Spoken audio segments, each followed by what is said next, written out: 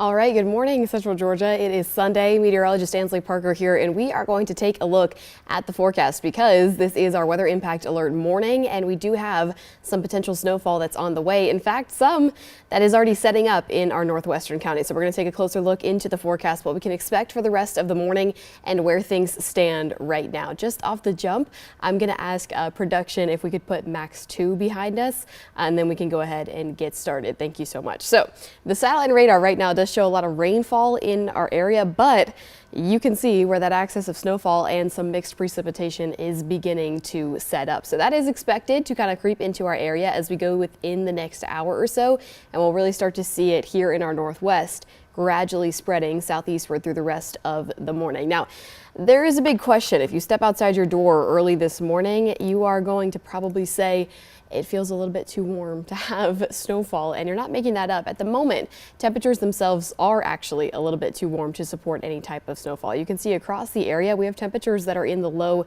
to mid 40s. Now, this is not going to be the case through the entire morning.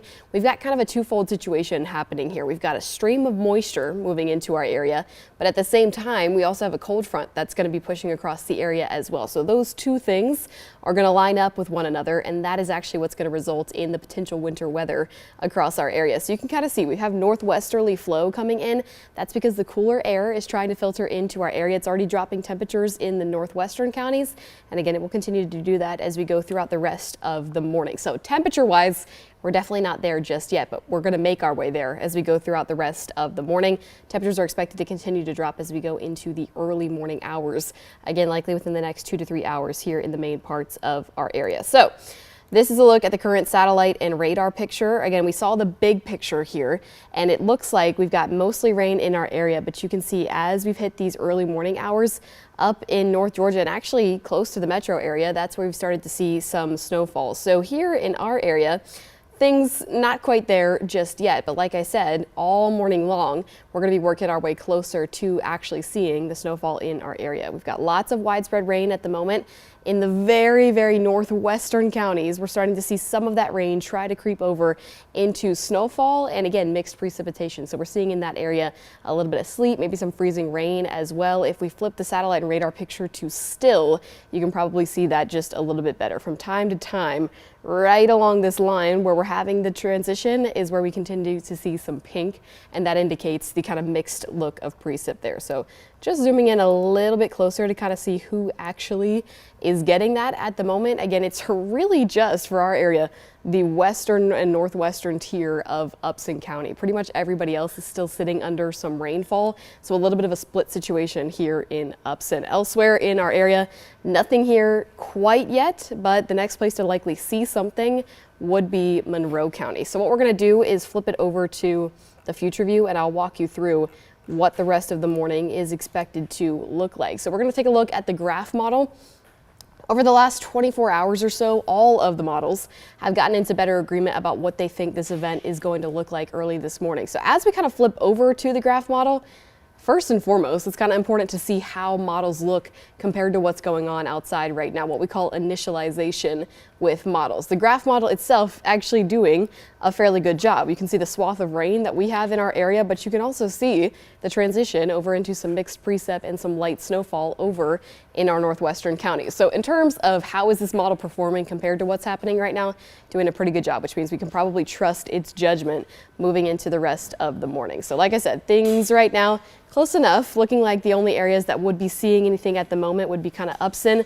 But as we head throughout the rest of kind of the next hour to two, that's when we'll start to see this become a bit more widespread across our northwestern counties. Then as we play this out into the mid-morning around 7 a.m., that's when we start to get into kind of more of our area, reaching more central locations, Macon, Warner Robins area, again by the mid-morning. And this is kind of the time period that we're going to be watching for some heavier snowfall amounts. I'll go into the winter storm watch, the winter storm warning and the winter weather advisory here in just a minute to show you areas that are expected to get higher totals versus areas that'll probably be looking at maybe just a couple of flurries. So this would be the time frame that we'll be watching again for some of the heavier snowfall, heavier being a relative term, not anything like what we saw last year, but heavier amounts compared to just some flurries in a couple of other spots. Going into the late morning, that's when we'll start to see this moving out of our area. So creeping into the southeastern counties by around 11 a.m. By the time we get closer to noon, that's when we're kind of seeing all the moisture from this system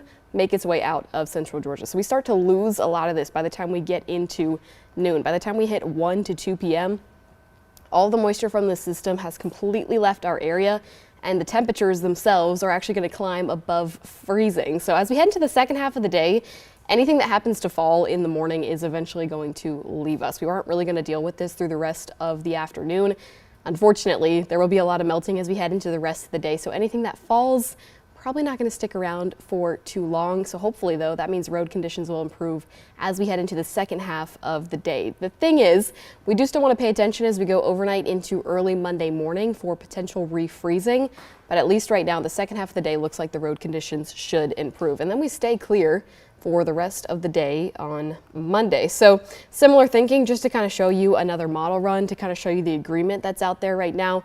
We'll take a look at the HRRR. This is another high resolution model, and it's the same exact thinking. You can see widespread rain where we have it right now, and then up in the northwest, that's where the snowfall begins to start. Kind of a mixed precip situation on the boundary between those two areas, but it starts in the northwest and then it gradually pushes across the rest of the area. The timing on the HRRR, maybe a little bit behind what the graph is saying, but overall still kind of the same thinking in terms of the progression of the winter weather across our area. It also kind of looks like it could be more of a sleet slash freezing rain situation down in the southeastern counties by the time it makes its way closer to out of our area.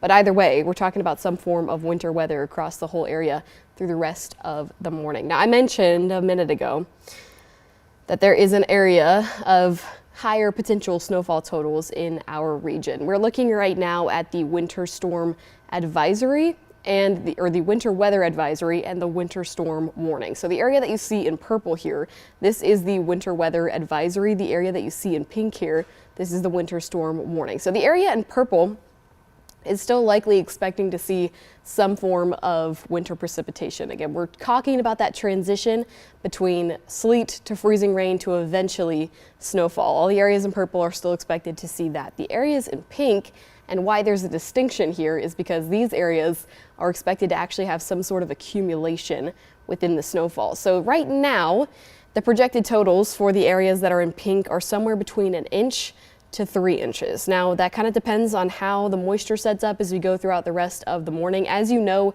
when we're talking about snowfall amounts, this is one of the most difficult things to forecast. So they kind of give us a wide range of the accumulation that we could be looking at later today, but it's generally within that pink area that we just saw on the winter storm warning. So looking like those central areas here in central Georgia could be seeing higher accumulation.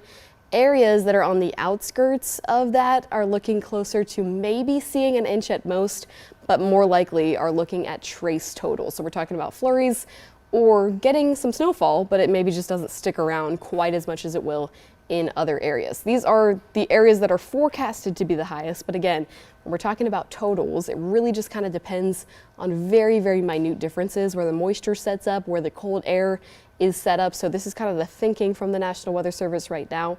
But we'll definitely monitor this as we go throughout the next couple of hours, because now that we are in what we call the nowcasting situation, meaning we're taking the information that's out there right now and filtering it into the forecast, we could potentially see them tweak or change this just a bit as we go throughout the rest of the morning. But you may be kind of wondering, yesterday was a day of big changes. How did we make that big jump from potentially just seeing a couple flurries in our area to now being forecasted to have between 1 to 3 inches of snowfall? And the reason is what I mentioned when we kind of hopped on the air here. We've got these two major factors in our snowfall forecast at the moment. One of those major factors is the low pressure system that's down in the Gulf at the moment. So this low pressure system is the thing that's providing the moisture for us to have any sort of winter weather as we go throughout the rest of the day. This was a big deciding factor in the forecast, and small differences in how far north or how far south this ended up tracking could make or break the entire forecast. So that's why this was such a delicate situation, and why yesterday, once the models finally all got on the same page, there was more certainty and a lot of information came out just 24 hours before this event was actually setting up. So the low pressure system kind of had three options here. So it could either track really far to the south, which means it would take all that moisture out to the south with it, and it would not bring any of that to our area. This would really just mean that we wouldn't have had any sort of precip, winter or not. Now, obviously, option one is not the situation that happened and really wasn't the situation that we were watching. It was either going to be between 2 or 3. Option 2 tracks this low pressure system a little bit further towards our south, meaning that the snowfall would not have spread across the entire central Georgia area. That's why there was such a focus on the south and eastern counties kind of in the early portion of this forecast, because track number 2 was really looking to be the more likely. This would drag just south of us, provide a little bit of moisture to our area, but not for the entire region. Now, yesterday, all the models started to pick up on this difference that the low pressure system may track a little bit further to the north. So option 3 was the low pressure system tracks a little further to the north. It brings a lot of moisture to our entire area, meaning winter weather would be more widespread across the entire region. So originally forecasted was option 2. Option 3 started to become a lot more likely yesterday and is now kind of the situation that we're sitting under. So that was why there was kind of such a difference and why the forecast maybe felt like it swinged a lot over the last couple of days, because there was just these small differences in this low pressure system that would make all the difference in the forecast for our area. Now, that's the moisture part. Like I kind of mentioned at the beginning as well, we also have to have the cold part. So the temperatures right now are not below freezing for most spots in our area. But if we can kind of play the future view forward, I'm going to try to show you that up in North Georgia, kind of actually where all of this snowfall is beginning to develop, there is a cold front sitting up here. So I know we had a cold front yesterday. There's actually a second reinforcing cold front up in North Georgia right now. That's going to be pushing across our area through the rest of today, and that is going to cool the air enough for us to have some snowfall. So take a look at this and you can kind of put the pieces together of what I just explained. That low pressure system down there in the Gulf feeding all this moisture into our area, this cold front that's going to be pushing across the area, bringing the cold air. So those two things are going to end up converging, excuse me, like they have up here in North Georgia. And that's going to be the situation as we go throughout the rest of the morning. So in terms of snowfall that we're seeing up there, let's actually go into the satellite radar, because it does look like North Georgia has a little bit more of an interesting situation than us at the moment. Now, the satellite radar looked a little more interesting when we had the satellite flipped on. We were probably picking up on a good bit of cloud cover in that area, or maybe even potentially just some flurries as well. But in terms of actual snowfall out there right now, it really looks to be just south of 85 at the moment, and then most of it is actually over towards our west. So I'm going to take this out of motion, and we're going to take a look over to the west of us, where some of this cooler air has set up, and again, where that transition line really is, and this is feeding out towards the northeast. So in our area, really just kind of grazing Upson County at the moment, but we will see this kind of axis spread a little bit further south, and then this will sweep across the rest of the area through the rest of the morning. There was something that I wanted to look at. Oh, sky cams. So let's take a look and see if we can see anything out on the sky cams this morning. Obviously in our area, there really won't be much out there right now, but we can kind of take a gander a little bit further towards the north and see if we can pick up on anything at all. So right now, looks like potentially we could see something maybe just south of LaGrange. I do think we have a sky cam over in that area. Let's see.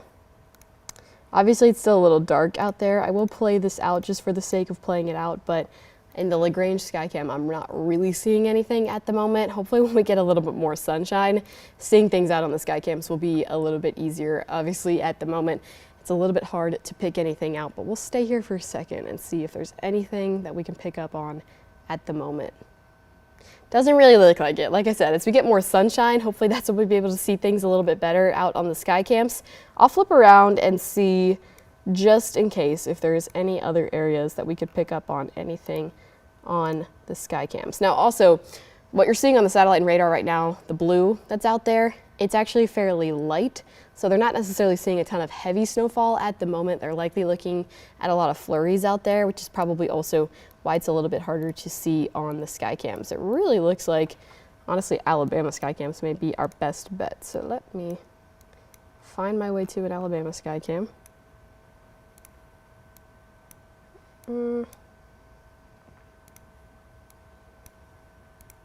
Maybe not so much. All right, so sky cams this morning, we may have to wait till we get a little bit more sunshine until we can actually see something across the area.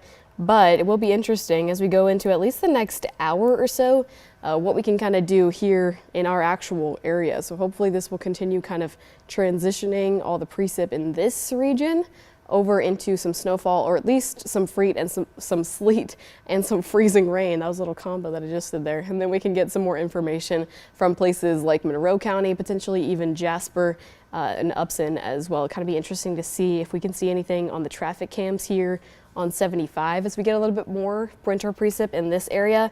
But again, at the moment, there's not really a ton that we can see out there right now. So as we go into the rest of the morning, you may remember this from our snowfall event last year.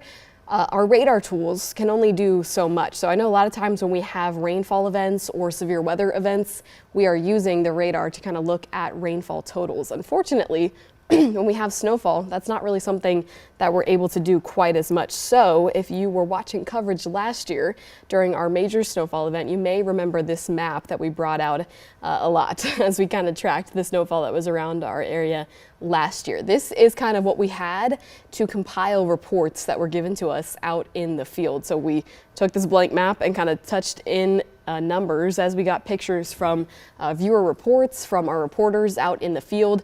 But like I said, mainly from viewer reports, people sending in photos to our 13 WMAZ Weather Network, emailing them into the newsroom, calling with reports. That was kind of how we were able to fill out the map that we have here. So as we go into the rest of the morning, we're going to break this thing back out. If you're able to, if you happen to see accumulation in your area, go ahead and snap a photo for us. You can stick a ruler down into the ground and then you can snap a photo and send it over to us, and then we'll be able to fill this map out. So if you're able to do that, that would be largely helpful for us through the rest of the morning, because then we can get a little more information about what's going on out in the field. Now we also have Megan Western and Carmen Brown with us this morning. I'm going to throw it over to them with some more information.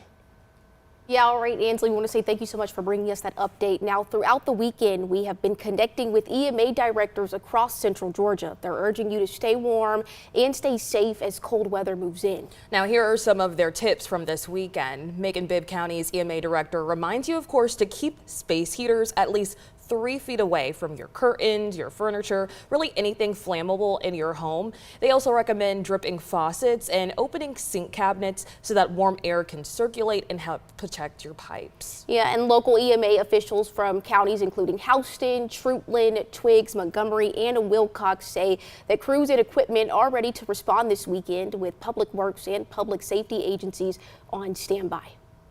You know, our primary focus is going to be the major thoroughfares and bridges and places that may ice first. During the morning and the day tomorrow, we're not too concerned with ice because the temperatures are going to be high enough. Now, the Georgia Department of Transportation will monitor roads south of I-20 and plan to apply salt if needed. GDOT is also warning you about possible black ice as temperatures start to drop. This evening, if you are on the roads, officials say to slow down, avoid travel if you can, and go ahead and check Georgia 511 for road conditions. All right, well, and of course, we want to see what's happening in your area. So if you can send us photos and videos of the storm in your area, and of course, only take photos or record video when it is safe to do so. Then you can send them our way. You can text them to 478-752-1309. I'll say that number again. It's 478-752-1309. And then, of course, we'll share them. There's that number on your screen there. We'll share them during our coverage on 13 WMAZ. Of course, now that the cold weather is here, Ansley Parker has been live all morning kind of sharing that news with you. Our very own Frank Malloy always worries about the animals, and he wants everyone to take extra care of your furry friends. The first thing we have to take care of are the pets. So as you've noticed, I have set several blankets up out here for the outdoor cats. Now, they're not my cats, they're the neighborhood cats, but whenever it gets cold, they feel like this is the place to be. The rest of it is just getting out and enjoying, but hey, look, it's a pretty day. We're going to enjoy it. Now, if you happen to have a fireplace in your home, go ahead and make sure that the chimney is clean and go ahead and use a spark screen. And of course, another reminder here, when driving, slow down, keep distance, and watch for icy patches. Alrighty, well, as the winter weather continues moving in, some places are opening their doors to keep people warm. Connor Hendricks breaks down which shelters in our area are open throughout the weekend. The Brookdale Resource Center and their Hello House, they have 50 beds open per night, intakes at 4, and then you have to leave at 8 in the morning the next day, but that is open 7 days a week. Then out in Warner Robins, their Haven Hope House is opening up. That's going to be Sunday, Monday, and Tuesday. The Salvation Army warming shelter is also accepting people throughout the next couple of days. Check-in starts at 5 p.m. Folks can stay until it warms back up. Both breakfast and dinner are provided. Find them over on Broadway in Macon.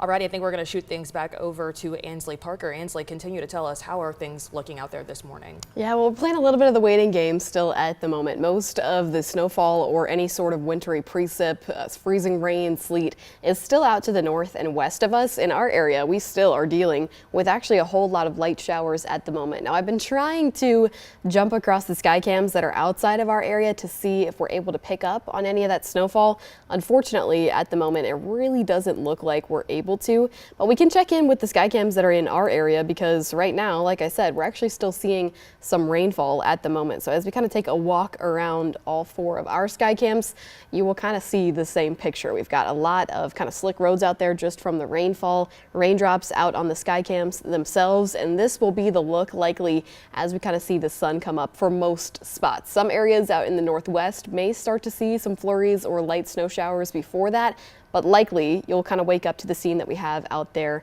right now. That's a look at Warner Robins. Macon is going to show you kind of the same thing.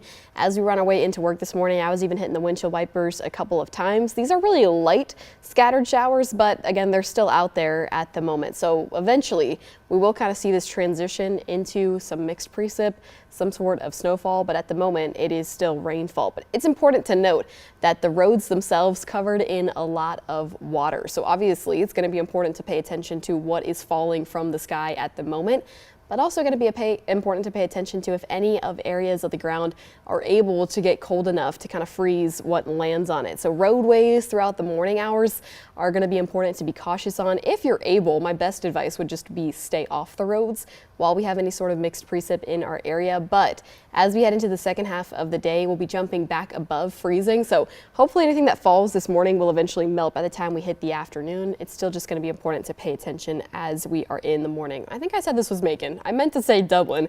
Now we're going to take a look at Macon. It's again the same kind of scene. We've got some rain out there. The sky cam is a little clearer here. We hit the windshield wipers on this sky cam, but it's the same thing. Once the sun comes up, you'll see some clouds that are outside right now, and we're mainly talking about rainfall until we can get kind of into the mid to late morning hours, at least in more central areas like Macon, like Warner Robins, and like Perry, where you're looking now. Again, rainfall, some of the slick grounds out there from the rainfall, but no wintry precip, at least in our area just yet. When we flip it back over to the satellite and radar, it's really just parts of Upson County that we'll be able to see anything at the moment.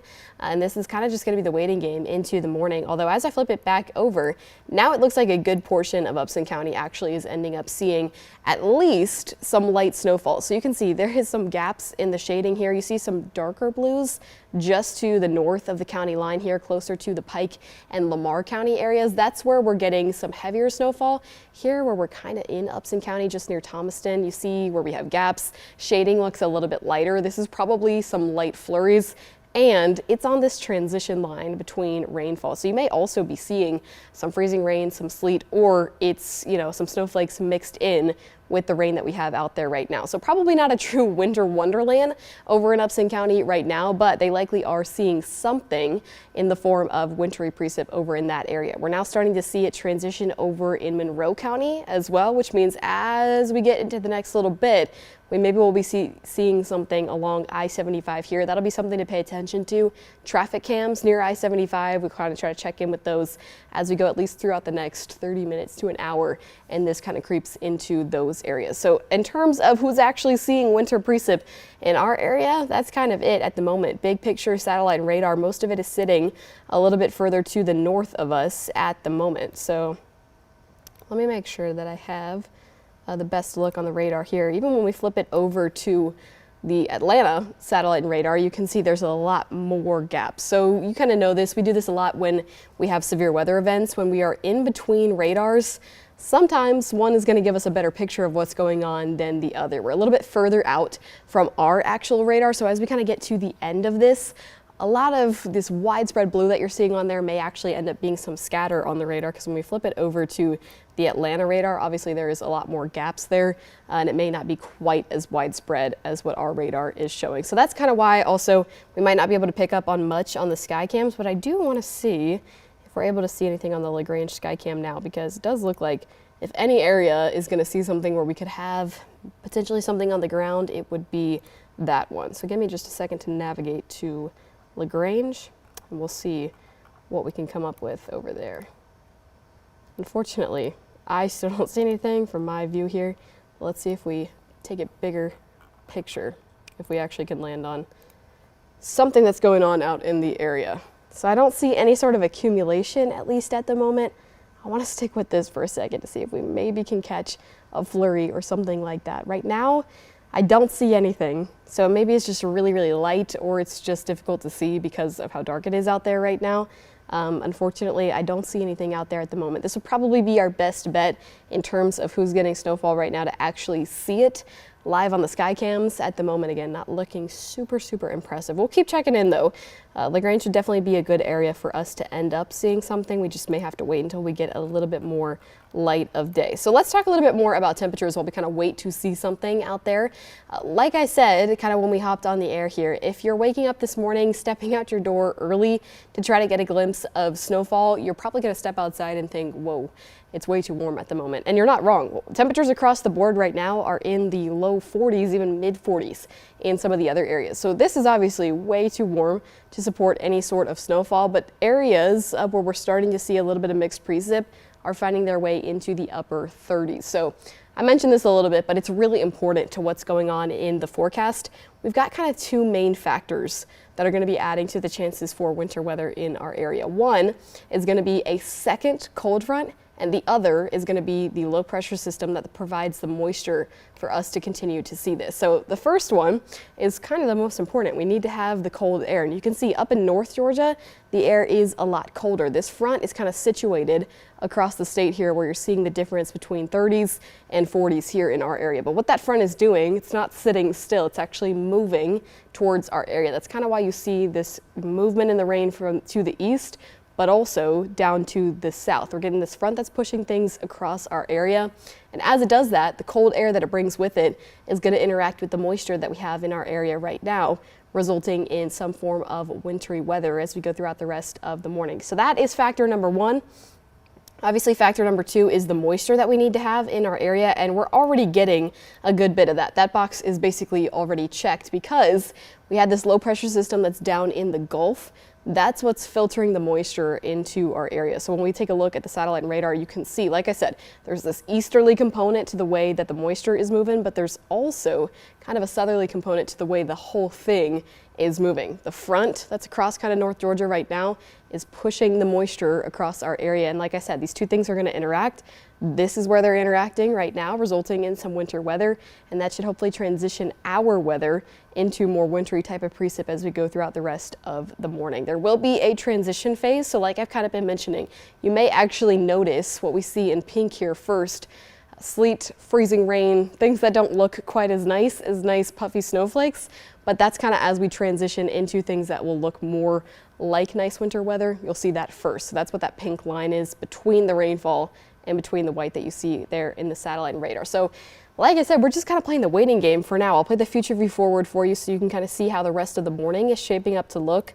Future view is going to be important. It's going to be important to pay attention to how the future view looks compared to what's outside right now. I mentioned this a couple of times. Our initialization, especially for types of snowfall events, is going to be super important. So when we flip it over to the graph from the satellite and radar, overall it looks pretty similar, which means it's doing a good job picking up on what's in the atmosphere right now. We've got a little bit of snowfall. Obviously this brings it a little bit further south than it actually is right now, but generally it's the same kind of idea. As we play this into the rest of the morning, we'll see this become a bit more widespread over in our north and western counties as we go into kind of the next hour or so. And then as we push a little bit further into the morning, kind of the mid-morning here, that is when we'll see this kind of spread across more central areas here in central Georgia. Macon, Warner Robins area closer to maybe 7. And that's when we'll kind of see also potentially heavier snowfall totals. I'll show you the winter storm warning and the winter weather advisory here in just a minute to kind of emphasize which areas are expected to see some form of accumulation, which areas maybe not quite as much. So as we go throughout the rest of the morning, again, just kind of seeing this become a bit more widespread. Still that boundary line, so some areas will still be dealing with a little bit of mixed precip, not quite as nice of a look as this true snowfall that we'll have in other areas, but it will keep pushing south and east. Remember that front will keep this direction moving south and east as we go throughout the rest of the morning. By the late morning, early afternoon, that's when this whole area will be kind of leaving our region. So all the moisture will be pushing out of the area by the time we get into maybe noon to 1 p.m. and then by 2, all of that is gone. Obviously, that's a long time for kind of things to fall here in our area, so we'll still have some things that linger around, but in terms of actual hazardous road conditions, it's really just this morning time period. As we head into the rest of the day, we stay completely clear and our temperatures are going to be able to climb right back up to above freezing. So as we head into the second half of the day, hopefully road conditions should gradually improve. It's really just while we're in this time frame where potential precip is falling, that's when you're going to want to be careful out there on the road. So I think we have some more information with Megan Western and Carmen Brown. What are you guys seeing? Alrighty, thank you so much, Ansley. We'll check in with you in just a few minutes. Another reminder for you as we continue to experience these cold temperatures throughout the day in this wintry mix that a couple of our central Georgia shelters are opening their doors if you need to stay in a warm place. The Haven Hope House will be open today, tomorrow, and on Tuesday. You can find them over on Green Street. That's on Warner Robins north side. Yeah, and Brookdale Resource Center's Hello House also giving people a warm place to stay. It's located off Brookdale Avenue and has 50 beds open each night. Intake started at 4 p.m. and provides overnight housing through 8 in the morning, 7 days a week. Also, the Salvation Army Warming Center also accepting folks this weekend. Check-in begins at 5 p.m. and folks can stay until it warms up back up outside. Both breakfast and dinner are provided. It's located on Broadway in Macon.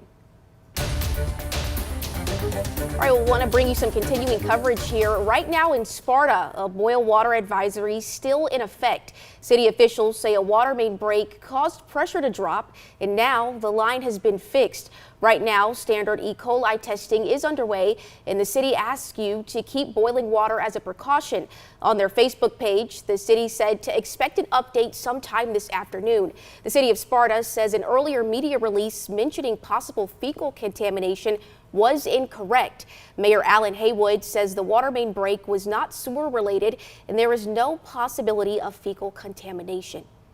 And this morning, we're hearing from the family of 19-year-old D'Antoine Wins. He was shot and killed in South Bibb Friday night. Deputies say 18-year-old Xavier Jackson is now charged with felony murder, criminal attempt to commit armed robbery, and 3 counts of aggravated assault. Now, this shooting happened on Hardwick Drive Friday and left another person in the hospital when sister Tekosia Henry says that her brother knew the victim as well, or the suspect that is, and they grew up together. She says the shooting happened about a mile from their mother's home. Henry says that when she got off work on Friday night, she was driving down Houston Road and saw emergency responders rushing past. The family tells us they still don't know what led up to the shooting, and they're shocked by what happened. I don't know what took a wrong turn.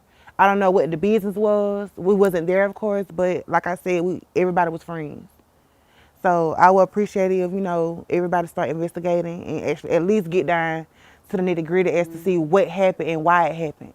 Because nobody deserves to lose their life. Right now, Jackson's being held in the Bibb County Jail without bond. If you have any information on the case, you're asked to contact the Bibb County Sheriff's Office or Macon Regional Crime Stoppers at that number on your screen, 1-877-68-CRIME. And we're continuing our coverage of a riot at Washington State Prison last Sunday. We learned a 4th inmate connected to the riot has died. The Washington County coroner confirmed the death, saying the inmate was involved in the riot, but it is still unclear whether the death is related to any injuries from it.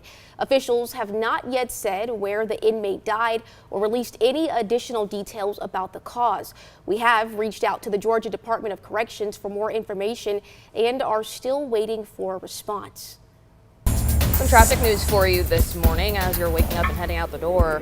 A major road closure could impact your commute starting tomorrow in the Bibb County area. Tucker Road is going to close for 3 months as crews replace a bridge over Interstate 475. The Georgia Department of Transportation is going to close Tucker Road. This is between Foster and Peak Roads starting at 8 a.m. tomorrow. The closure will let contractors replace the existing bridge over Rocky Creek and I-475. People who live along the Peak Road area say they expect more cut-through traffic in their neighborhood. Alrighty, well, we are just a few days away from voters across our area heading back to the polls for the District 18 Senate race. And Saturday, U.S. Senator and former astronaut Mark Kelly made a stop in Forsyth to rally supporters for Democratic candidate Lamario Brown. Kelly joined Brown along with Georgia Senate Minority Leader Harold Jones and Senator Josh McLaurin at St. James Baptist Church. Both Kelly and Brown spoke about families struggling with rising costs, including rent, housing prices, and everyday expenses. They also highlighted the challenges many face in affording basic health care, especially in rural communities. Brown, he's a farmer and small business owner, promised to fight for working families across the district. Both he and Kelly also raised concerns about proposed data centers, several of which have emerged in Monroe County. These data centers don't need to be in people's backyards. It doesn't need to be next to your farm or next to your neighborhood. They need to be in the right place, in industrial areas. And then we have to address the issues, the electricity and the water issues, and he gets that. All right, so Lamario Brown is the single Democratic candidate in the race. There are 5 Republicans on the ballot. That's Howard Allison, Lauren Daniel, Stephen McNeil, Nathan Warnock, and Eric Wilson. District 18 includes Monroe, Crawford, Upson, and Peach County, along with parts of Bibb and Houston counties. You can check your voter eligibility and find your polling location on the My Voter page on the Georgia Secretary of State's website. Alrighty, we are just a day away from honoring the life and legacy of Dr. Martin Luther King Jr. and his spirit filled the streets of Dublin as the community came together for the annual parade.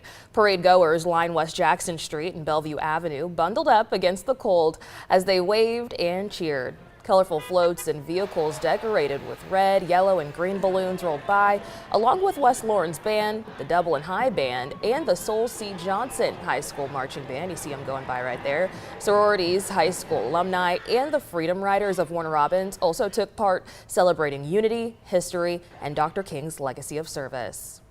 It's just a great privilege, a tremendous privilege to have this parade in honor of our martyr, Dr. Martin Luther King Jr., who gave his life for freedom for all. A lot of young kids that don't know each other, to come up to learn the value of unity, and what Martin Luther King actually stood for. And Saturday in Warner Robins, the community came together for a morning of reflection, unity, and service at the MLK Unity Breakfast. The 29th annual event honored the life and legacy of Dr. King, with the crowd singing "Lift Every Voice" and "Sing in Unison." Students from several Houston County schools were recognized for academic achievement and leadership, along with Black doctors, lawyers, and other community leaders. The program also highlighted fraternities, sororities, and civic groups, with entertainment provided by the Huntington Middle School Choir. We're trying to make sure that Dr. King's legacy, the history, the things that he did for this country, we want to make sure that everyone will remember that. Dr. King was a drum major for justice, as well as a role model for all of us, that we have something to offer to make a difference, and that we must start by serving first. And in Macon, the celebrations continued with a powerful tribute to Dr. Martin Luther King Jr.'s legacy of service. About 100 people turned out to clean up the historic Greenwood Bottom district. That's triple the number that organizers even expected for this year's third annual MLK Day event. Crews tackled blight along Martin Luther King Jr. Boulevard, reviving a corner where several black businesses once thrived. Keep Macon Bib Beautiful director Asha Ellen says that cleanup reflects Dr. King's message best, through service and action, not just words. Dr. King was very adamant about service and the importance of serving and community service. So even though we're out here honoring his memory, this is something that we as an organization do all day, every day.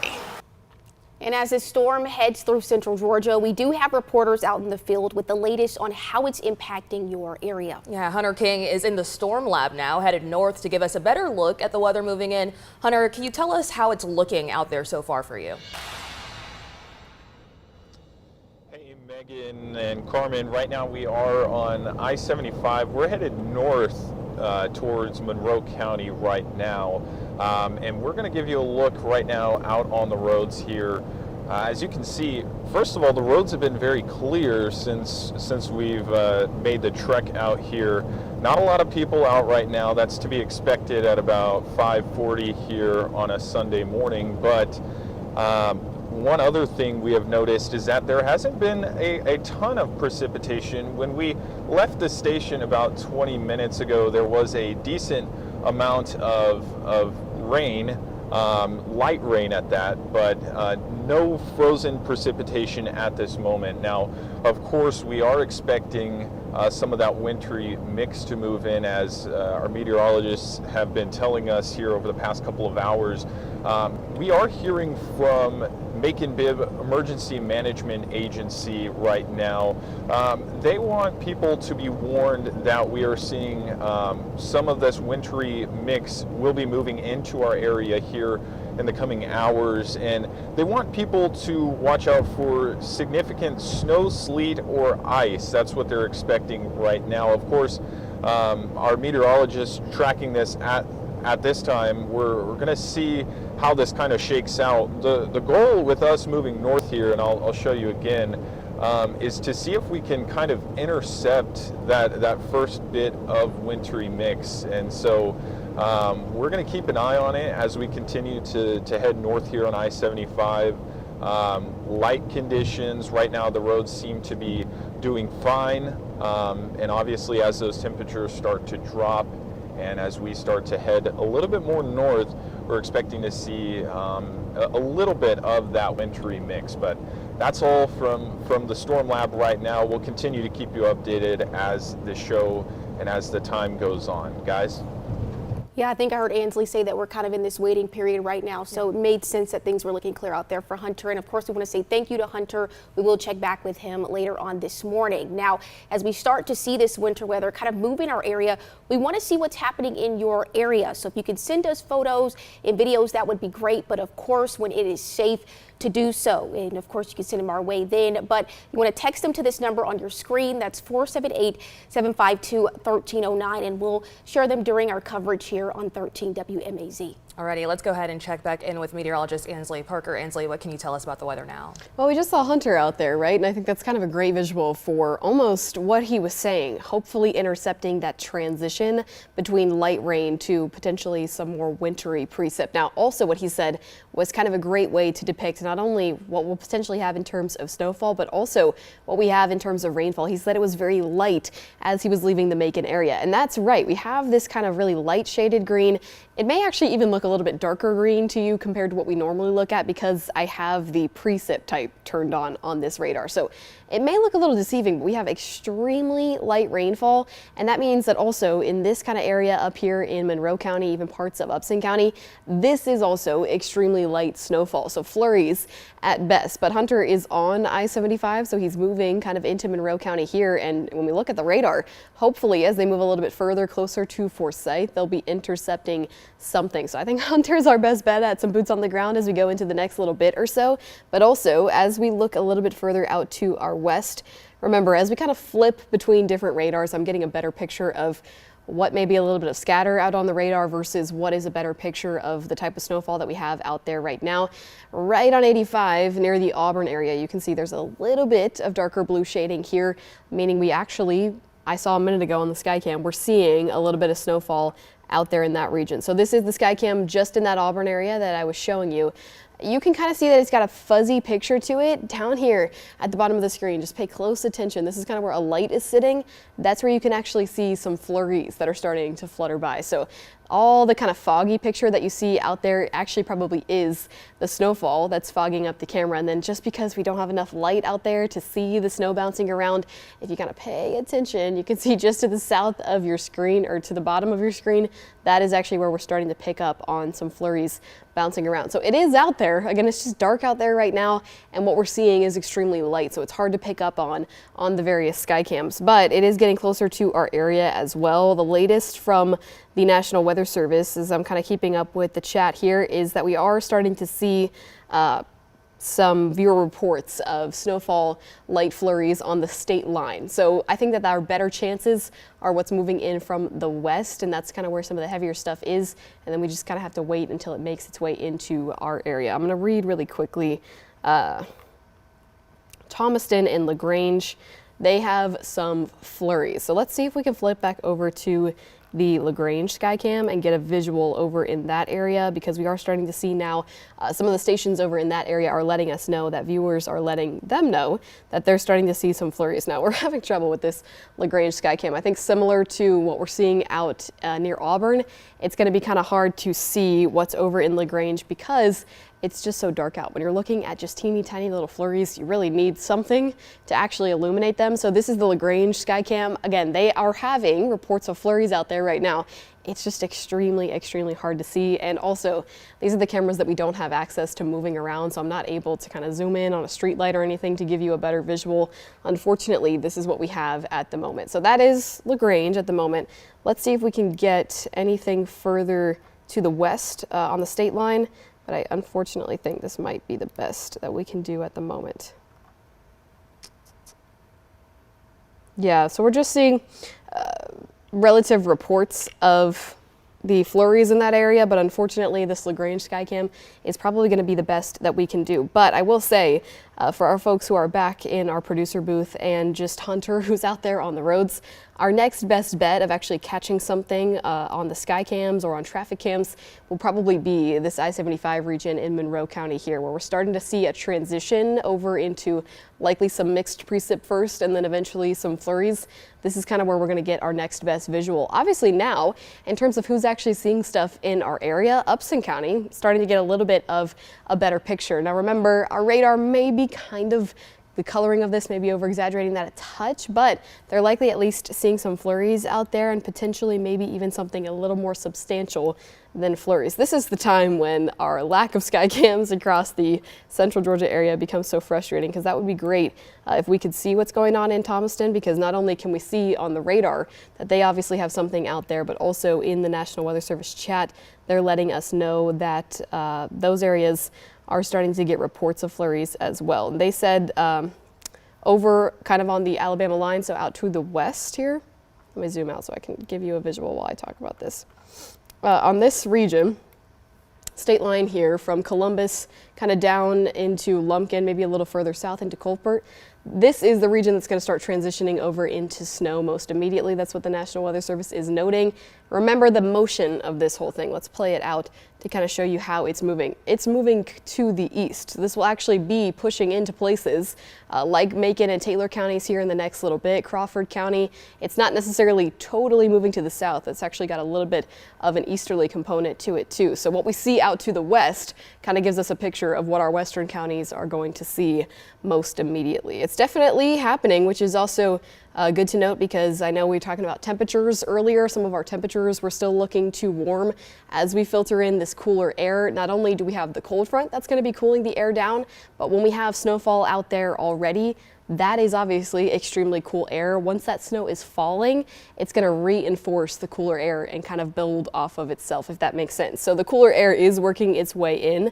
And again, just to kind of give you a picture of where things stand in terms of who's expected to see what, we'll take another look at this winter weather warnings and advisories. So the color that you see in purple here, some of these outward counties, this is the winter weather advisory. These are the areas that are expected to see kind of what we're seeing right now. So note, that's places like Upson, like Monroe, like Taylor counties. These are the areas that are expected to see, light flurries, maybe some slight accumulations up to at most an inch. So where we're seeing this move in right now is actually where the totals aren't expected to be extremely heavy, but a little bit further down to the south, where the National Weather Service notes that things are starting to transition over into snowfall, this is actually where the totals are expected to be a little bit higher. So as we start to see snowfall popping up just to the south of us, south of Columbus, and then moving into our southern counties, that's when we'll start to get a better picture of snowfall that may have some better accumulation. So the outskirts here are in the winter weather advisory. That means trace amounts, maybe at most up to an inch. The areas in pink here, this is the winter storm warning. These areas are projected to see between an inch to 3 inches. Now, I would say that's definitely an optimistic forecast. There's a possibility that we don't see quite that much because of rainfall that's on the ground right now. But in the same vein, there's also a possibility that we get up to 3 inches in those areas. This is kind of same thing that I just showed you here on this graphic, but outlined in potential totals. So you see in this blue here, this is trace amounts, trace to very light amounts. As we get into the areas that we're starting to see some snowfall now outside of Upson County, Monroe, Taylor, that's where we're saying again between maybe at most an inch and a half. And then in our main areas here where we have the winter storm warning, that's where we're talking about heavier amounts. So this will be interesting as we go through the next hour or so. We're building the blocks for what we're going to see through the rest of the morning. And as we go into, like I said, the rest of the morning here, that's when we'll really start to see most of our area get in on the action. We're just kind of in that transition period at the moment, but the model's still picking up on it. And as we go into the rest of the morning, still picking up on this trend that we will eventually see just about everybody transition to some form of wintry precip. By the time we get to the late morning, that's when this is down in the southeast. By noon, moving out of our area. And then by the time we hit the afternoon, this has left our area. So it will be a quick moving event. It'll be throughout the morning hours here. And then as we head into the afternoon, all of the moisture that we need to have any sort of precip will be gone. Not only that, but the temperatures themselves will also be too warm to support any winter precip. So it's a Sunday morning situation, which means Sunday morning is the best times to stay off the roads. As we head into the afternoon, obviously you still want to exercise some caution, but the temperatures will be above freezing. So hopefully road conditions should improve by the afternoon. And that's kind of the thinking that the National Weather Service has maintained as well. So big picture, that's kind of where we sit right now. We'll flip it back over to the radar and let's see if things have changed on our Skycam, where we got one Skycam where we can actually end up seeing something. I may still have it flipped on the Lagrange one.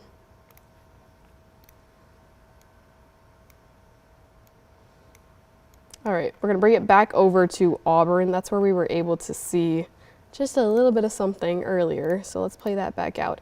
And again, as we get more sunshine, that's when these flurries, though they're not seeming super significant on the Skycams, will be a lot easier to see. But you can see it a good bit. If you look down in the bottom of your screen, you can see a few of them flying around. I'm not sure what this little party is over here, but over in Auburn, that's where they've got some snowfall right now. Maybe as we go into the next hour or so, we might be able to pick up on some light accumulations in some of these buildings or over there on the roads. But overall, this is kind of the best picture of what's going on outside right now. And those light blues that you're seeing on the satellite and radar, like I said, this is probably a good indication of what they actually look like in real life. Just some light flurries at best.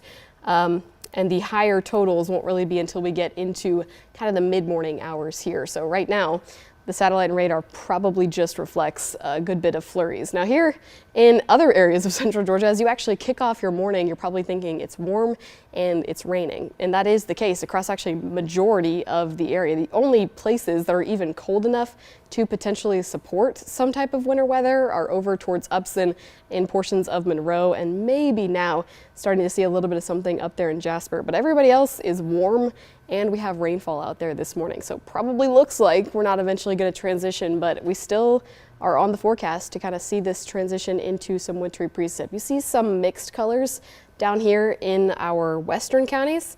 And like I said, those are actually the areas that will be seeing this most immediately. This is our big transition zone. In fact, if I could draw a circle around this, this is kind of the area that I'm going to have my eye on the most as we go through the next, that's a terrible circle. As we go through the next little bit or so, this region right here is where we're gonna see a lot of this transition over into true snowfall. And this is gonna be the area to watch because this is the area that the National Weather Service just this morning added to the winter storm warning. So they obviously got a good idea that, yeah, we were gonna see some accumulation in here.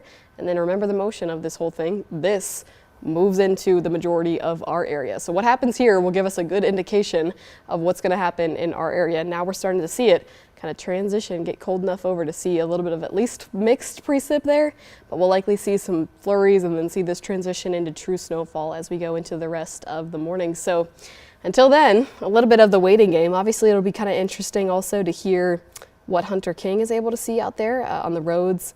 I-75 near Monroe County is going to be something that we'll be paying attention to for sure. But for now, we just continue to wait, monitor the radar, and we'll bring you the latest in terms of updates. Megan and Carmen, back to you.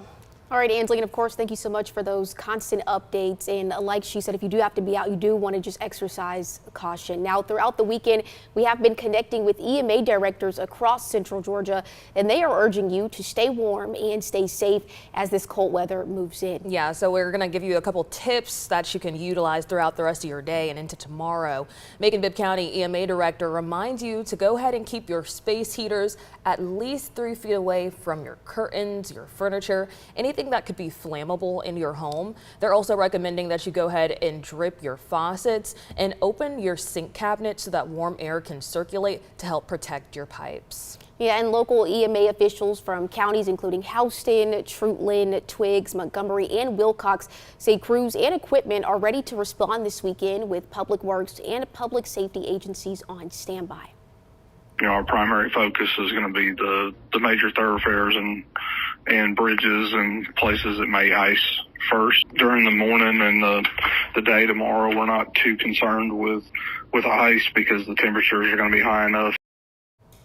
The Georgia Department of Transportation is also going to monitor roads south of I-20, and they're going to plan to apply salt if needed. GDOT is also warning you about possible black ice as these temperatures start to drop throughout the rest of today. So while it might look clear now, just be mindful that there could be black ice on the road that you aren't able to see. Officials also say to slow down. There's no need to be in a rush. Church might even be online for you today, so no need to speed there. And if you can, go ahead and check Georgia 511 to see the latest road conditions. Yeah, good tips there, Megan, for sure. And now that the cold weather is here, our very own Frank Malloy always worries about the animals and wants everyone to take extra care of your furry friends. The first thing we have to take care of are the pets. So as you've noticed, I have set several blankets up out here for the outdoor cats. Now, they're not my cats, they're the neighborhood cats, but whenever it gets cold, they feel like this is the place to be. The rest of it is just getting out and enjoying, but hey, look, it's a pretty day. We're going to enjoy it. Another tip for you this morning, if you have a fireplace, go ahead and make sure that the chimney is clean and use a spark screen. And when driving, another reminder here, slow down, keep distance, and watch for icy patches. Alrighty, well, as this winter weather continues moving in, some places are opening their doors to help keep people warm. Connor Hendricks breaks down which shelters in our area are open for the next couple days. The Brookdale Resource Center and their Hello House, they have 50 beds open per night. Intakes at 4, and then you have to leave at 8 in the morning the next day, but that is open 7 days a week. Then out in Warner Robins, their Haven Hope House is opening up. That's going to be Sunday, Monday, and Tuesday. And the Salvation Army Warming Center is also accepting people right now. Check-in starts at 5 p.m. You can stay until it warms back up. Both breakfast and dinner will be provided. You can find them over on Broadway in Macon. Alrighty, well now we're going to give you a live picture here at courtesy of a traffic camera this is near Wormble Road in Monroe County. As you can see, it looks like there's some moisture out there, but not too much going on regarding snow. So we'll be sure to keep you updated as the morning goes on. Alrighty, and we have our very own Hunter King actually headed that way right now. He is in the field this morning to show you some of the latest weather conditions moving in. Hey folks, Hunter King in the Storm Lab right now. This is a really cool car that I'm going to be in today. We're utilizing it for this winter weather that's moving in. Let me show you a little bit behind the scenes here. So I got this clicker here. It's pretty cool. So this is what I'll see on my monitor here. And this is to kind of switch shots here. And so they'll come to me periodically as the show continues, and we're going to show drivers what we see out on the roads. We got snow, potential snow, wintry mix moving in from the north that way, coming south. So we're going to be here. We're going to tell you what we see and drive around and hopefully have some fun today in the snow. Alrighty, and along with Hunter, we do have another crew that's going to be positioned out there somewhere in the area, but we will make sure to check back in with him a little later. But for now, let's send it back to meteorologist Ansley Parker. All right, well, we've got a little bit more information from the National Weather Service early this morning. I'm going to try to translate what I've got on the chat right here to you right now. But while I do that, this is the state line. So we're looking right now at Alabama near the Auburn area. And you can see that we do have some light flurries over in this region. So I've been playing out the sky cam that's actually just outside of Auburn here to give us a picture of what this will actually look like when it moves into our area. And overall, it's probably a bit less impressive than it may look here on the radar. When we look across just the entire radar, when you see these kind of deep blue colors, this may look overall kind of impressive, but it's actually kind of a mixed precip situation. A little bit of raindrops are mixed in there, and we have some flurries. So I know that it's kind of a deep blue color and it may look a bit more impressive than it actually is out there right now. I think it's likely because there actually still is a little bit of rain mixed in here. So I know this is not the pink color. It really is truly flurries that are out there, but occasionally it seems like there's a little bit of raindrops mixed in there as well. And that's the reports that I'm seeing from the National Weather Service as well. So what I'm going to do is show you that sky cam on the state line there just outside of the Auburn area. If you keep your eyes directed down where we have a light at the bottom of the screen here, that's where you can occasionally see some flurries. Now, it's hard to see. Like I said, it's not necessarily a super crazy amount of snowfall, and more than that, there's not a lot of light outside right now, so it's kind of hard to even see anything that is out there at the moment. But I'm going to see if we can see anything on there. While we do that, I'm going to catch up on what the National Weather Service is saying here. So it does, what I mentioned a few minutes ago was that we were talking about the state line kind of being where we were paying attention to, because that's the area that's starting to transition over at the moment.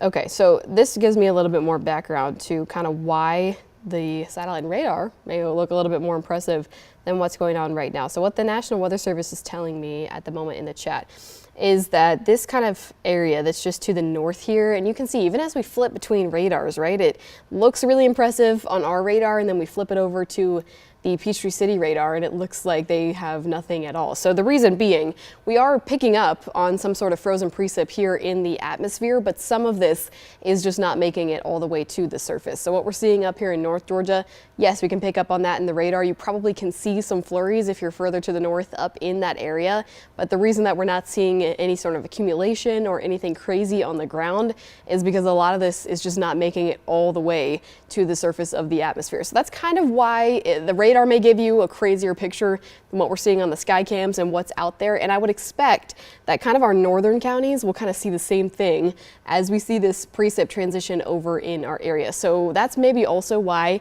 when we're getting reports from Hunter King, when we're getting reports from Thomaston, Upson County, areas like that, the reports are seeming maybe not super impressive. Despite what the radar is telling us, it's because, again, we have a little bit of mixed precip here because we do have snow as it's falling, and then as it kind of gets to the surface of the atmosphere, it's transitioning back over into rain. So that's what you see here. That's also why we get this kind of weird, there's rain mixed in here, sometimes it's a little blue. It's just because at the surface, some of this ends up melting, maybe doesn't make it all the way to the ground. So that's what the National Weather Service is saying right now. We're also getting some deeper coloring here in Macon. So just because, let's see what the Macon Skycam looks like right now. I don't hear any rain necessarily on the roof at the station here, so maybe not a crazy heavy rain, but the precip overall could have picked up in this area also. Skycam does show we got some showers out there. Overall, probably not anything crazy, but it does look like we still have some light showers across most of the area at the moment. So I'm just trying to make sure that I stay in touch with all these viewer reports just to make sure that I'm not missing anything here. But overall, that's kind of the trend. It's just a very slow transition into some wintry type of weather. And the reason being is likely because the temperatures this morning are so warm. Now remember, we are getting cooler air making its way into the area due to a cold front that's up there in North Georgia right now. But at the moment, there are still some pretty warm surface temperatures across our area, across North Georgia.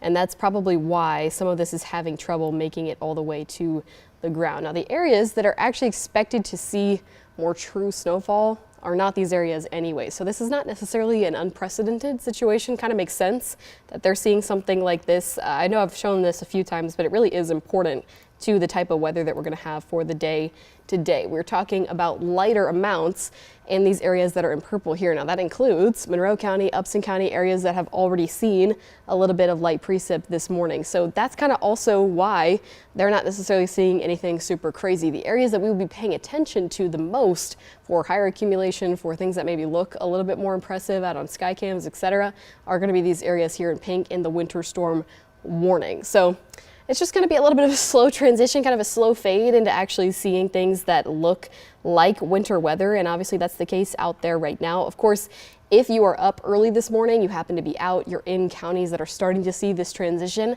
please send us some reports so we can kind of get ideas of what's going on the ground right now, because unfortunately, obviously it's always a little difficult for us to tell what's going on out there when we have severe weather or things like that, but it's even more difficult when we're talking about winter weather. Our radar tools, the capability that we have in studio, just not quite as great as stepping outside and looking at things ourselves. So viewer information will be really helpful through today, and that's a lot of information that I'm pulling from the National Weather Service chat anyways.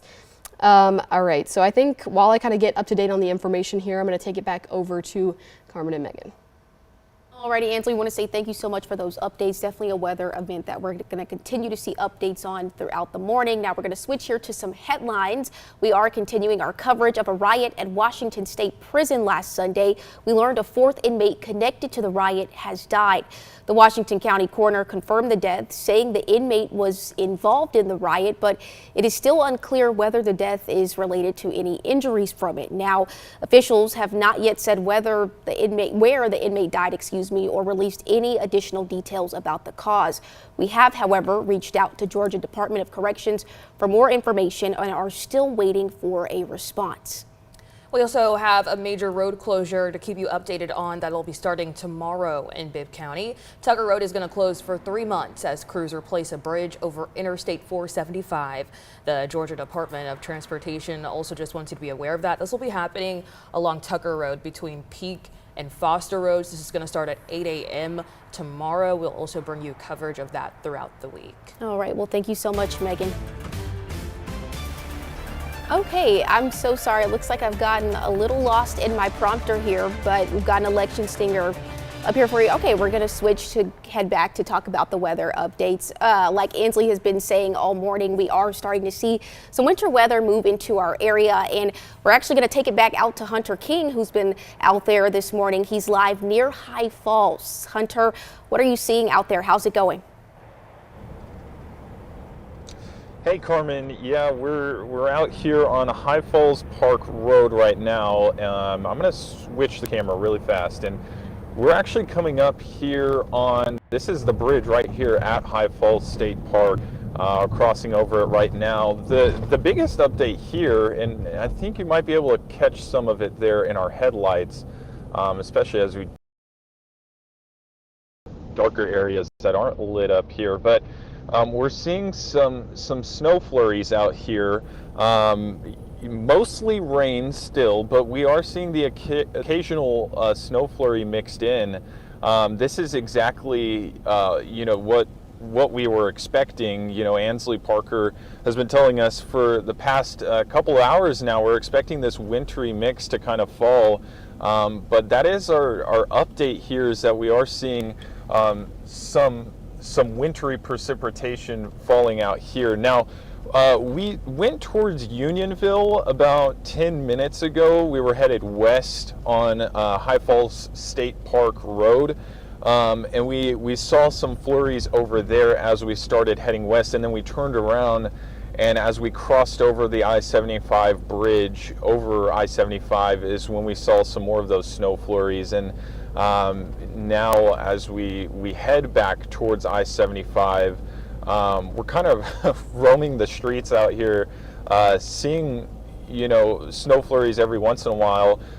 We're hitting pockets of where we're not seeing any precipitation at all. Right now is one of those times where we're not really seeing any rain or snow at all, but you can kind of see it here. I'm looking at the monitor here in the storm lab, and every once in a while you'll see snow flurries. If you're looking right there towards the lane marker on your screen, you can kind of see every once in a while a snowflake or two, but it's really not raining or snowing much at all here. And we've been hearing warnings kind of throughout the day about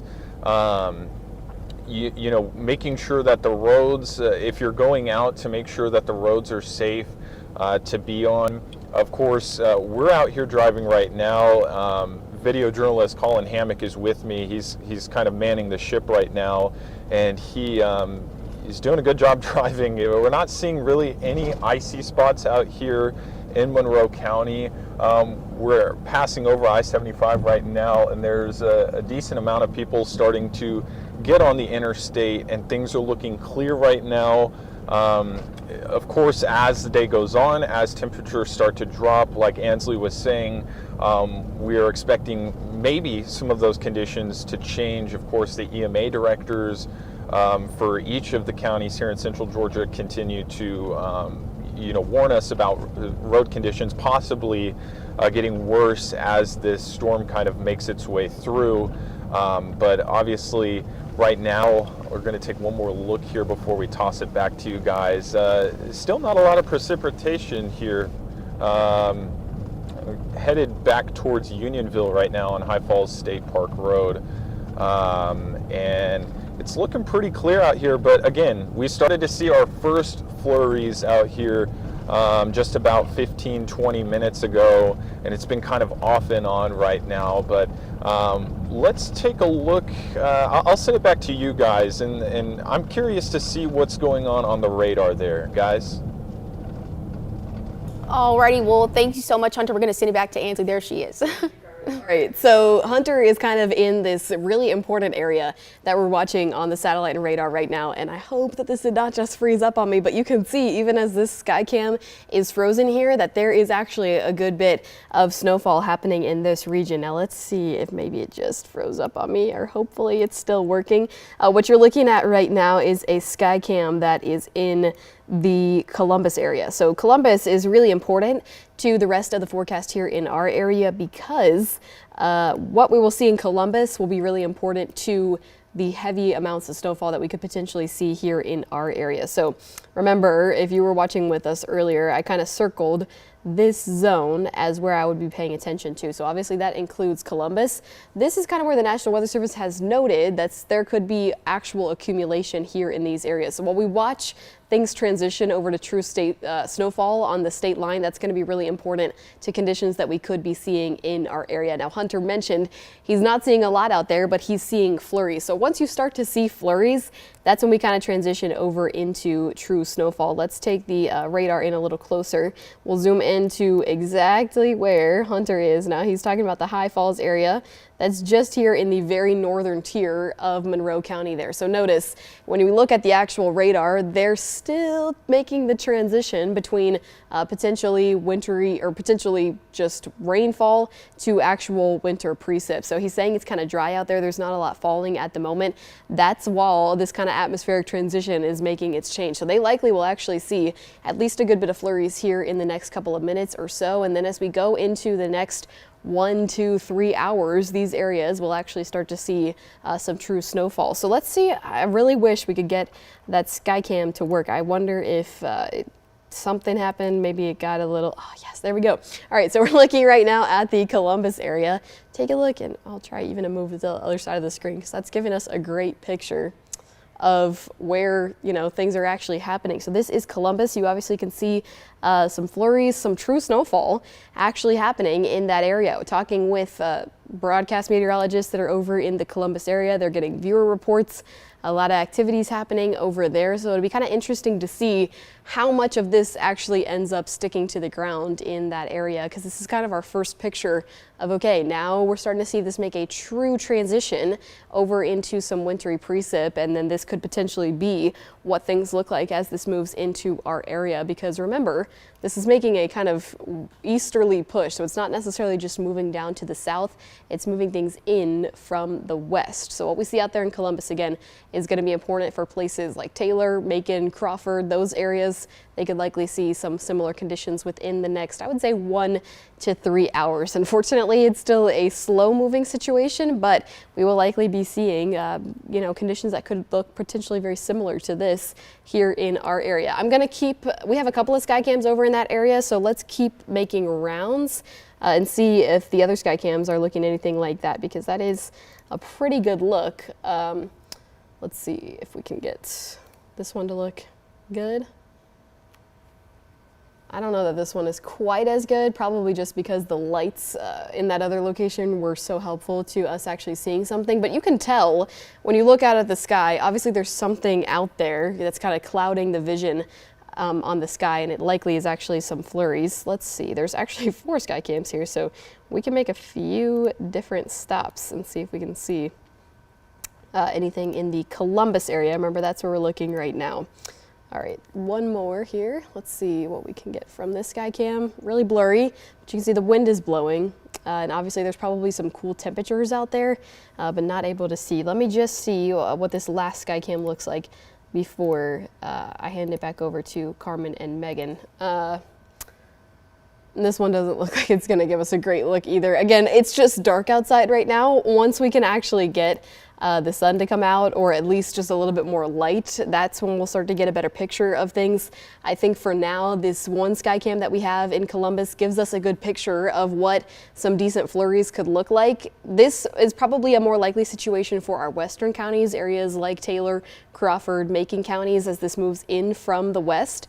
But it'll be interesting to check in with Hunter here in the next little bit or so to see what Monroe County looks like as this eventually transitions over into some flurries. So we'll keep you posted. I'll keep my eye on the radar here, and we'll bring you the up-to-date information. Carmen and Megan. Alrighty, thank you so much, Ansley. My brother actually just moved from Columbus, Ohio to just outside of Columbus, Georgia. Wow. So I'm sure he was not expecting to see all that snow on his move. I'm sure he thought it would be a lot warmer during that time, but I mean, it is what it is as of right now. We're also starting to see some weather moving into other parts of our area. I think we might have Ellie Milliken live outside with us now in Macon. Ellie, what are you seeing out there right now? Hey Megan, so right now I'm just feeling it's cold rain, and I'm gonna let our cameraman pan around and show you. I mean, it's really just rain right now. It's been steady for the past 20 minutes or so. we're still keeping our eye out. You can see puddles on the ground. But right now, like I said, it's just rain right now, but it's cold rain.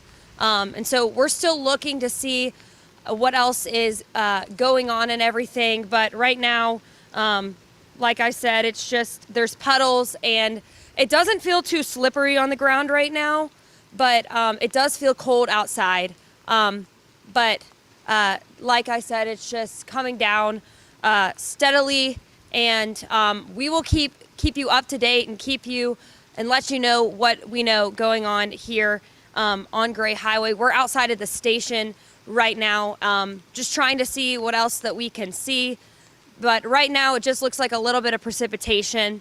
Live in Macon, Ellie Milliken, back to you. All right, thanks so much, Ellie. That's kind of the picture that I saw coming into work this morning. I definitely had to hit the windshield wipers a few times, and the roads were slick, like she said, or wet, I should say. But we will continue checking back in with our reporters as the morning continues. Now, as you start to see this winter weather move in, we, of course, would like to see it too. So if you could grab some photos and text them to us, maybe some videos perhaps as well, text it to that number on your screen, 478-752-1309. And of course, we'll share them during our coverage here on 13 WMAZ. Alrighty, and we're going to switch here to some local headlines.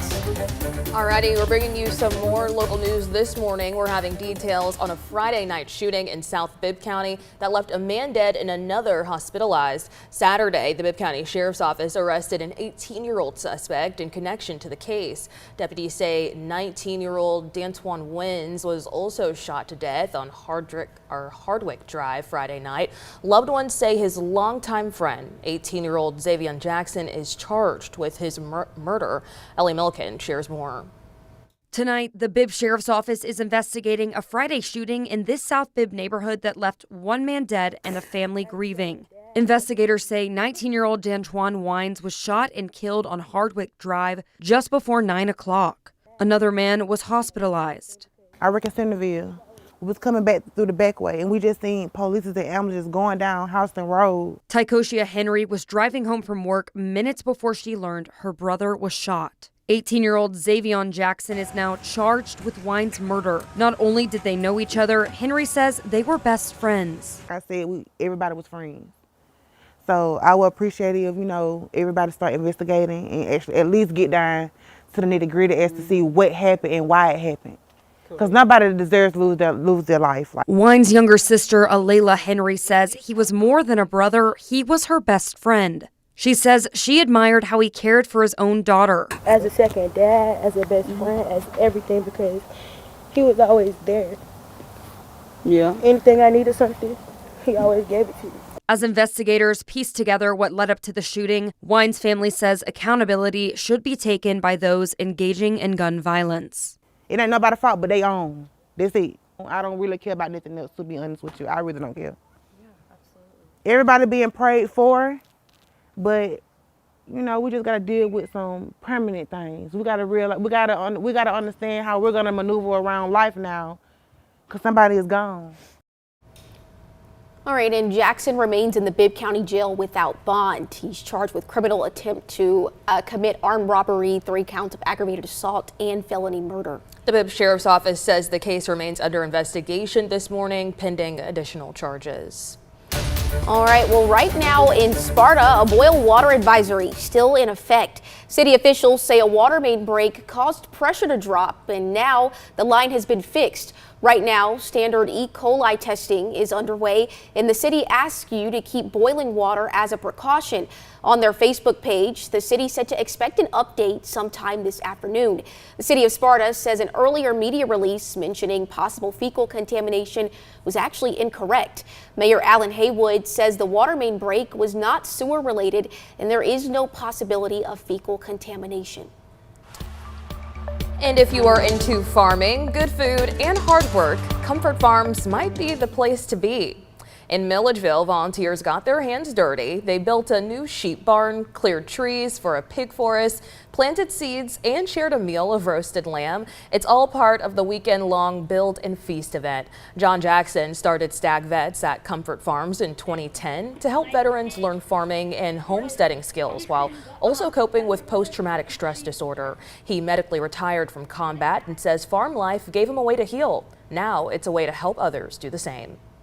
There's a lot of programs that are out there, but for somebody to get out of their bed, to come to the farm, to help out and to do something is what we're actually missing in America today. I see, you know, this neighboring that we actually have here is very, very special. Now, if you missed out, you can still register online to volunteer from Comfort Farms, possibly today if they'll still be open. All right, a local pickleball program is creating community and confidence for neurodivergent players in Central Georgia. A group called Dinking Differently holds monthly sessions, bringing together students and adults with autism. The name is a play on the pickleball term dink, which is a soft shot over the net. Volunteers and parents help participants practice basic skills and build confidence on the court.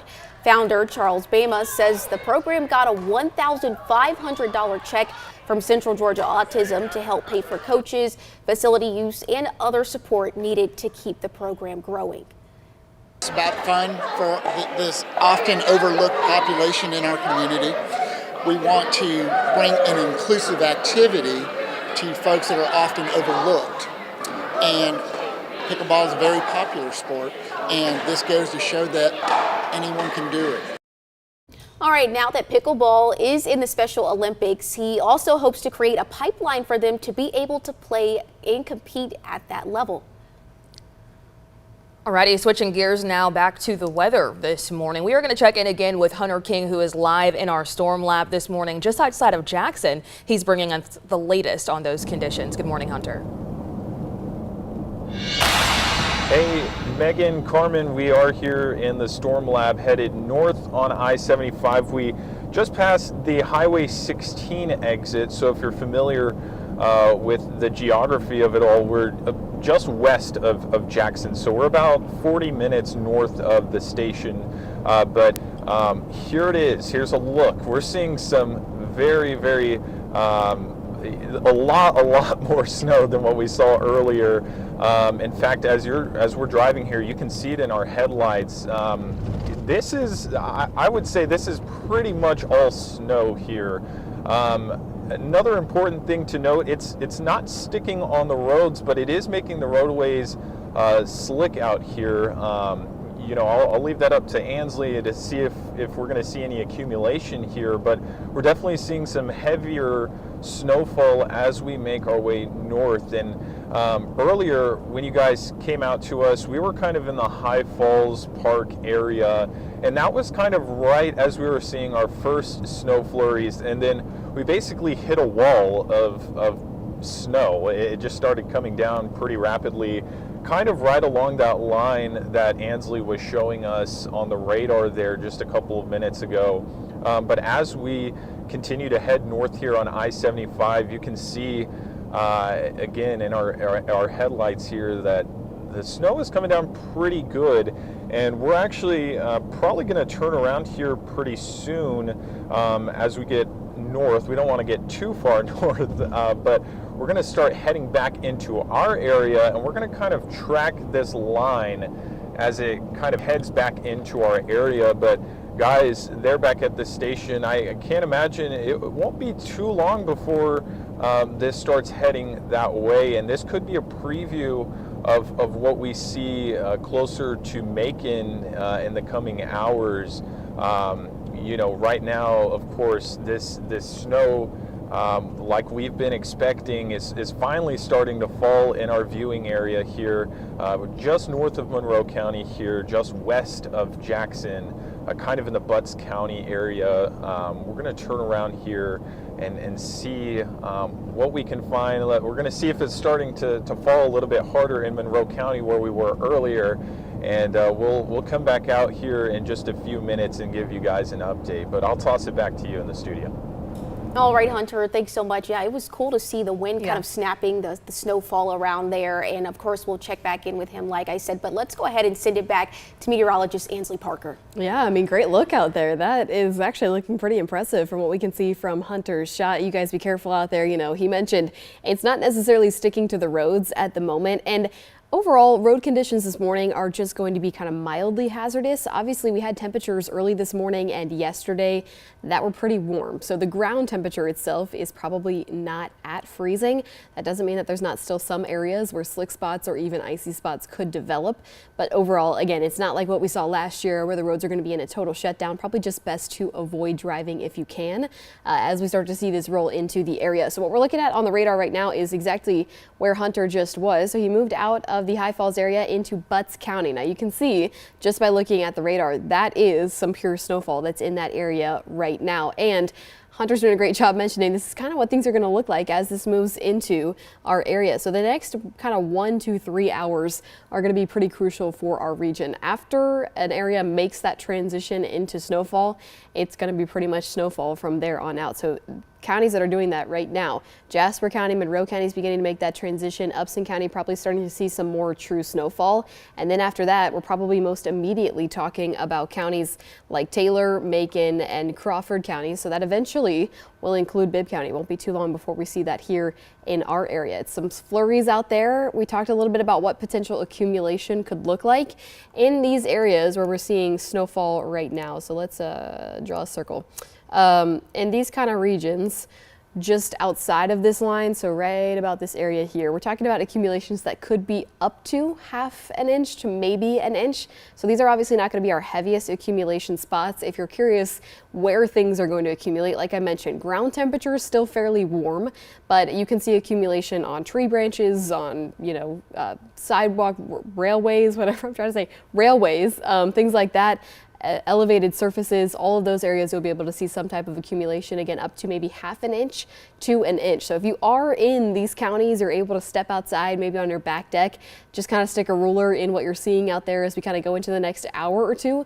That'll be kind of an interesting way to get reports here in this area as we start to see them transition over into true snowfall. Now, as we go into kind of the next 1 to 3 hours, I mentioned this is going to be a little bit of a more crucial time for us, and that is because what we're seeing is going to keep moving this direction here. So as we go into the rest of the morning, we'll see this axis kind of push into the central areas here in central Georgia, kind of the middle of our viewing area, and that's when these snowfall totals are expected to get a little bit heavier. So there's some more moisture available in these areas here, which means snowfall rates could be a little bit more efficient, meaning the totals will be a little bit higher, but that's kind of the latest update from the National Weather Service.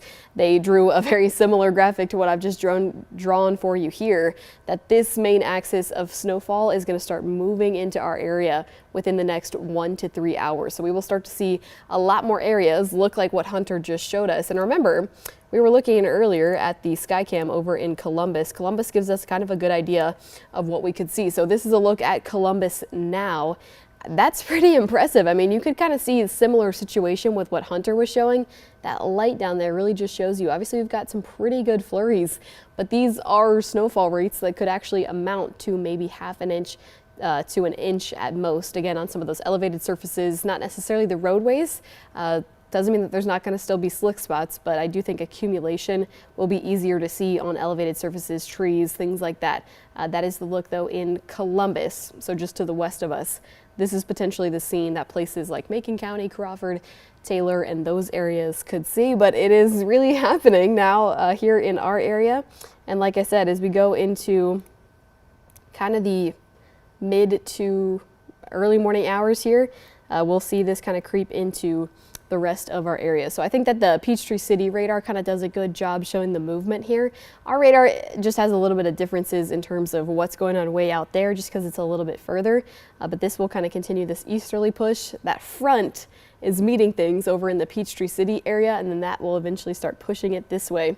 And then everybody's going to get their fair share of snowfall as we go throughout the rest of the morning. So this is the time, if you are in areas that are kind of in more central counties here, Bibb County, Crawford, Taylor, Macon, Peach, even as far as Baldwin, Jasper, Monroe, those areas. If you are in those areas, this is the time to kind of step outside if you want to see some snowfall. If you are in areas a little bit further to the east of that and you're trying to figure out, when you want to wake up your kids to get them outside to see this kind of snowfall, again, I think the next 1 to 3 hours is going to be a pretty crucial time where we're going to see the bulk of things happening. By the time we get to 10 to 11 a.m., a lot of this will be transitioning back over into that mixed precip, so freezing rain, sleet, things like that when we're down in our southeastern counties, and it probably won't be as true of a snowfall look. So the next 1 to 3 hours is going to be that time frame where you'll want to step outside, snap pictures, get your kids out in the snow, because this will be a pretty short-lived event for us as we head into the afternoon. Everything will move out, and then also the temperatures will be getting warmer, so a lot of things will be transitioning over into melting. Same kind of thinking here. I'll just show the future view to kind of give you that exact same scenario on a model run here. Obviously, as we go into the next hour, a lot of changes on the way. By the mid-morning, you start to see we're seeing a little bit less, seeing that transition line creep a little bit closer to the actual snowfall here. And then as we head again into the late morning, early afternoon, all of that kind of begins to subside, and then it's out by the time we hit the afternoon and probably beginning to melt. So this is the time frame that you'll want to step outside. Remember, the totals will likely be a little bit heavier in central counties here in central Georgia. The counties that are outlined in pink are the areas that are expected to accumulate some higher totals. So we talked about potentially 1/2 inch to 1 inch over where Hunter is right now, up in Butts County, so just north of Forsyth, and that's kind of the case in the areas that you see shaded in purple. 1/2 inch to 1 inch. Maybe higher totals in some areas that have maybe some slightly more efficient snowfall producers, but other than that, it's really these pink areas where we're going to be talking about 1 inch to potentially 3 inches. And that's why we keep checking in with Columbus, because it's kind of interesting what will be happening closer to the state line here. What happens out in West Georgia will be a really good indication to us of how heavy these snowfall totals really could end up being here in our area. So the excitement, the buzz, it's starting. We're starting to see this move into our area. And we are also getting steady snow in some of those areas that eventually, or first, I should say, started to see snowfall at all. So that's the kind of same story that I'm getting here in the National Weather Service chat. Of course, I mentioned this is kind of a good time to step outside. We are trying to get reports out from the field because when we are here in the studio, unfortunately, our radar doesn't really do a good job of trying to predict totals in terms of snowfall. I know we can do that for rain, but for snow, it's a lot more difficult. So we have to kind of manually put in information that we get from viewer reports or outside information like what Hunter's doing. So if you can help us fill this map, this will be a great way for us to kind of tell which areas ended up getting some actual accumulation and which areas didn't. Now, it's pretty simple to take photos and take measurements like that. All you have to do is go outside, find one of those elevated surfaces that I was just talking about. Your back deck is a good one to do that, and you just stick a ruler right in the snow, take a photo with the ruler stuck in the snow, and then send it to us so that we can get an idea of what the totals are looking like where we have snow right now. Like I mentioned, heavier totals in areas that are a little further towards south central Georgia, a little bit lighter totals where the snow is rolling in right now.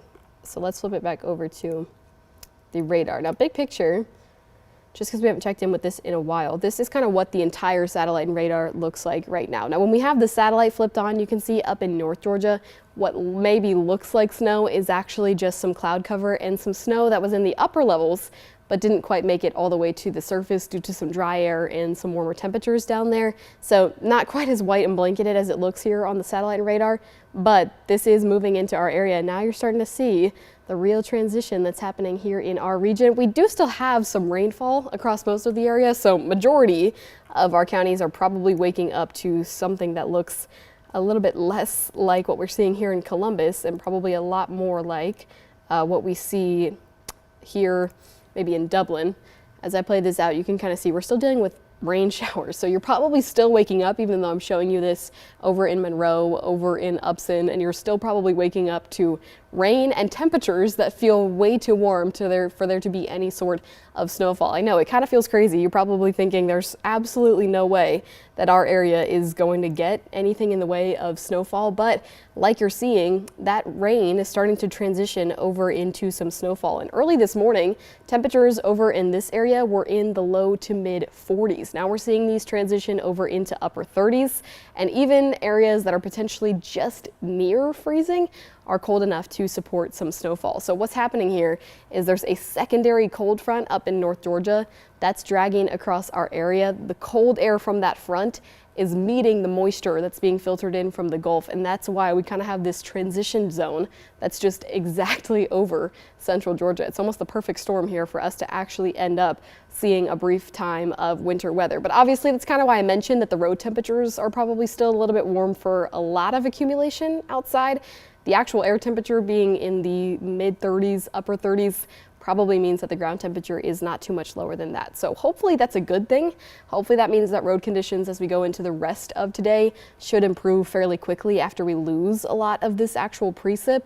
But overall, you know, it's probably not going to be a crazy accumulation. The one thing that remains true through this entire thing is that it's not going to be anything like what we saw last year. Now that's a good and a bad thing. Of course, it was fun to have a lot of snow last year, but it's a better thing for our road conditions because things probably won't be quite so bad. So current satellite and radar situation. Let's see, I'm also getting some notifications here from the National Weather Service.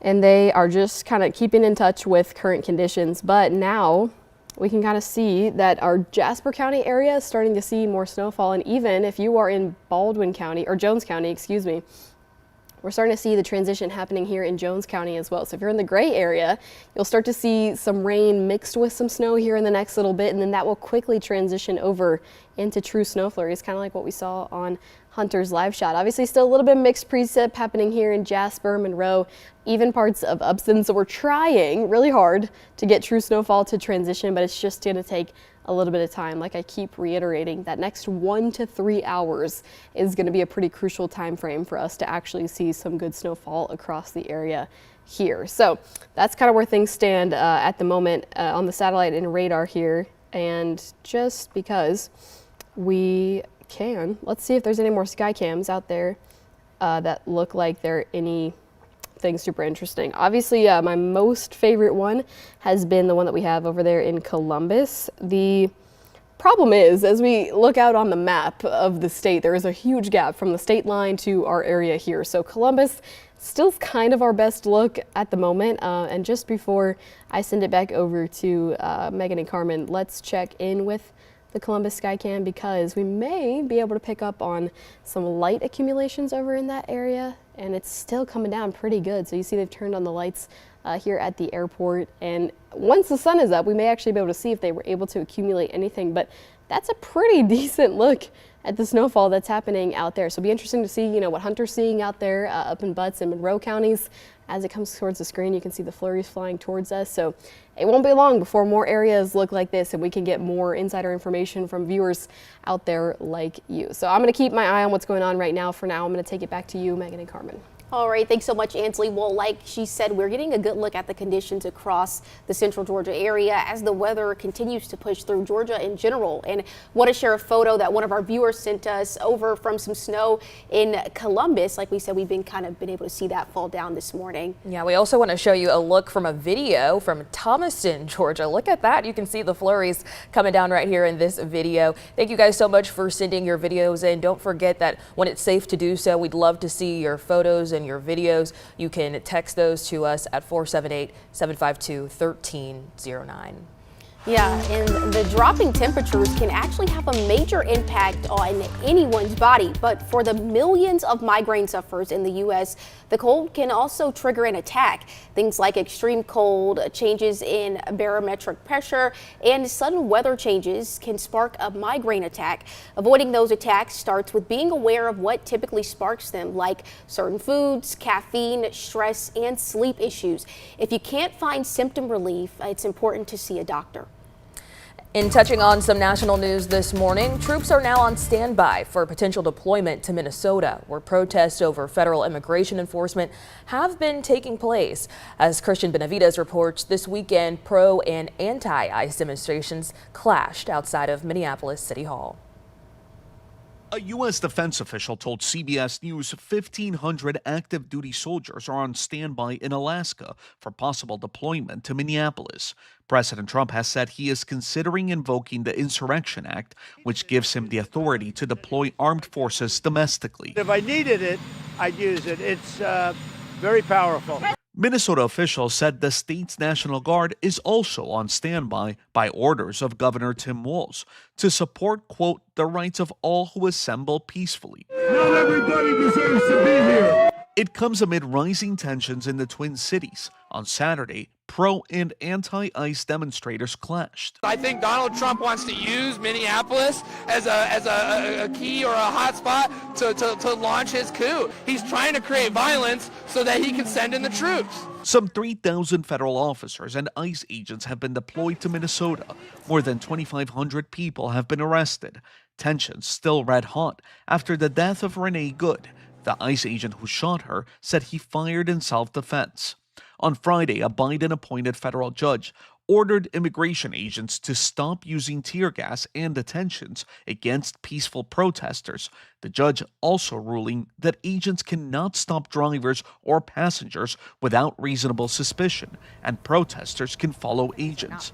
Border Patrol Chief Gregory Bovino. Exactly. We're going to continue to use that minimum amount of force necessary to accomplish our mission. CBS News has also learned the Justice Department launched an investigation into Governor Walz and Minneapolis Mayor Jacob Frey over an alleged conspiracy to impede federal immigration agents. Walz pushing back, posting the only person not being investigated for the shooting of Renee Good is the federal agent who shot her. A U.S. defense official said no decision has been made by the president on whether to deploy the soldiers to Minneapolis. And the Supreme Court has agreed to hear arguments concerning claims that the weed killer Roundup causes cancer. Tens of thousands of patients say Roundup caused their cancer and want the issue to be litigated in court. Farmers rely heavily on Roundup, which is made by Monsanto. Those involved in the suit claim the company didn't warn them of cancer risk and violated the law by failing to do so. Monsanto argues that federal law gives the EPA power to regulate pesticides, and that should supersede cases that would play out in state courts. The company is facing more than 100,000 similar claims nationwide. And if you have plans to fly soon, but you don't have a real ID, well, you're going to need to pay a fee to get through security at the airport, and that starts on February the 1st. 90% of the passengers that we're seeing right now have a real ID. It's the 10%. Unfortunately, come February the 1st, they're going to have to start paying $45 in a fee. For 9 years, TSA has been telling you that you need a real ID. Finally, these changes are being put into place. There's not been a measurable increase in demand at offices since this new fee has been announced. Now, we may begin to see it here in the next couple of weeks. But again, we've been offering real IDs for 9 years. Now, if you're one of those people who are scrambling to get yours to avoid the fee, the DMV and the DDS does recommend looking for an appointment at the stroke of midnight each weekday. And the Federal Aviation Administration has issued a warning for U.S. airlines and pilots flying near Central and South America. They say to use caution while flying in the area due to military activity and possible interference with global navigation satellite systems. The advisories apply to a large portion of the Pacific Ocean off western Mexico, Central America, and northern South America. They also cover a portion of U.S.-controlled airspace. The advisories took effect Friday and will remain in place through March 17th. Alrighty, transitioning things back over to traffic and weather now. We are going to take a live look at traffic cameras near Pate Road in Monroe County.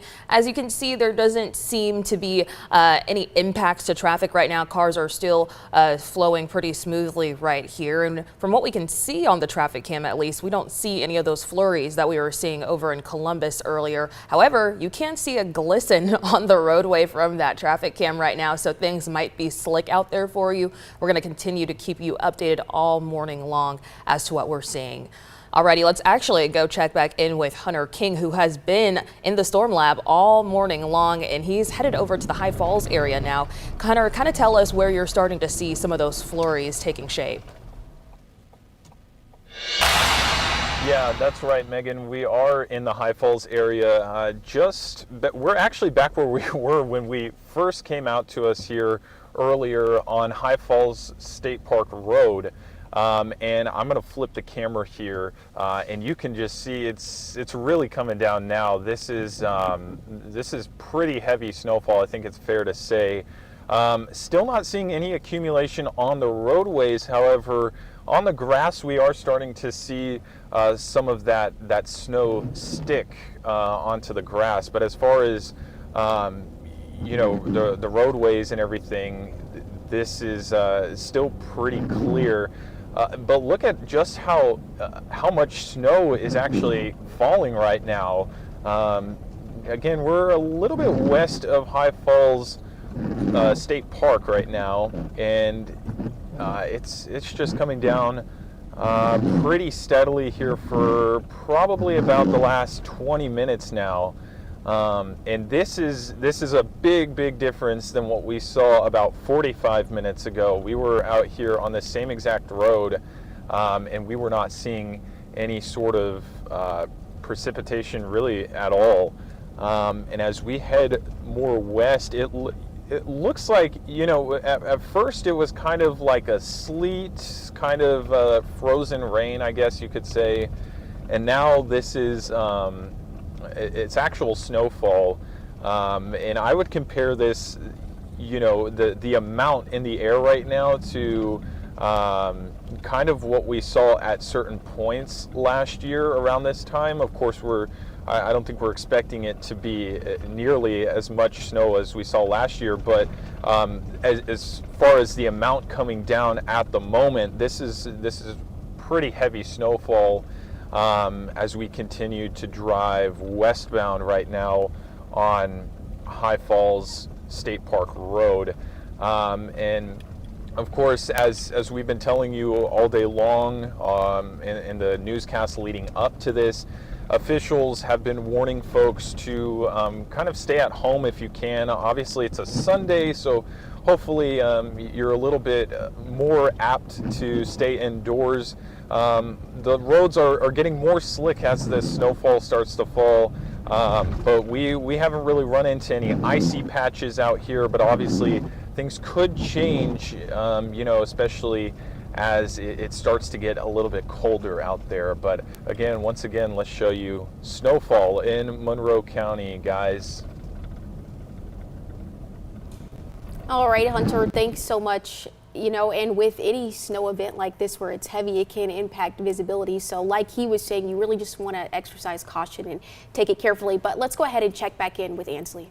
That's a great point, Carmen. I mean, not necessarily the only thing to worry about when we have winter weather is just things sticking to the ground, but, you know, visibility can be impacted a good bit as well. And it's just not something we get a lot, so it's probably not something that folks are used to driving around in a lot as well. So like Hunter said, there's probably not a ton of icy spots out there right now. The temperatures are still making that transition into temperatures that can even support snowfall at the moment. So obviously the ground temperatures are still pretty warm as well, but as we kind of continue to see this snowfall come down and it gets a little bit cooler, as that snow comes down, it kind of reinforces cooler air at the surface. So it is still possible for areas of ice or even just slick spots on the road to develop. That's why it's kind of just best, if you can this morning, to stay off of the roads entirely, because the good news is it's really just this morning. Once we head into the afternoon, you can hit the roads again as conditions improve. But here is a look at the satellite and radar right now. Obviously, we just saw a pretty good scene from what Hunter was looking at on the roads over in Monroe County, and that actually was even impressive. I was able to see kind of in the window behind him, some people's lawns, the grass was starting to show some accumulation. So though there's not necessarily accumulation on the road, there could be on elevated surfaces, grass, decks, things like that, where you're actually able to see that in this area where we have kind of the blue shades right now, that's anywhere from Upson all the way into Jasper, starting to transition in Jones, Bibb, and Crawford. This region right here could potentially see in highest amounts up to 1.5 inches or up to 1/2 inch to an inch. So if you're able and you're in these areas, now that we're actually starting to see true snowfall come down, again, this is a good time to go out there with your ruler and snap a picture so we can kind of get an idea of what the actual accumulation looks like at the moment. But this whole axis is starting to move into the central Georgia area, and check this out, like I just mentioned, Jones County, Bibb County, and Crawford County are starting to see that transition. So here in the Macon area, we likely will be able to see at least something before too long. Obviously, when we take a look at the Macon area, you can see we still have some rainfall here, and we're on that transition zone. So if you've been watching with us all morning, you know, especially from seeing what Hunter's been seeing out in Monroe County, while we're in this part right here, we're going to see some mixed precip, likely still deal with a lot of rain. You may see a flurry or two from time to time, but it's not really until we get into the true kind of blue color that you see here on the radar that we'll be seeing what Hunter's seeing over there in Monroe County. But it is continuing to make its way across the area. I know there was a lot of questions about if the air would even be cold enough to support this, but temperatures are dropping. The driving force for this snowfall is a cold front, so it's reinforcing the cooler air. The snowfall itself is reinforcing the cooler air, so our area will continue to see this throughout the rest of the morning. Like I mentioned kind of earlier, this 3-hour window that we're in right now is going to be the most crucial for our area. We're going to see this whole axis continue moving down towards the southeast, and everybody's going to get their fair share of at least some form of wintry precip. The higher totals are going to be more for counties that are here in the central parts of central Georgia. So we're going to be watching kind of this area right here to see higher snowfall totals. Areas like where Hunter just was, up in our north and western counties, those spots are probably going to be seeing totals close to ½ an inch to up to an inch. Areas inside of this circle here could be seeing anywhere from an inch to even 3 inches in some of the heaviest spots. So it'd be really interesting as we start to see these counties start to get in on the fun, what the totals look like as this rolls into this area. But because it's close to the Macon area, let's see if there's anything that we can see on the sky cams. Obviously, we just got a great look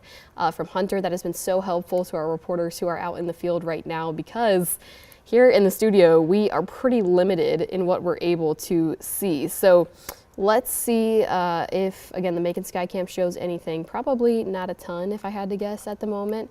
But what you're looking at right now, which I probably should have said, is the Columbus Skycam. So you're looking at some snowfall that's happening just to the west of us, and it kind of gives us a good idea of, you know, what could potentially be coming our way. So now I'm going to play out the Macon Skycam. You're likely just going to see some rainfall happening here in this area. Like I mentioned, Macon right now is on that cusp. So we're in the transition zone between seeing some rainfall and actually starting to see some wintry precip. So it won't be long before we start to see some flurries popping up on the Skycam here. Not a ton to point out at the moment, but like I said, we're in that transition, so it won't be long, and then we will continue to see this not only here in the Macon area, but also creeping down into Warner Robins and Perry, and then eventually down into the Dublin area as well, just because I keep kind of reiterating that point of where the heavier snowfall is going to be. It's outlined by the National Weather Service as well. Purple areas here, that's your winter weather advisory. The pink areas is your winter storm warning. All of this means lighter rainfall lighter snowfall totals, and then down in the pink areas we have heavier snowfall totals. So this is kind of what we're seeing right now, and that's why I kind of keep reiterating as it moves into this area. It'll be interesting to see if those snowfall rates get more efficient and we're starting to see more come down than what we see up here in the north. So very interesting. We will kind of keep our eye on that as we go through the next little bit or so. And I'm going to hand it back over to Carmen and Megan while we get set up over here in the weather department. Alrighty, Ansley, thanks so much. Well, as you saw, we kind of got a good picture of the Columbus area, and Hunter has brought us a good picture as well from the Monroe kind of north area as well. But let's go ahead and take a look at some more of your photos and videos. One of our viewers sent this photo that you're going to see here in just a moment. There it is. Flurries falling in Barnesville. Wow. Yeah, very good image here from Barnesville. Lots of snow coming down here. We also want to give you a look over Monroe County, where we saw Hunter just a few minutes ago, and we saw some of those flurries that he had seen coming down. But here's another look for you. Thanks so much for sending these photos in. Don't forget that when it's safe to do so, we want to see the photos and the videos that you can send in. You can always text those pictures to 478. There's the number, 752-1309. Again, 478-752-1309. Please send those to us when it's safe for you to do so. Yeah, and as you start to see this winter weather move in, well, sorry, that was just what Megan said there. Well, this morning we're going to we've been checking in with officials across the area about any conditions that they might be seeing. In Monroe County, emergency officials say that for now, you know, things are quiet this morning. Within the past hour, emergency services spokesperson Christina Brantlin told us they have no major reports of damage or any big crashes, which is of course really, really good. But they are closely monitoring the situation and are hopefully it'll stay quiet. Now we'll be talking with her later this morning for more updates. And throughout the weekend, we have been connecting with other EMA directors across Central Georgia. And here are some reminders that they are just giving out. Of course, we want you to stay warm, stay safe as this cold weather continues to move in. Some other tips for you this morning. Macon-Bibb County's EMA director reminding you to keep your space heaters at least 3 feet away from your curtains, your furniture, and anything flammable. So as you're looking to stay warm, please don't have those too close to anything that can catch fire. They're also recommending that you drip your faucets and open your sink cabinets so that warm air can circulate and help protect your pipes. And local EMA officials from counties including Houston, Trutland, Twiggs, Montgomery, and Wilcox say crews and equipment are ready to respond this weekend with public works and public safety agencies on standby. Our primary focus is going to be the major thoroughfares and bridges and places that may ice first. During the morning and the day tomorrow, we're not too concerned with ice because the temperatures are going to be high enough. Now, the Georgia Department of Transportation also going to monitor roads south of I-20. They do plan to apply salt if necessary. GDOT is also warning you about possible black ice as temperatures drop tonight. As Hunter was showing us earlier this morning, some of those roads are getting a little bit slick, so be mindful. Some of that could potentially turn into black ice. Officials are again reminding you to slow down, avoid travel if you can. So if you can watch church online this morning, try and do that, and check Georgia 511 for road conditions constantly. And like we've said all morning, we've got reporters heading out in the field this morning to show you some of the conditions as the winter weather moves in. And right now, Hunter King is heading north in the storm lab now and takes us behind the scenes. Hey folks, Hunter King in the storm lab right now. This is a really cool car that I'm going to be in today. We're utilizing it for this winter weather that's moving in. Let me show you a little bit behind the scenes here. So I got this clicker here. It's pretty cool. So this is what I'll see on my monitor here, and this is to kind of switch shots here. And so they'll come to me periodically as the show continues, and we're going to show drivers what we see out on the roads. We got snow, potential snow, wintry mix moving in from the north that way, coming south. So we're going to be here. We're going to tell you what we see and drive around and hopefully have some fun today in the snow.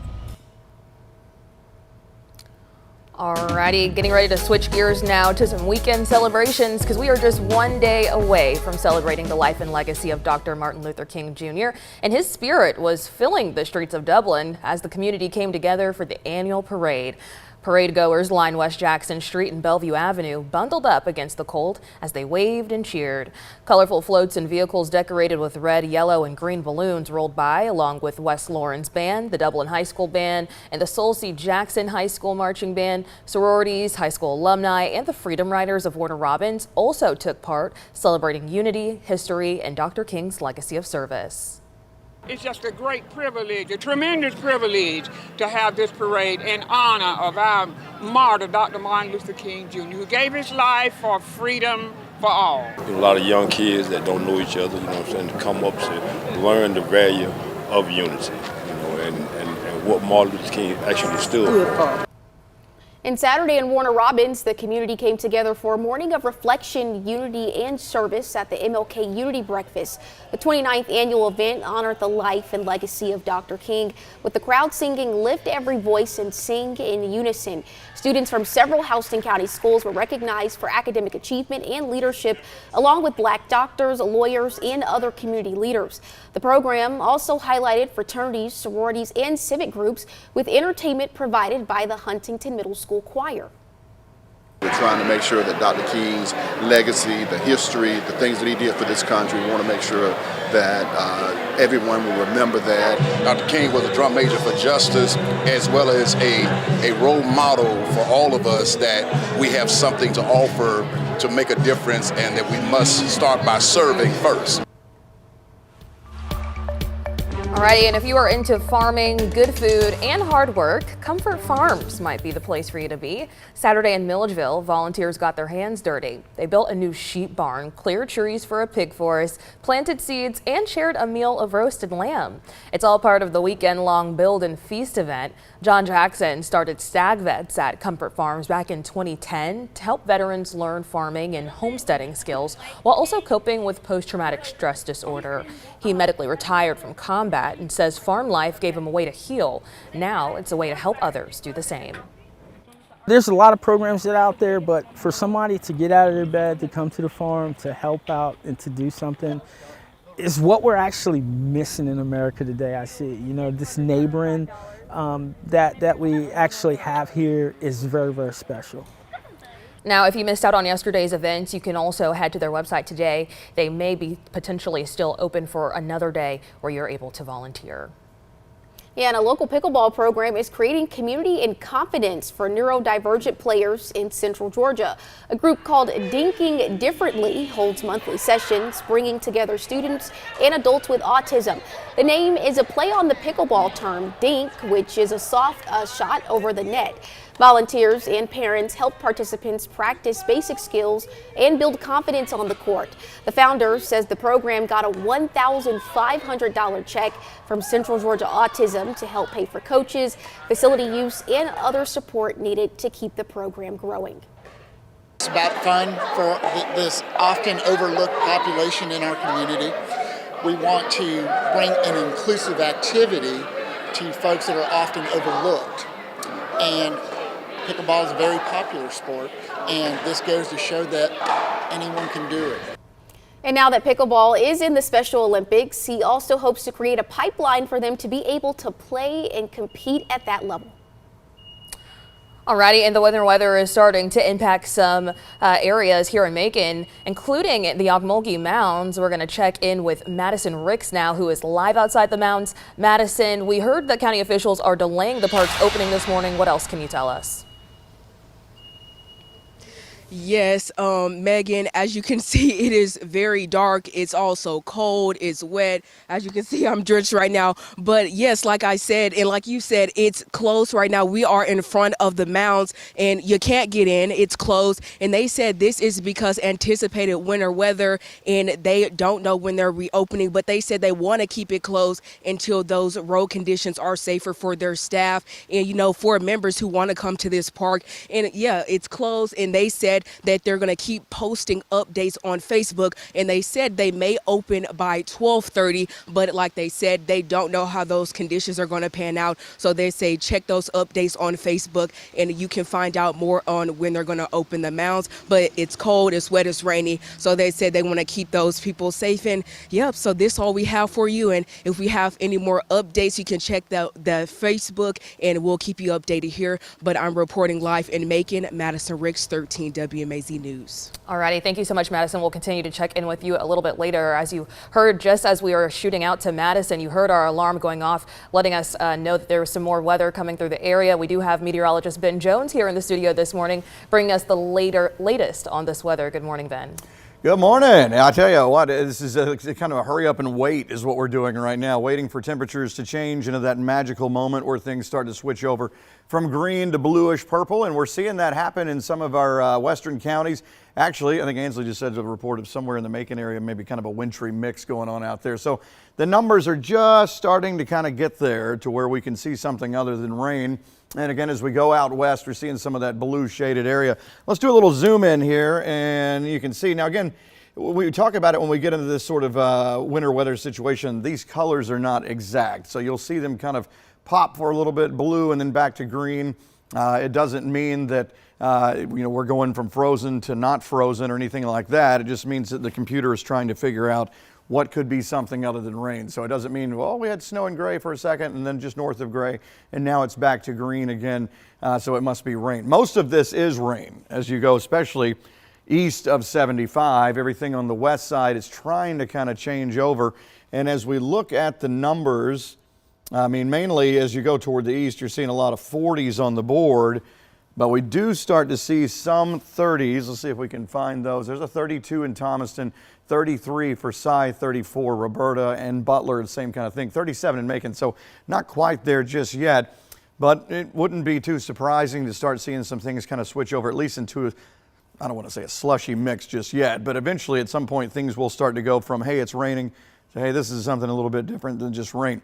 Now, the little ding that you heard, or you may have heard, that we heard here in the studio a moment ago, was the winter storm warning being expanded out a little farther there. Ainsley, we were talking about that. It's not just the counties that we had even just 5 minutes ago. Now it's starting to broaden out a little bit more, right? And I think that the National Weather Service's thinking in expanding this was because you saw the live shot from Hunter. There's a lot of actual snowfall coming down in places like Monroe County, places like Upson County. So those areas, I think that they're tracking the potential for them to actually have some accumulation. They were talking in the National Weather Service chat about those areas receiving potentially half an inch to up to even an inch. So what you're looking at right now is that updated warning. The areas that have been added to this warning, so the areas in pink, it mainly looks like Baldwin, Jones, Monroe, Upson, potentially even Crawford as well. I cannot remember if they were in it or not. But those areas, I think now that they're starting to see some accumulation, they think, okay, well, these areas could potentially even see over an inch. I think that that's their thinking with that. Again, overall, when we're talking about the totals from this event, this is obviously nothing like what we saw last year when we had, historic totals in different areas. I think they're just kind of covering the bases for, yeah, there actually could be some decent accumulation in the areas that are outlined in pink, where the areas that are outlined in purple are winter weather advisory. They're talking about trace amounts, maybe in highest places up to around half an inch. So this is how these kind of snow systems go. As we track these in the moment and get more information about what areas have more moisture, which areas are dealing with more efficient snowfall producing, that's when we can kind of say, okay, these areas will receive some more snowfall totals, these areas maybe not so much. So it may not be the last time you see them edit this as we go throughout the rest of the morning, especially while we're in this window when we get to the next little bit or so. So that's kind of the latest update with that. Obviously, it's important to kind of know what the totals are. If you're able to submit some photos with rulers in the snow, that'd be largely helpful to us, and we will keep talking more about the latest. For now, if you want more information, download or text the word plus to the number that you see on your screen. You can download 13 WMAZ Plus on your TV, and this will send you the instructions to do so. Alrighty, Ansley, Ben, thanks so much. Now, as the storm continues rolling through the area this morning, of course, we have several reporters out in the field with the latest on how it's impacting your area. This morning, we have Hunter King live in Monroe County. Hunter, tell us a little bit about what you're seeing, because we've seen that snow coming down in your area over there. Hi, south of High Falls.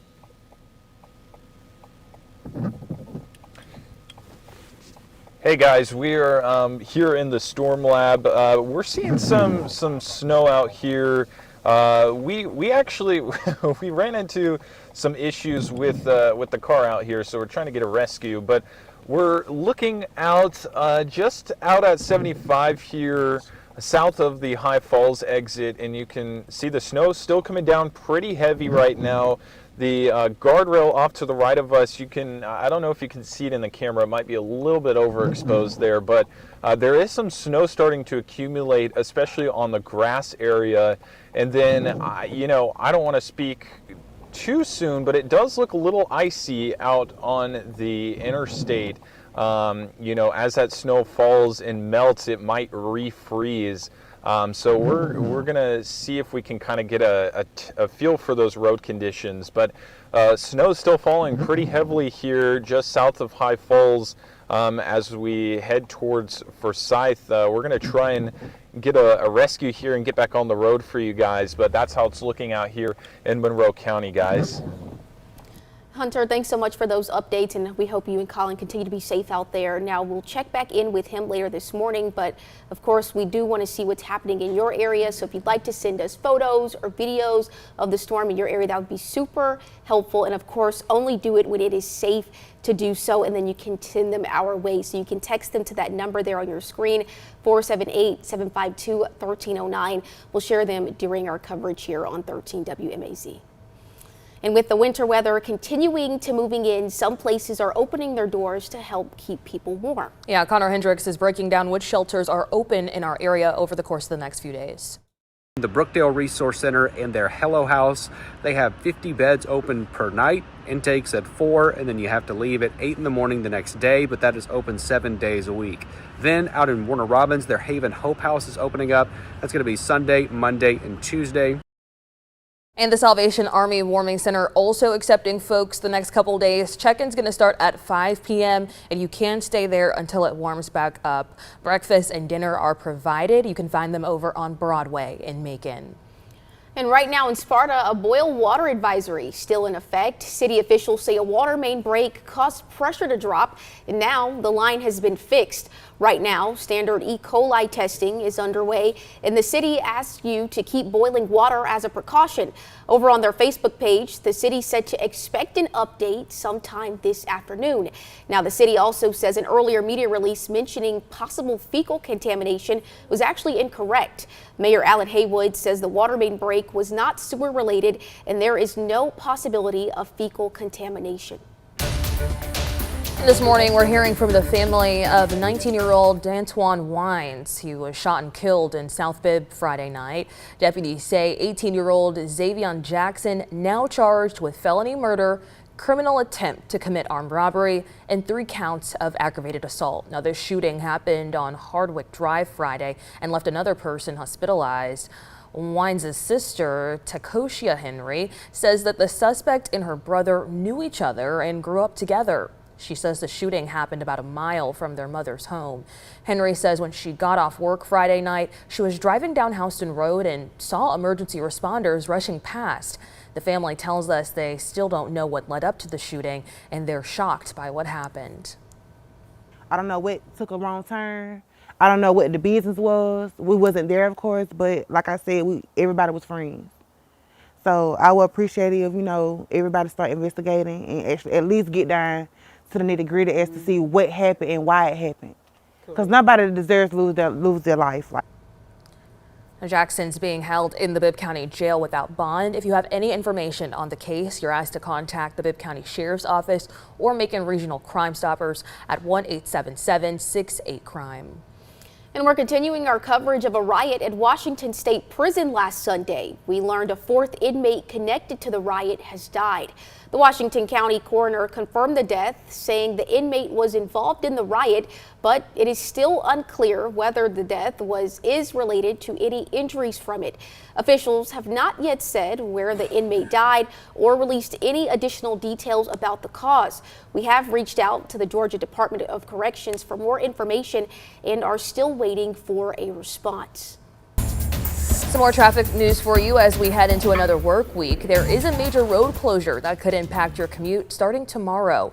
Tucker Road is going to close for 3 months as crews replace a bridge over Interstate 475. The Georgia Department of Transportation is going to close Tucker Road between Foster and Peak Roads. This is starting tomorrow morning at 8 in the morning.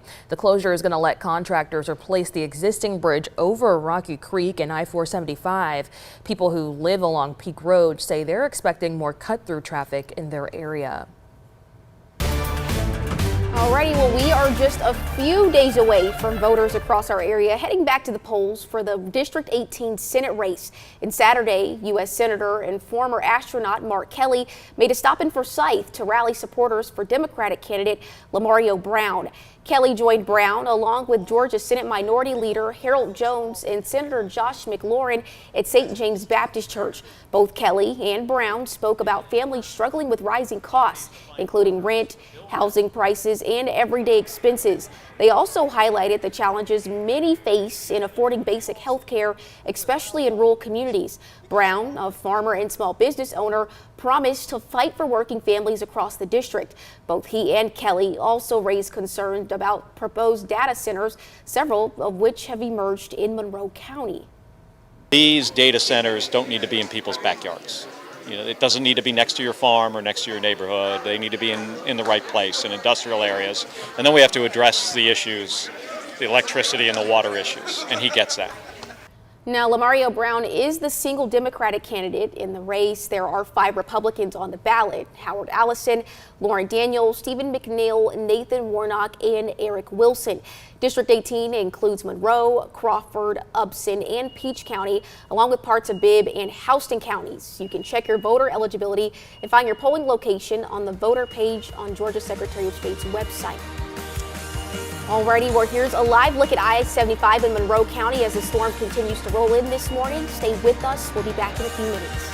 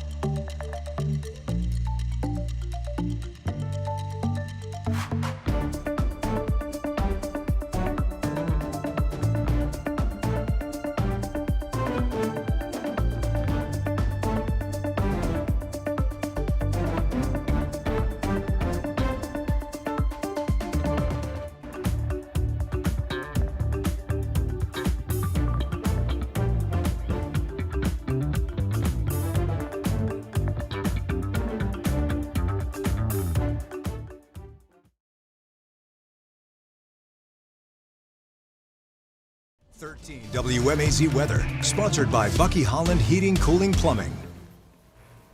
All right, well, we have a lot going on in the weather department this morning, watching for the potential for snowfall. In fact, Chief Meteorologist Ben Jones is here with us this morning. We'll take it over to you, Ben. What are you seeing out there right now? Well, it's kind of that I mentioned earlier, kind of a hurry up and wait for a lot of spots out there, just waiting for things to change over from green to blue out there. We're trying to see if we can get everything to kind of switch over eventually to at least something wintry. Maybe it's not just pure snow at first, maybe a little bit of a mix, maybe some kind of slushy, wet snow as it's been called at times.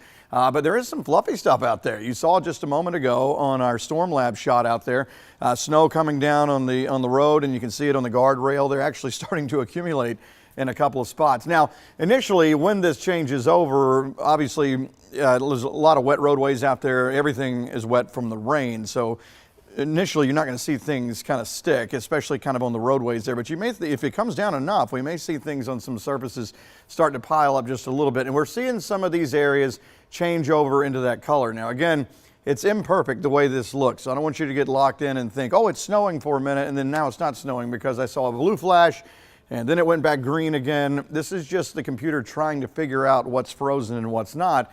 So kind of in that line where you're seeing things sort of doing this, that's where it's trying to kind of figure that out. Once you go farther toward the west, and we've been looking, we saw on the Skycam in Columbus just a little while ago, all snow coming down. Same thing even as you get on up north and west of Monroe County, parts of Upson County, getting into Crawford and on into Taylor County as well. So again, this is going to be an event that's kind of wild because it includes spots that normally would not see snow. Normally you think about, you hear us say, oh, this is kind of a Macon northward thing, or the farther north you go, the better chance of seeing some of this. But eventually, as this changes over, it should include everybody as we go toward the east. Let me show you a little bit of a different look. So there's the one with the radar there. This also shows it, if maybe it is a little easier to visualize in white and pink here. Now that pink shaded area, you're always going to have that little bit of a line between what is white and what's green. So that's going to be snow and rain, and that's going to be sort of that changeover. So sometimes that can be sleet or some sort of a slushy mix out there. But anything, once you start to see white like this, that's pretty much just all concentrated snow at that point. And that's what's making its way farther and farther toward the east here. So the changeover is happening. It's happening at around the time that a lot of models were showing, somewhere 6 to 7 a.m. starting out west. Now it's a little farther west than what a lot of models were showing. Most of them were showing kind of right about where my hand is, and then south and east from there. So Atlanta, I know, was included in a spot of like, don't let your guard down. There could be something, but probably not. Now there is stuff in all these spots out there. So if this continues, this will be pretty interesting as we go through the next couple of hours as everything changes over and moves toward the east. So it's really just kind of a waiting game. Let's take a look at some of the numbers out there as far as temperatures are concerned. Right on the line in some spots. Let's see, let's get those on there. 31 in Columbus, I believe that. I just saw a Skycam there where snow coming down heavily. As we zoom in, of course, 37 in the Macon area, so not there yet. 32 Thomaston, 33 in Forsyth. So getting right on the edge there, and some numbers embedded in there, obviously freezing or below, because we're already seeing snow in those spots, but these are just kind of generalized numbers. Seeing more 40s as you go toward the east here, some 42s and 43s, but the plan is eventually that those should start to change over as well. So it's just kind of waiting. And then Ainsley, you and I talk about too, sometimes it's kind of like a reinforcing thing. Once you start to get the snow to come down, it can drag some of the colder air down from the top, and also just it creates colder air at the surface. And so things kind of start to build on itself, right? Absolutely. I know you and I were talking a lot about that and how that might also impact temperatures for the rest of the day as well. This is what we call a nowcasting situation. Now that we're in this actual event, we're getting a lot more details as things set up. But just to give you some perspective, I know the numbers are kind of confusing and why in the world we're going to see snow when we're seeing temperatures that are still this warm. But actually, the driving force for what we're seeing is a secondary cold front from the one that we saw yesterday. So it is actually filtering in some cooler air. And then what's bringing our moisture is that low pressure system that's down there in the Gulf. So we're kind of in the perfect axis of both of these features to actually see at least some form of wintry precip. Obviously, we've got some real snowfall happening over in our north and western counties.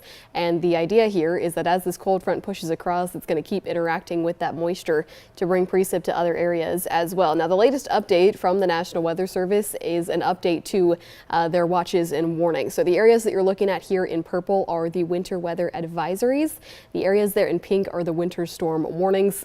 Big names for really just a distinction between expected total. So the areas that are in purple there are expected to get really light trace amounts, but the areas that are in pink are expected to have at least minor accumulation. So what we're seeing in counties right now where we're actually tracking the amounts over in Monroe, Upson, places where we're starting to see some real snowfall, they're getting about a half an inch to maybe even at most an inch of snowfall. So the expectation here from the National Weather Service is as this front pushes across those areas outlined in pink there, they potentially could have some accumulation. Now, obviously, road temperatures right now probably pretty warm to be able to hold on to anything falling on the roads, but that doesn't mean that there's not still going to be a couple of problem areas. That doesn't mean that you shouldn't still exercise caution on the roads just in case there are issues in any areas. Other than that, if you're looking to see where the accumulation will be, it'll probably be more like places your front yard, your back decks, areas like your railway, trees, areas like that is kind of where you'll be able to see this actual accumulation take place. But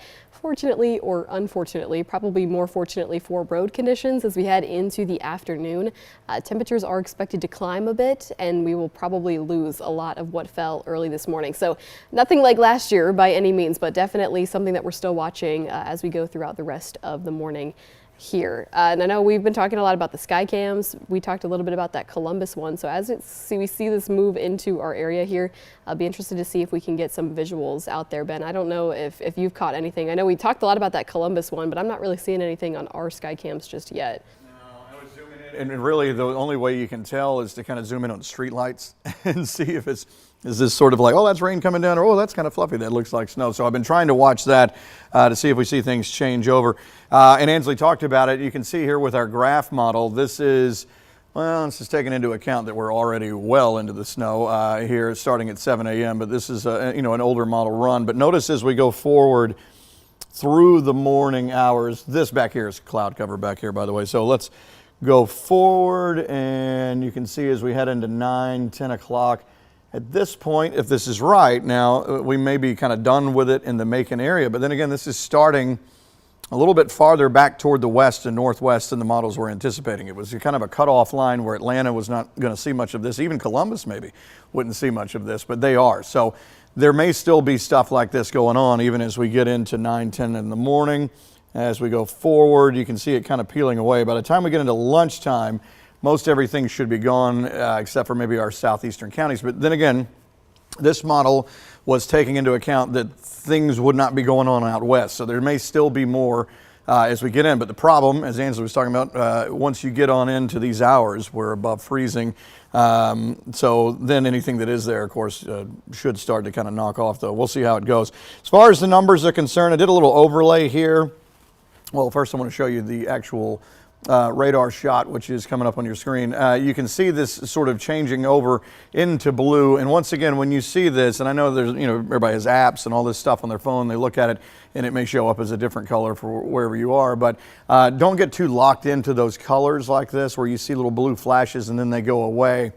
Again, it's imperfect. This is just trying to figure out what's frozen and what's not. So you may look and say, oh, that should be snow exactly right there. And then the next scan comes up and it's green again. So you're saying, well, this doesn't make sense. Why is this changing back and forth? It's not really. It's just trying to decide what's frozen and what's not. So that's kind of like the delineation spot right there between the two. 32 in Thomaston. Ansley was talking about some of these numbers out here. They're kind of like 35 in Forsyth. Monroe County, obviously, we've seen the snow coming down on the camera there in the storm lab. So 40s as you go toward the east. So we'll see how it goes as we go on through this morning. Temperatures continue to drop and accumulation on the roads, at least from what I can tell, especially since we've had rain going on, should not be a problem. But again, like Ansley was talking about, features in your yard, on the rails of your deck, stuff like that, you may start to see it pile up just a little bit. So, all right, ladies, if we're going to go back over there, I think we're going to do some shuffling around. I'm going to see if I can find some different Skycam shots for us. And then we will come back over here in a second. Is that what we're doing? All right, Ben, thanks so much. Well, yeah, we'll send it back over here. So we're already seeing some impacts from the snow this morning. Obviously, we've gotten a vivid picture from, reporters, the Skycam footage, but a little PSA here. If you are seeing any technical issues with your televisions this morning, you can stream with us on 13 WMAZ Plus. Of course, we'll be live there all morning, bringing you the latest on the snow. And as you heard earlier, the Ocmulgee Mounds will be opening late today because of the weather that we're already seeing. We're going to go out and check in with Ellie Milliken, who's out in Macon this morning. Ellie, tell us about the conditions that you're seeing out there right now. Hey, Megan. Hey, Carmen. Just wanted to tell you it's still raining here, but the rain feels a little bit colder. Now, like you said, we're here at the Ocmulgee Mounds. And on Facebook, they posted that they're trying to open around 12:30, but obviously they're going to look into the weather conditions, make sure it's safe out here. Now, feeling the ground right here, it doesn't feel icy right now where we are here. We are right here on Emory Highway. I'm going to step out of the frame right now and just show you. So not a lot of cars are right here. We've seen a few cars go by, but we don't see any ice on the road. We've seen some cars kind of flying by, so it doesn't feel unsafe on the roads right now, but you should still be careful because obviously it is raining, and when it rains, there's puddles and it can be a little slippery. But it does feel really cold out here. I am very soaking wet, but it's been good. I had to put some gloves on because it has been really cold out here. But like I said, no snow yet. We're waiting to see. We're going to keep you up to date through the next couple of hours. Live in Macon, Ellie Milliken, 13 WMAZ. Alrighty, thank you so much, Ellie. We'll be checking in with her and our other reporters out there later on throughout the morning to track this snow. Now, we also want to show you some of the photos that we've been getting in all morning long. So just here in a second, we want to show you one of our viewers who sent in this photo from Jackson, where you can actually see some of that snow actually sitting on the ground this morning. Looks like a white blanket on the grass there. Yeah. And I want to go to this next photo here from Allison Perkins. I think we're just having a little bit of technical difficulty. So again, we want to say thank you so much for sending us those photos and videos. We aren't able to show you the rest of them that we have here, but if you do want to just continue to grab some of those for us, we can share them throughout the show. You can text them to the number 478-752-1309 and you might see them. Again, there's that number there on your screen. I'll repeat it just one more time for you, 478-752-1309, and we'll be sharing them throughout our coverage here on 13 WMAZ. Alrighty, and if you have plans to fly soon and you don't have your real ID just yet, well, you're going to have to pay a fee to get through security at the airport. That's going to start on February the 1st. 90% of the passengers that we're seeing right now have a real ID. It's the 10%. Unfortunately, come February the 1st, they're going to have to start paying $45 in a fee. For 9 years, TSA has been telling you that you will need your real ID, and finally, these heavier enforcements are in place. There's not been a measurable increase in demand at offices since this new fee has been announced. Now, we may begin to see it here in the next couple of weeks, but again, we've been offering real IDs for 9 years. If you're one of the people who's scrambling to get your ID so that you can avoid the fee, officials recommend looking for an appointment at the stroke of midnight each weekday. And the Federal Aviation Administration has issued a warning for U.S. airlines and pilots flying near Central and South America. They say to use caution while flying in the area due to military activity and possible interference with global navigation satellite systems. Now, the advisories apply to a large portion of the Pacific Ocean off western Mexico, Central America, and northern South America. They also cover a portion of U.S.-controlled airspace. The advisories took effect Friday and will remain in place through March 17th. Stay with us. We'll be back in a few minutes.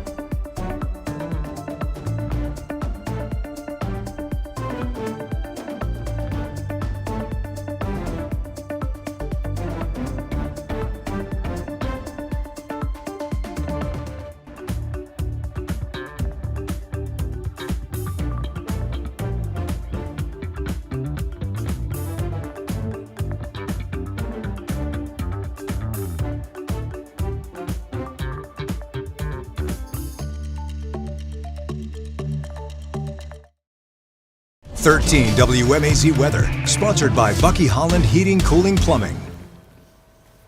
All righty. Yeah, well, things are starting to change over. We can see it here in the parking lot here at the station. We're going from rain to kind of a slushy looking snow, but some of it's actually kind of fluffy coming down. Let me show you what I'm talking about here. I think I have the Macon Skycam pulled up on. You really almost have to zoom into kind of like street lights. Here's the parking lot lights, parking garage lights as you get down to the medical center, and you can see that coming down.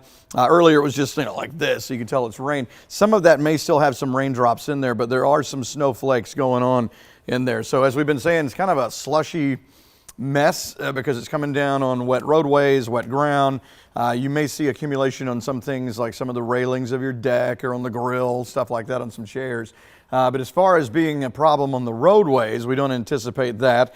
Again, it's coming in on wet areas. The changeover is just now happening. The numbers, if you look at them, are right around freezing or just above, but enough in some spots that things are changing over. Columbus, we've been looking at that Skycam for a while over there, and it's been coming down pretty steadily. Let's zoom into our area, and you can see right on the line. Macon was at 37 just a few minutes ago, now to 35, so 32, 33 as you go Thomaston to Forsyth, some 34s on the board. Still some low 40s and rain as you go east, but hold on, it's just going to take time for things to come around there. Let's get into the radar shot.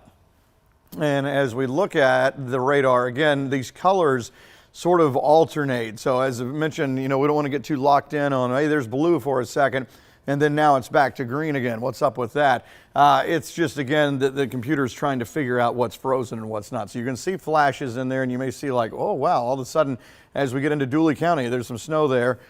In the next scan, it may be green again. It's just trying to kind of figure out where that sort of changeover is happening. As we zoom in and do a little overlay with the numbers, I was showing you those temperatures a moment ago. Again, you can see 30s pretty much everywhere, especially as you get into our western half. And again, snow mixing in with rain. So you may still have some raindrops, some snowflakes out there. And the plan is for, more and more, especially the farther west you go, and this is sliding east, is for more and more of this to continue to change over. Now, one thing that's kind of interesting, the models were not really initially showing all of this far north. As a matter of fact, you see a little flare up back here on the state line. So that could play into how much we actually see, because originally it was like, oh, this may kind of be somewhere around Macon, maybe a little bit north and west, and then everything else is southeast and then moving away. This has actually started more off toward the north and west here. So again, it may be more of kind of an all skate where everybody gets involved in this at some point.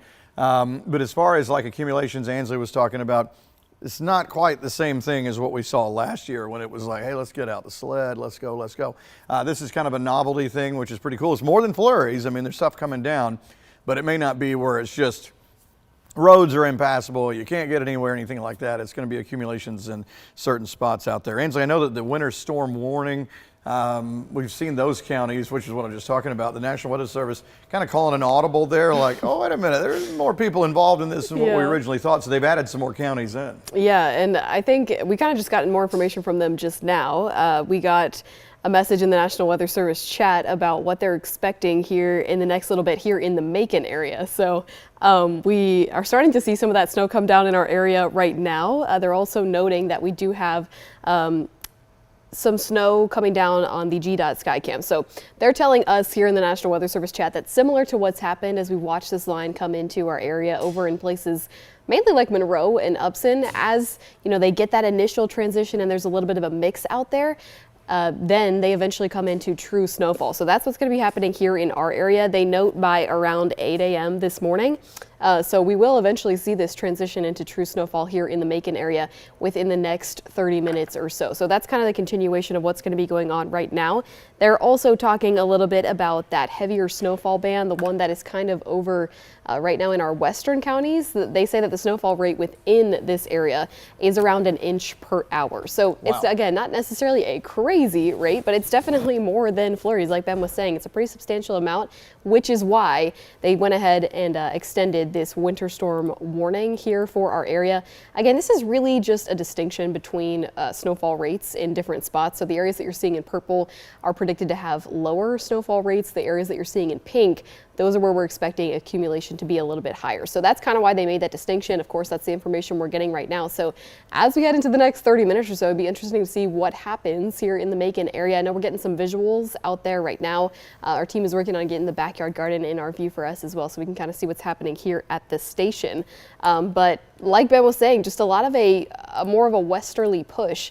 And I think a lot of that has to do with how this started early this morning. If you've been watching since way early this morning when this whole thing was getting set up across the state, the area that you can see just south of Montgomery from earlier this morning is kind of where I think a lot of that cold air has reinforced itself and allowed this section to be more of the driving force for what we're seeing here in our area. I don't know if that was always really going to be the case in different forecasts. Obviously, this has gone back and forth a lot, but a lot of that cooler air seems to be what's the driving force for our western counties having a little bit more action than, you know, opposed to just our northern counties. So interesting how this thing has played out. I know there has been a lot of variability between different model runs over the last couple of days or so. So now that we're actually in this thing, I'm personally excited that we're actually getting a little bit something more than just flurries. I don't know about you, Ben. Yeah, it is. It's a good thing when you see things verify out. You know, we've been talking about for days, like, at least I have, like, I'm not really sure this is going to happen because some of the numbers aren't lining up. Could happen. We'll have to wait and see. And we are seeing that. I think we're going to take a shot at from our backyard garden camera. And there is kind of pointing out toward the parking lot. So, yeah, you can tell that those are snowflakes kind of mixed in. If you look at the ground out there, the parking lot, you can see things popping on the water more like raindrops. So I think it's a little bit of a mix in what we're seeing right there. So all the things Ansley was talking about as we look at these models, I just want to take you back to Max 2 here just for a second with the models and just show you this is the high res model. Taking into account, this one actually seems to be kind of picking up more on what's happening right now. This is going to be a more current model. It comes out every hour. So it is picking up that we have snow back here. Most of the other models were sort of showing, again, a little farther east beginning and then moving. And these places may not even see it. So for snow lovers, this is actually a better scenario because it's starting so much farther out toward the west and it still has to come across as we go on through this morning. So we're going to check and refine some things and try to get some more information and get some things back to you. Let's go back to that garden shot if we can, just to show you here as we look into the backyard garden, and you can definitely see that is snow coming down. So unlike last January when we would normally see things already starting to pile up on these spots, we're not really seeing it accumulate at this point. We'll see if that changes on some of the surfaces there, but we'll have more coming up in just a little bit. We're going to go back over to Megan and Carmen now. Hey, that's neat to see that snowfall right in our backyard there. But of course, like we said, we are tracking this across the area, and we want to remind you to stay off the roads if you can. Let's go ahead and check back in with Hunter King. He's live off I-75 in Monroe County. Hunter, tell us what you're seeing out there this morning. Well, we're seeing lots of snow out here, guys. I'm pretty sure you can see it on the camera here.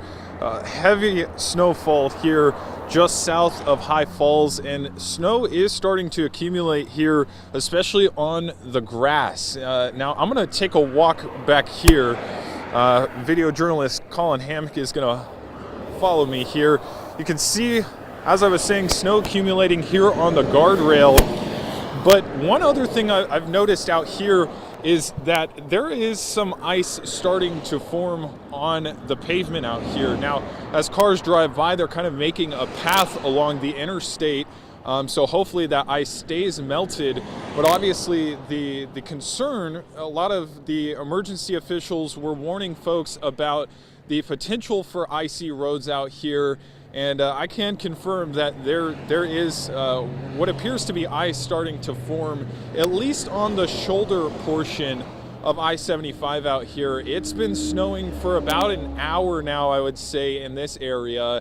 And with that being the case, you know, the ground is obviously very cold and likely the right temperature to make for those slick and dangerous conditions. But again, lots of snow out here. If you can stay home, it's probably best to do so.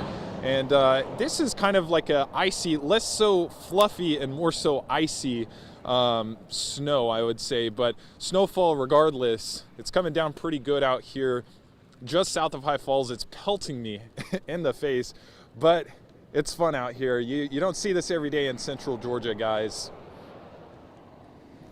Yeah, Hunter, you're right about that. That's not something we see every day in central Georgia. No. And it's so interesting because that first snowball he picked up, it looked like it was packing on kind of fluffy, but then Definitely. he said that second one was icy. So very interesting about the texture. But of course, we'll check back in with him later. Of course, we want to see what's happening in your area, so when it's safe to do so, go ahead and send us photos and videos of what you're seeing. Do it when it's safe. Again, you can text those to 478-752-1309, 478-752-1309. Stay with us. We'll have another update on your weather when we come back.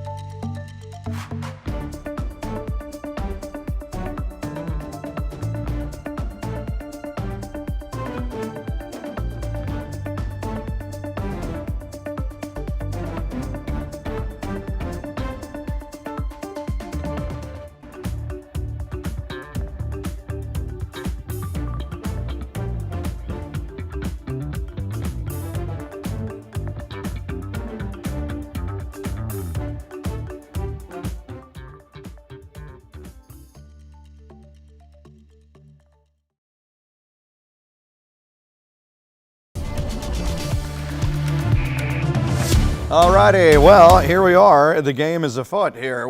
I've been waiting for days to see if we're going to get snow out of this situation, and we are. We're seeing it in many spots toward the west of 75. Now, if you're over here and you've heard all this mention all week of like the farther east and southeast you go, that's where things are really going to be going. They are. It's just not going there yet. It's mainly still rain here. We're looking at 40 plus in some of these areas, but the numbers have gotten down enough to where we're seeing things switch over to snow. For the past 10-15 minutes, it's been snowing here in the parking lot at the station, like Hunter said a moment ago in Monroe County. Not full fluffy snow. I mean, we're not in Aspen or anything like that, but I mean, it has a little bit of that. You can tell it's snow, but there may be some raindrops in there, a little bit heavier, slushy sort of snow out there, but it is changing over. And you can see in these areas, once again, don't get too locked in on the colors. I know it can be confusing, as you'll see these things kind of flash for a little bit. It's blue, it's green, it's blue, it's green, and then, you know, sometimes it goes back to green and you think, oh, that's snow. It's just trying to figure out, because some of that in there is frozen and some of it's not. And so it's that sort of line where things are trying to change over. Some of this down here where this is going blue, that's probably legit, where we're starting to see in our southwest corner. Again, areas that don't normally see snow. It's usually a thing where we talk about the farther north and west you go, Macon northward, or this is mainly for Atlanta or something like this. All of this at some point should change over to snow as we comes on across as we go through the next few hours here. Let's take a look at some of the numbers. And it is kind of wild. There must be pockets in there somewhere where we're seeing 32 or thereabouts. It shows 35 in Macon, but it's snowing out there right now. There's some rain kind of mixed in with it. As you get into Forsyth, 35, Monroe County. Hunter's out there. We've been looking at the storm lab. That is definitely snow.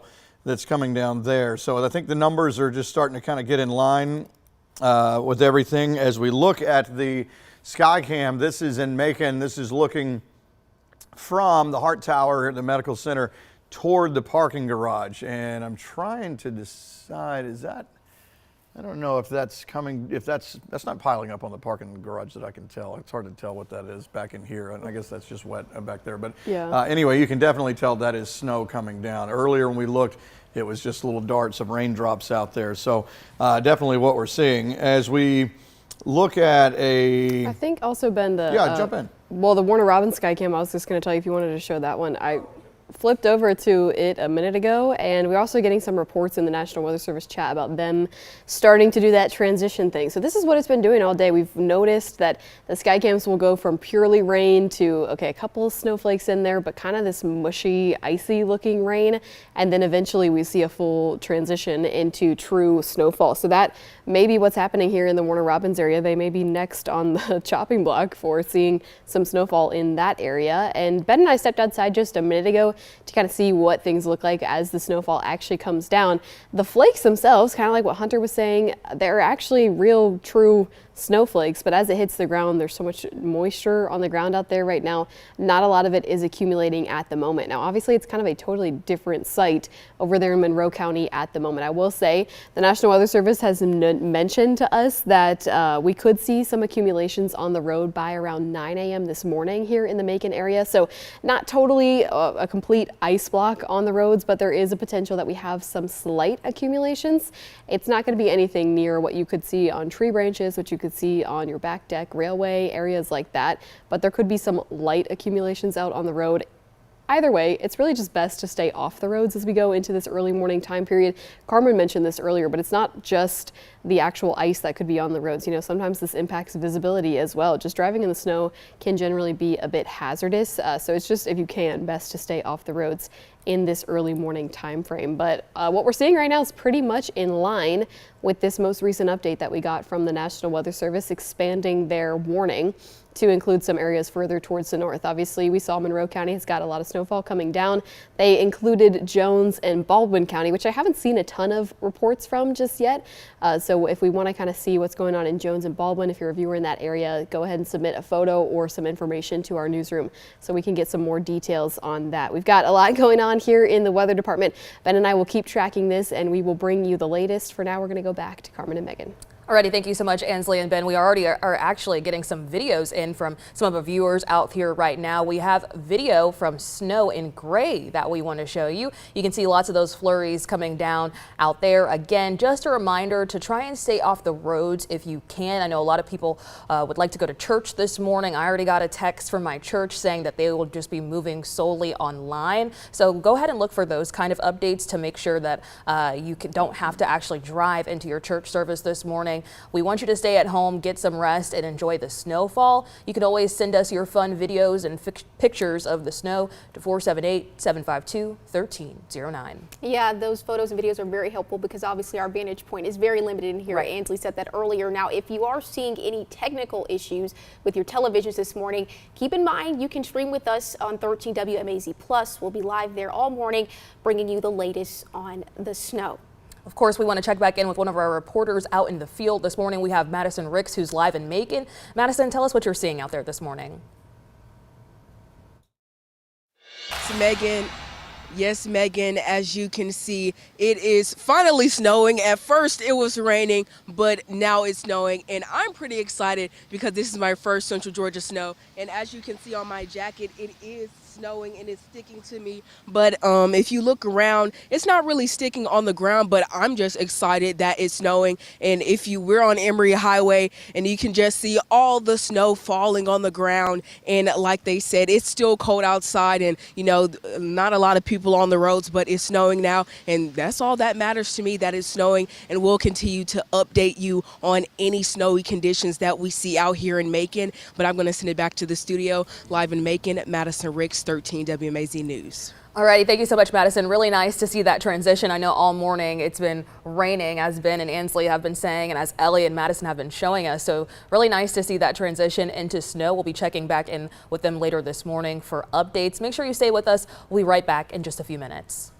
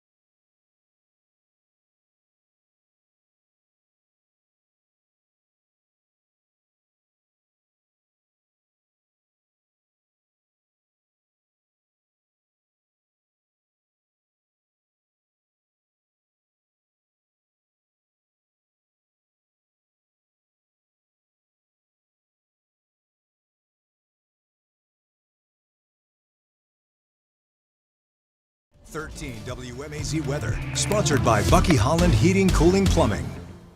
Alrighty, thanks so much for staying with us. We've been tracking the wintry weather mix that we've been seeing all morning long. We're going to shoot things over to Ben for another check on how it's looking out there, Ben. Yeah, I got to tell you, it is coming down more and more with that snow look, not just with the sort of snow mix. Now, the farther east you go, you may start to have a little bit of that mix going on. And most of this over here is still rain, but things will be changing as it goes across. You can see more and more blue starting to kind of move on in. That's the changeover going from what is rain to what is becoming snow. Interesting, when you look at this, Ainsley and I were talking about this a moment ago, it looks like, oh, this is all scattered up toward Atlanta here. When you move the radar around and you kind of catch the Atlanta radar, you can see a sharp edge right here. So it is not all fluffy up to this way here. So there's actually kind of a back edge there, and it's moving across. So it'll be going for a little bit, but this is not an all-day event. So we'll see as we go forward through Monroe and Upson County, and there's kind of the back line, and you can see it as well when I move over and catch part of Alabama right there. You can see that back edge there as well coming through Columbus. So eventually, starting from the west, we'll see this shut off, but it may be another hour or two before that happens as it's coming across. Let's take a look at the Skycam shot. And what we're going to see here is snow in many spots. Let's see, definitely downtown Macon here. Seeing it at Warner Robins. Perry, that looks like snowflakes right there going on. Dublin, not so much just yet right here behind me here. Obviously, it was going to take some time to get over there, but hold on. That'll be changing as we go through time as everything continues to slide toward the east. So that's some verification out there on the Skycams that we are seeing it. As we go back to this, I mentioned a moment ago that you look at these colors and it's green, it's blue, and then sometimes it flashes back and forth in between there. It's just where the computer's trying to figure out what's frozen and what's not. And part of the reason is because in there you have some stuff that is frozen and some that is not. Now in the Macon area, it's not showing blue just yet, but on these next scans or so, it may start to kind of fill in because we can verify that it is snowing in Macon right now. As you go farther down toward the south and west, you can see more blue moving in there. As we zoom in, we are seeing numbers, which is kind of wild. You're seeing 35 in Forsyth, so that's Monroe County where we've been seeing snow for at least an hour there now. And you're like, what gives with that? Well, clearly there's enough going on there with some temperatures at the surface that we are seeing things in the snow department. 33 in Macon, but it is snowing there. We just saw there on the Perry Skycam. Warner Robins, same thing. As far as Dublin is concerned, still sitting around 40. But all these numbers will be dropping as well as this comes across toward the east. So pretty much once you go east of 75, most of it, anyway, right along that line is mainly rain, especially the farther east you go. But that should change as we go on through this morning. Another look on the big picture here. Instead of looking at it in blue, you're looking at it in white, which actually looks like snow. This is not cloud cover here. And you can see it moving right across. So right there is kind of that dividing line. And all this lines up with where the winter storm warning is in effect for a lot of our counties. But Ainsley, they've been adding some more on there. I think they've been looking, same thing we've been looking at going, hey, this was kind of looking like sort of Macon and then eastward. And they're like, more people invited to the dance party than we originally thought. So they've been adding some more counties in. Pretty in line with what's going on outside right now, like Ben was mentioning. Now, I will say, so first I'll kind of break down what you're looking at right now. It is a winter weather advisory and a winter storm warning. So the areas that are in purple are under the advisory and the areas in pink are under the warning. All that this really means, it's just a distinction between who's going to see higher snowfall totals versus who's going to see some more trace amounts. Now, I'll mention though, the areas that are in pink here are seeing some sort of accumulation. So over in Monroe County and over in Upson County, I've been getting reports over the last 30 minutes or so here in the National Weather Service chat and live from our reporter Hunter King about slight accumulations happening on the road. So obviously we had a lot of wet ground early this morning, and the ground temperatures themselves were a little bit warm to actually have things accumulating on the roads. But what can happen, and Ben and I were talking about this a lot earlier and even just kind of forecasting over the last couple of days, is when you actually have winter weather beginning to fall. Of course, we had that cold front that's actually bringing in the cooler air, but that winter weather falling can actually bring down some cooler air from the upper levels of the atmosphere. So it sort of reinforces the cooler air that's occurring at the surface, and that's why the temperatures can drop so quickly. So where you see we have temperatures that are near or basically at freezing here in these areas where we're having some slight accumulations on the road. That's kind of the reason. But it is something to be aware of as we see this push a little bit further into counties that are still expected to see accumulation. So those counties in pink, once they drop below freezing here, we definitely want to be paying attention to roadways. Again, the accumulation is definitely going to be higher on elevated surfaces, tree branches, railways, things like that. But even when we take a look at the sky cams here, you likely will at least see slight accumulation happening on the roads, especially here in downtown Macon, likely within Houston County and the Perry and Warner Robins area before too long. The National Weather Service noted around 9 a.m. is when we could see some slight accumulation happening here in the Macon area. So usually about 45 minutes to an hour after that true snowfall begins falling, that's when accumulation could begin to occur. So it's just best to stay off the roads if you can as we go throughout the rest of the morning here. As we head into the afternoon, at least right now, temperatures are forecasted to be above freezing. We'll definitely want to monitor that as we go throughout the rest of the morning to kind of see how trends are going. But hopefully road conditions overall should improve by the time we hit later this afternoon. So definitely want our reporters out there to be careful on the roads. And otherwise, we will just kind of hope that everybody else can take it easy this morning. Just keep your Sunday morning relaxed, enjoy the snow, and stay off of the road. So that's kind of what we're seeing in terms of temperatures and in terms of accumulations out on the roadways, Ben.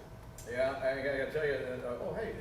Hey. Oh, hey. Everybody get involved. We're all having a good time here. Here's a look at the, I'm going to show you a couple of the models here just as we go forward through the day today.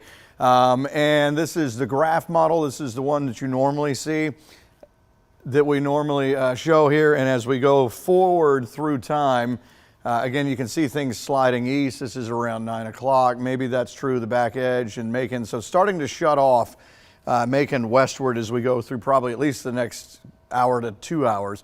And then, friends, in our eastern and southeastern counties, you should get involved in the party here before all is said and done and it slides on off toward the east. More on that coming up in a little bit. Back to Megan and Carmen. Cam image for Macon was very interesting because I was like, wow, you usually can see the traffic lights lit up, the building lights, but I mean, it's looking like just white out there. Yeah, but we want to bring you another view. A lot of you have been sending us photos and we're so appreciative. Let's take a look at the snowfall in Thomaston. This is from Lenora.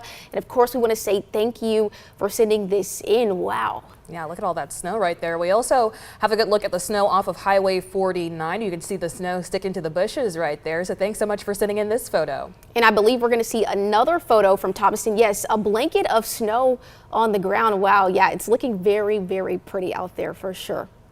Alrighty, well, of course, we want to continue to see what's happening in your area. So if you would like to send us photos and videos of the storm in your area, we would love that. But of course, only take photos or videos when it is safe to do so. And you can text them to that number on your screen there, 478-752-1309. And of course, we will share them during our coverage here on 13 WMAZ.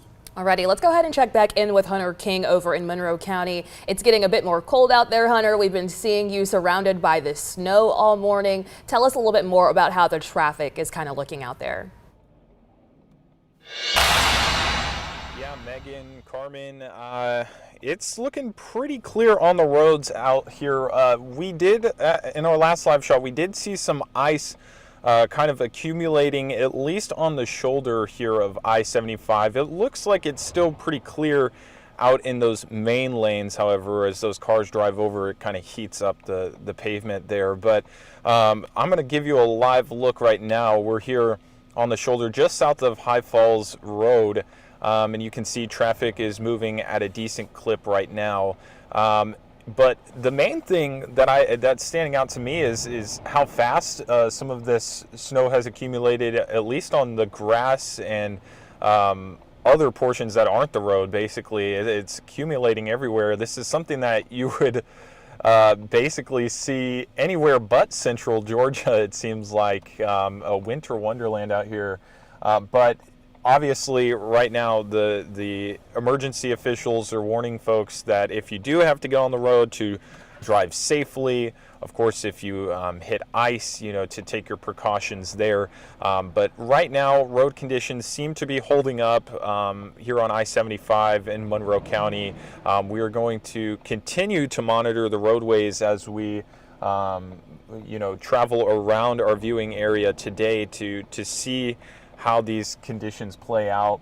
One other thing I wanted to touch on is Ansley was mentioning just a moment ago about snowfall totals. Got a rough estimate earlier, probably about a quarter to maybe half an inch just in the grassy area. I counted. Take that for what you will. I'm just a reporter out here with a measuring tape, so it's only as good as I can get it, but it looked to be just under about half an inch accumulated in the grass out here. So that's an interesting point. It's definitely starting to slow down a little bit with the snow flurries, but it is still falling out here in Monroe County. That's it for us from High Falls area, guys. We'll send it back to you. All right, Hunter, thanks so much. And we will, of course, check back with him later this morning. This morning, we're also hearing from Christina Bramlett with the Monroe County Emergency Services. Now, thank you so much for joining us this morning. Christina, if you can hear me, can you go ahead and talk to us a little bit about the local road conditions that you're seeing this morning? Good morning. Thank you for having us. So far, it seems to be similar to what Hunter had for 75, is that the roadways, it's melting on contact for the most part. What our concern is with the anticipated drop of temperature in the next hour or two, especially the bridges potentially having some black ice freezing. So in an abundance of caution, we would recommend people stay off the roadways until it warms up a little bit. But if you do have to be out and about, to just use an abundance of caution, especially when you hit areas where cars haven't traveled recently and it's allowing it to stick a little more, maybe, to certainly slow down and be aware of your surroundings. Yeah, and Christina, of course, great reminders there about, just exercising caution. I wanted to ask, are there any traffic impacts that you're currently aware of? So far, not yet, and we hope it stays that way. We have staffed several other engine companies and ambulances with anticipation of possibly having some higher incidents. But as of right now, I think everyone's just enjoying the beautiful sight to wake up to. Alrighty, well, I want to say thank you so much. We really do appreciate that there for joining us and bringing us those updates there. Alrighty, well, 26 people have been indicted on federal criminal charges in an alleged game-fixing scheme in men's college basketball. Authorities say it started with rigged games in China, then expanded to NCAA games in the U.S. We allege an extensive international criminal conspiracy. According to court documents, it started in 2022 with game fixing in the Chinese Basketball Association. The fixers would bet on the games from the U.S. Prosecutors say they expanded the scheme to Division I college basketball games in 2023, allegedly recruiting players nationwide to manipulate games, paying them $10,000 to $30,000 per game to underperform. Perils the integrity of sport itself. And when that happens, the Department of Justice will step in to protect what is a sacred institution of American life.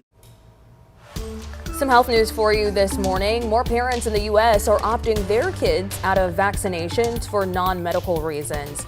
A study by JAMA found the states with the highest rates of non-medical vaccine exemptions are Utah, Idaho, Oregon, Wisconsin, and Arizona. Researchers say the trend could lead to resurgences of illnesses in children that are easily preventable with vaccines. The U.S. is currently dealing with significant measles outbreaks in Utah and South Carolina. And new statistics from the American Cancer Society show that 7 in 10 people now survive their cancer for 5 years or longer. 50 years ago, only 5 in 10 cancer patients lived that long. Scientists say decades of progress in cancer treatments have helped turn cancers that were once a death sentence into chronic diseases. But they warn that cuts to cancer research could threaten further progress. Gains in survival were notable in cancers like myeloma, liver, and lung cancer. And 1 in 5 people say losing a pet was more distressing to them than losing a human loved one. A study in the UK showed that the death of a pet can cause prolonged grief disorder in the same way that losing a family member or friend does. Researchers say the diagnosis of grief disorders needs to expand to include the loss of pets. Of course, we're going to continue to bring you more news in just a few minutes. Let's go ahead and check back in with meteorologist Ben Jones. Okay, thanks. I got to tell you, it is fascinating to watch this go from our western areas on over toward the east. Now, it hasn't made its way fully. Of course, I'm in the way, but nothing to really see here in Dublin that I can tell at this moment other than rain coming down. But you can see bottom left of your screen, that's downtown Macon, covered up with snow there. Seeing it coming down in Perry, Warner Robins, and I'm getting a lot of photos sent to me here from Bibb County, Monroe County, places like that, accumulating in the grass. Now, as we were talking earlier, the good news is we're not really seeing a problem on the roadways, and actually we are starting to see a little bit of a shutoff with this as you go farther back toward the west. I'll get to that in a second, but I wanted to show you how things are changing over. Again, we start looking for that green to go blue. This is where things start to go frozen here, and again, you'll see these flashes, and sometimes it's green, sometimes it's blue, and it'll go back to green. And you may think, oh, we had snow, and then all of a sudden it's gone again. It's just trying to figure out where this changeover is happening. And you can notice on the last couple of scans, really starting to put some blue on there as you go Bibb. And it looks odd. It's not picking up Houston County, but we can clearly see on the Warner Robins and Perry sky cams there that it is snowing. It's just, it hasn't landed on there yet as far as blue is concerned. But more and more of this going on off toward the east. Now, if I do drag the map over enough, watch when I grab the Atlanta radar right here, and you can see the back edge of this here. So northwestern Monroe County, already starting to see the shut off, even actually where Hunter was sitting there just a moment ago, seeing fewer and fewer flakes coming down. So going, let's say like you're in the Macon area, maybe going for another hour or so. We'll see if it's longer than that. And then eventually kind of lazily moving toward the east. As we move on down and grab that Alabama one, you'll start to see the back edge right there as well. It's already started to come through the Columbus area. So this is kind of where things shut off, but there's still time to get more and more of this snow as it comes across. As far as the numbers are concerned, it's kind of weird because you see a lot of numbers that are not freezing, and we have snow going on there. 32 in Thomaston, 33 in the Macon area, 35 for Forsyth. So clearly, at some point in there, there's enough going on to actually get frozen stuff coming down to the surface here, and then mainly rain as you go farther toward the east. But eventually the plan is for more and more of this to continue to switch over. There is a look at the big picture. That's not cloud cover. We've taken the clouds off, so that's just a look at the snow. And you can see it really on this one, different looks here, starting to kind of plop down what's frozen and what's not. So this actually may even be a better look to try to figure that out. And that makes more sense with what we're seeing on the sky cams there. Houston County fully engulfed in it here. We're talking twigs. Getting on into Bleckley, the same thing. Wilkinson County seeing snow here as we go into Jones and Baldwin. So a lot of this is switching over. So let's say doubling on that sky cam. In a little bit, we should start to see, instead of raindrops coming down, it should be more snowflakes coming down. It's definitely been coming down out here in the parking lot. I don't know if we have our backyard camera, if we can take that in the backyard garden. Yeah, you can see it sticking to the decks out there. So it's been coming down for a pretty good bit. But if you notice on the ground, as far as the pavers down there and the parking lot, when we look out there as well, it's not really, maybe up near the curbs and stuff like that. But as far as it being a big driving problem so far, we're not seeing that accumulating there. Of course, it's landing on wet surfaces, and it's amazing that it's even sticking where it is, but it's a pretty good bit that's coming down. Having said all that about the roads, obviously not a great idea to be out and about on that, because if you slide off and get into trouble, then first responders have to get and kind of, get out and doing more stuff than what they need to be doing right now. So just watch it from the house.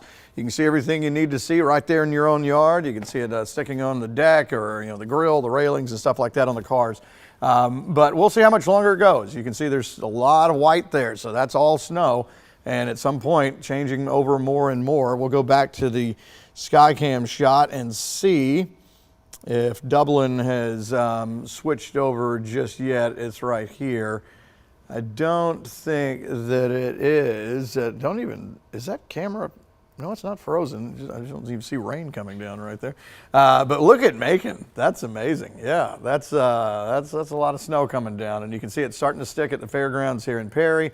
A little bit on the grass as you get into Warner Robins, the same thing, but definitely no shortage of it now that it is fully switched over. Again, a little bit just kind of a slushy sort of snow out there, but there are definitely some fluffy flakes out there. How about that winter storm warning there, Ainsley? We've seen more and more counties added on. We were talking, I've been clicking around trying to find a Skycam that is in one of these purple areas as opposed to one of these pink areas, because actually we've got a lot of visuals for where the snowfall is accumulating and it is a little bit heavier, but outside of those areas we're having a little bit of trouble doing that. But I know Ben mentioned a minute ago that we're seeing the cutoff in a couple of areas, so this hasn't lasted super long.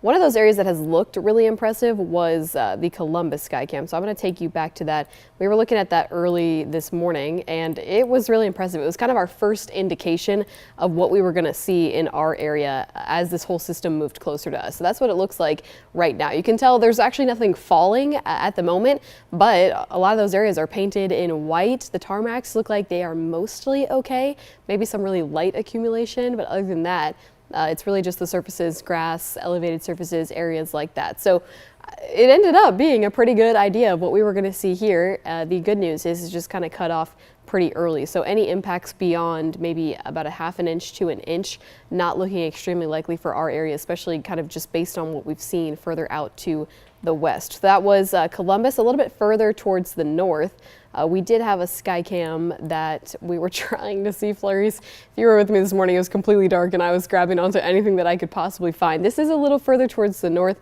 in Pine Mountain, if you're familiar with that area. So they did end up getting a little bit of snowfall too, but I think that LaGrange would have been an area that's kind of under the purple, the winter storm advisory.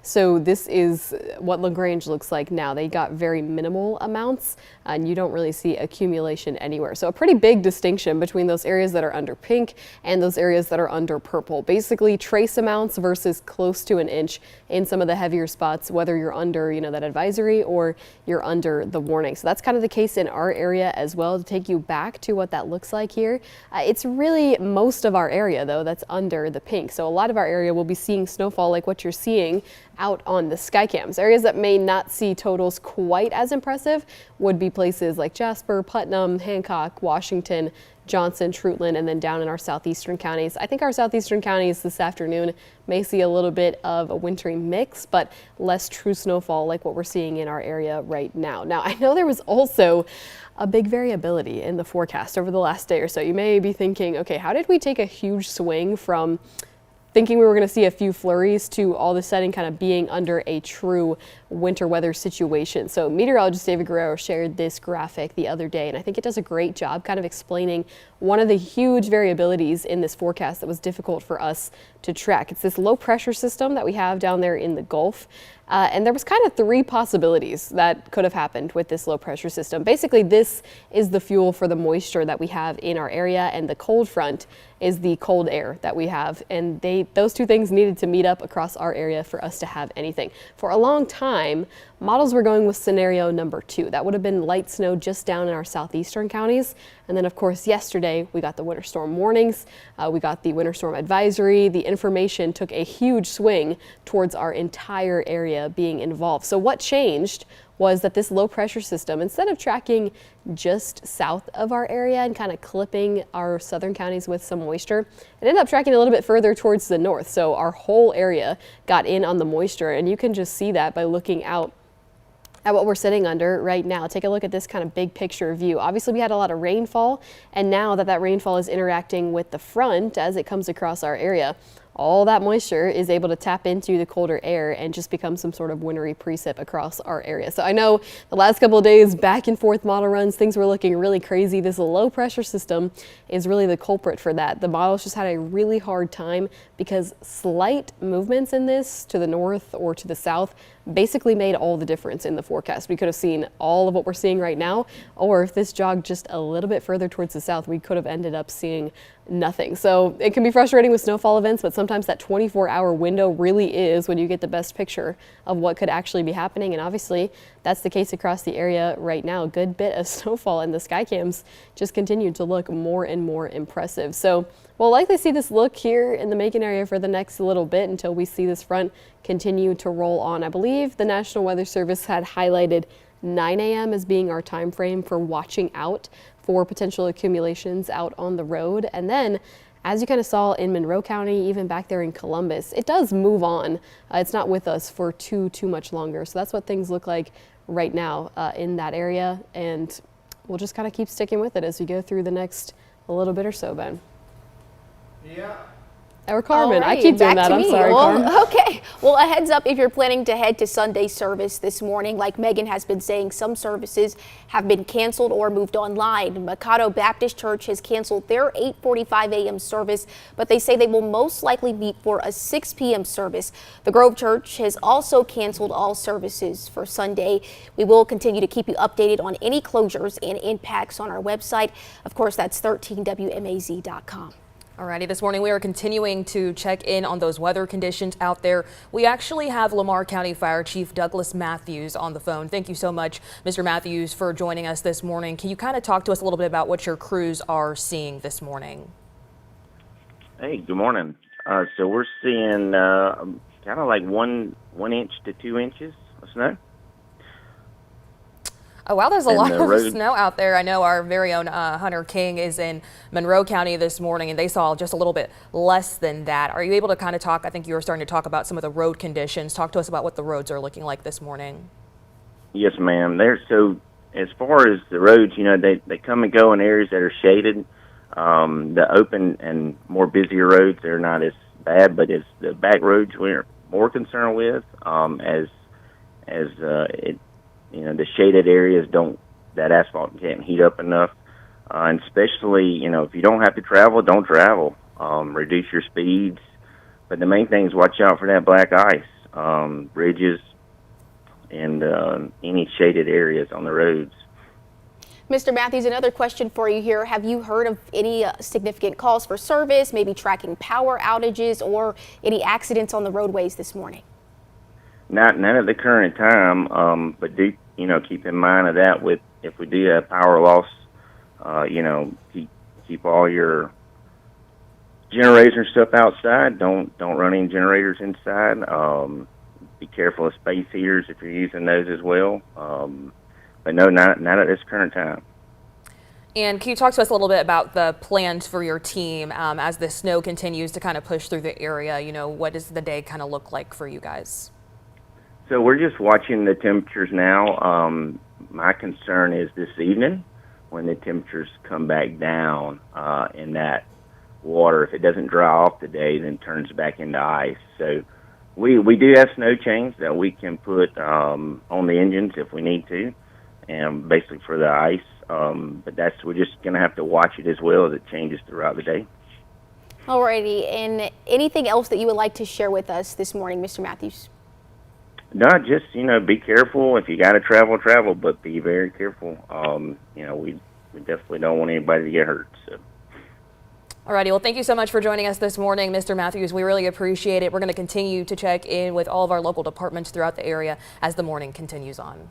Yeah, and the dropping temperatures can have a major impact on anyone's body. But for the millions of migraine sufferers in the U.S., the cold can also trigger an attack. Things like extreme cold, changes in barometric pressure, and sudden weather changes can spark a migraine attack. Avoiding those attacks starts with being aware of what typically sparks them, like certain foods, caffeine, stress, and sleep issues. Now, if you can't find symptom relief, of course, it is best to see a doctor. And troops are now on standby for potential deployment to Minnesota, where protests over federal immigration enforcement have been taking place. As Christian Benavides reports, this weekend, pro and anti-ICE demonstrators clashed outside of Minneapolis City Hall. A U.S. defense official told CBS News 1,500 active duty soldiers are on standby in Alaska for possible deployment to Minneapolis. President Trump has said he is considering invoking the Insurrection Act, which gives him the authority to deploy armed forces domestically. If I needed it, I'd use it. It's very powerful. Minnesota officials said the state's National Guard is also on standby by orders of Governor Tim Walz to support, quote, the rights of all who assemble peacefully. Not everybody deserves to be here. It comes amid rising tensions in the Twin Cities. On Saturday, pro and anti-ICE demonstrators clashed. I think Donald Trump wants to use Minneapolis as a key or a hot spot to launch his coup. He's trying to create violence so that he can send in the troops. Some 3,000 federal officers and ICE agents have been deployed to Minnesota. More than 2,500 people have been arrested. Tensions still red hot after the death of Renee Good. The ICE agent who shot her said he fired in self-defense. On Friday, a Biden-appointed federal judge ordered immigration agents to stop using tear gas and detentions against peaceful protesters.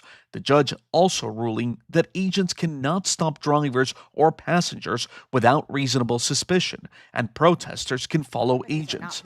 Border Patrol Chief Gregory Bovino. Exactly. We're going to continue to use that minimum amount of force necessary to accomplish our mission. CBS News has also learned the Justice Department launched an investigation into Governor Walz and Minneapolis Mayor Jacob Frey over an alleged conspiracy to impede federal immigration agents. Walz pushing back, posting the only person not being investigated for the shooting of Renee Good is the federal agent who shot her. A U.S. defense official said no decision has been made just yet by the president on whether to deploy the soldiers to Minneapolis. And National Guard troops in Washington, D.C. have gotten new orders to stay there through the end of the year. The task force was expected to leave the nation's capital in February after their orders expired. One official familiar with the matter said the new orders run until December 31st, but the second official said that time frame could be shortened. Now, as of Thursday morning, there were more than 2,400 troops committed to the National Guard mission in D.C., roughly 700 from the D.C. National Guard, and more than 1,700 troops from other parts of the country. Troops from 11 states, including Georgia, have contributed to the mission. And the Supreme Court has agreed to hear arguments concerning claims that the weed killer Roundup causes cancer. Tens of thousands of patients say Roundup caused their cancer, and they want the issue to be litigated in court. Farmers rely heavily on Roundup, which is made by Monsanto.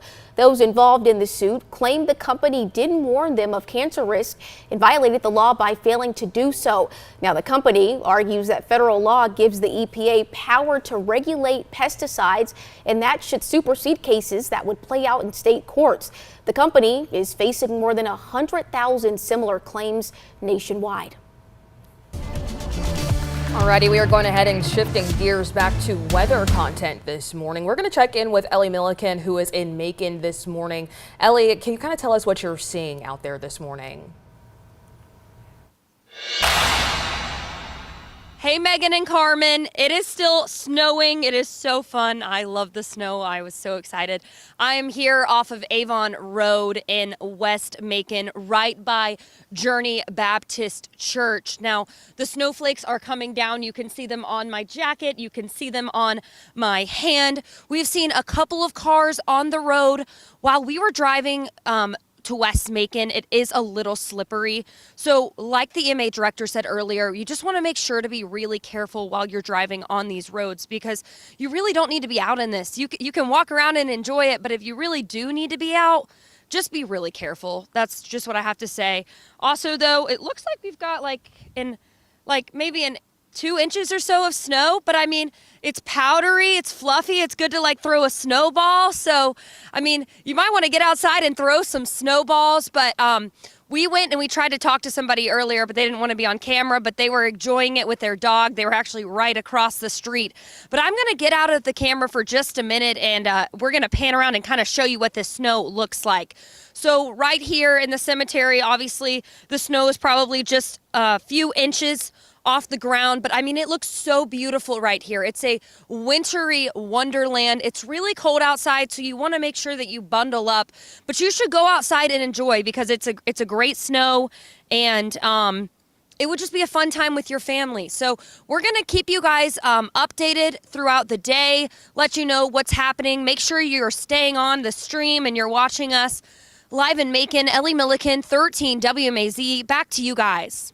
Alrighty, thank you so much, Ellie. Yeah, really nice to see how much the snow is coming down out there. Really grateful that they chose to put me inside today because we all know I do not like the snow at all. So grateful to be watching it from indoors this morning. Make sure you stay with us. We're going to continue to show you more glimpses of the snow and the weather around our central Georgia area in just a few minutes.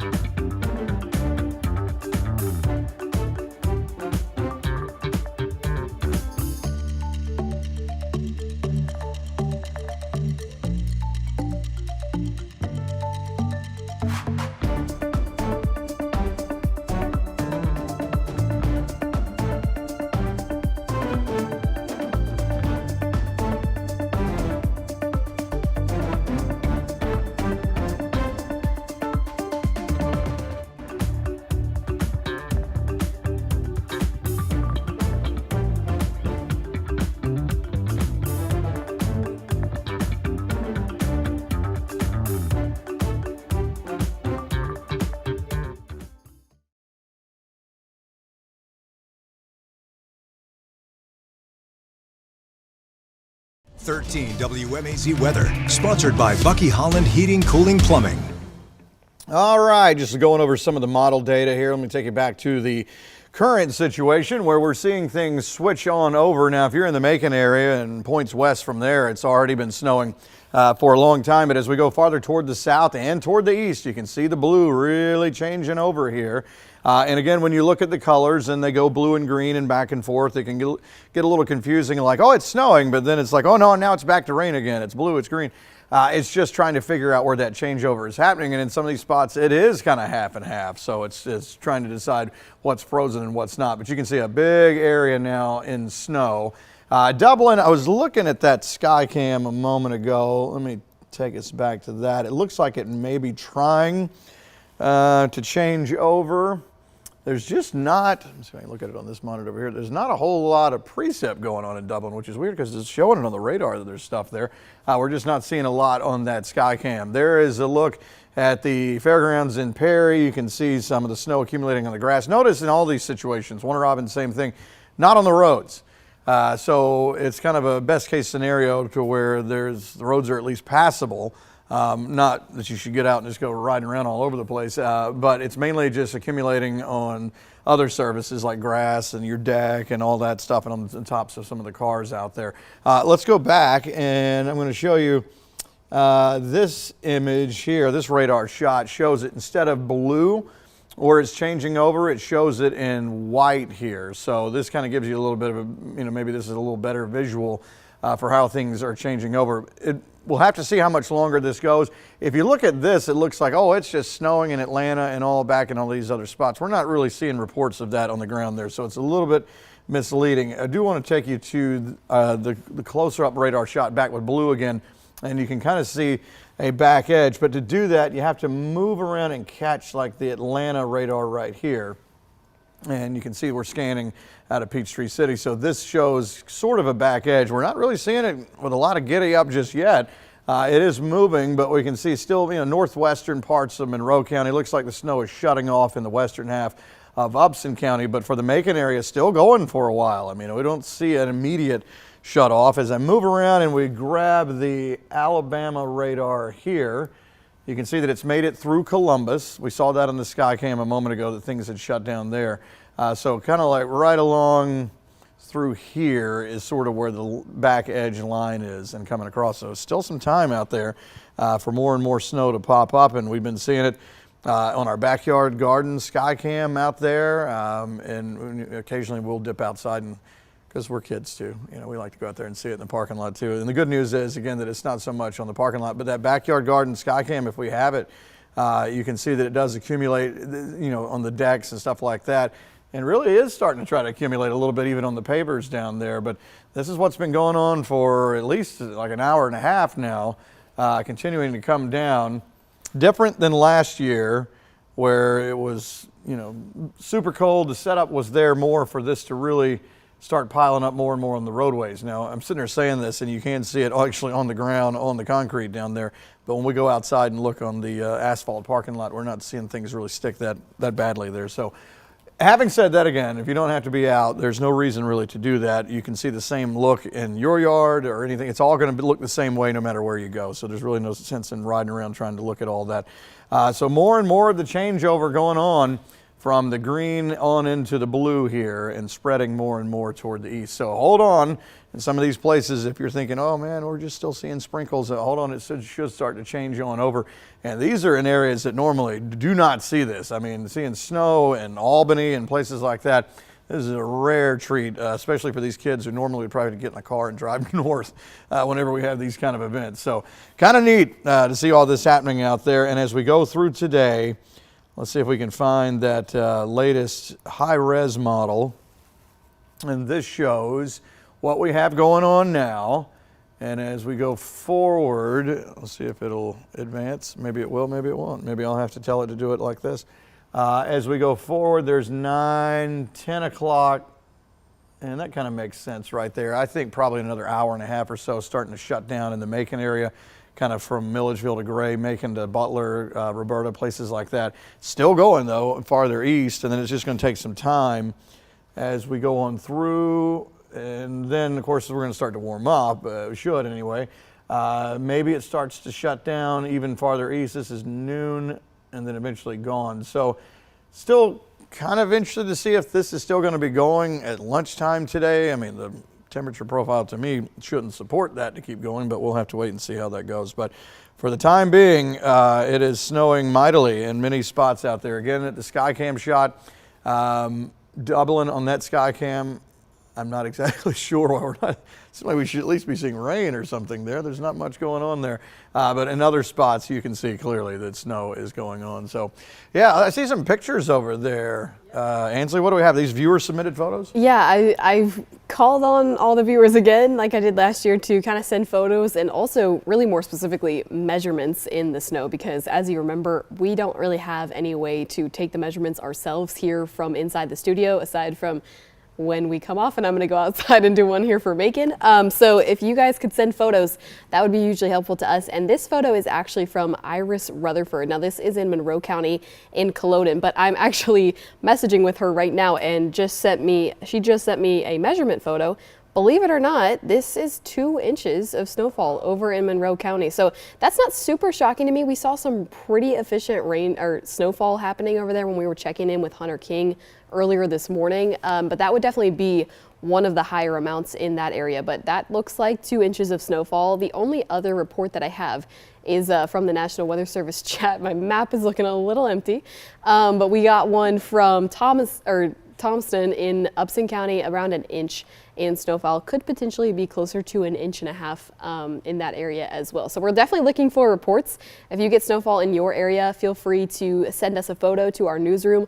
All you have to do is snap a photo kind of like this one that I showed you from Iris, and then stick a tape measure or a ruler down in there and snap a photo of your tape measure ruler inside the snow so that we can verify your report. You can put that in our 13 WMAZ Weather Network, or you can send it into our newsroom. This is the QR code to join the Weather Network if you're interested in submitting it there. Another helpful tip would be to kind of let us know what city you're joining us from, because I also need to know where the photo is coming from. So use a ruler, include your city, and then you can feel free to let me know anything else that you're seeing out there at the moment. Obviously, it's really helpful to us when we can get some reports from what's going on out in the field. But that area, Culloden and Monroe County specifically, is included in this winter storm watch. So not shocking that they're one of the areas that did have higher totals. Again, the areas that this is kind of moving across right now are those regions outlined in this winter storm warning. So this is where potentially totals could be a little bit higher.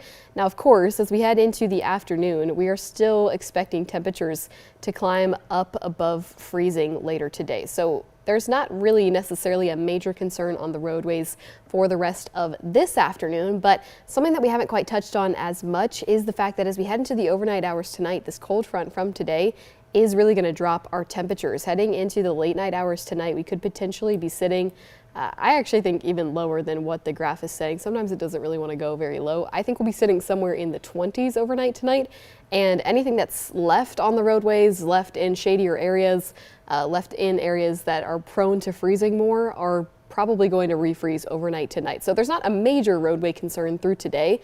Obviously, we want you to be cautious out there this morning. And if you're hitting the roads, drive slowly. If you can stay off the roads, that's ideal. But heading into the overnight hours tonight, really early tomorrow morning when you're on your way to work, if you don't have the holiday off, this will be the time that you kind of want to be paying attention for black ice and things like that, because there is potentially going to be some refreezing. Luckily, I really think it's only tonight that we would have to worry about that. As we go throughout Monday, we're not really expecting any rain chances. We should have sunny skies all Monday long.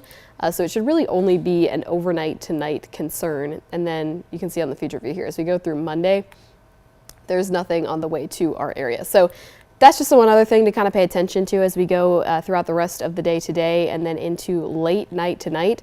But other than that, we are just going to kind of keep watching this as it rolls into our southern and eastern counties. I just got a report that snowfall was beginning over in Sandersville, so they're starting to see the transition, and we'll see the takeover happening in the rest of our area here shortly. Carmen and Megan.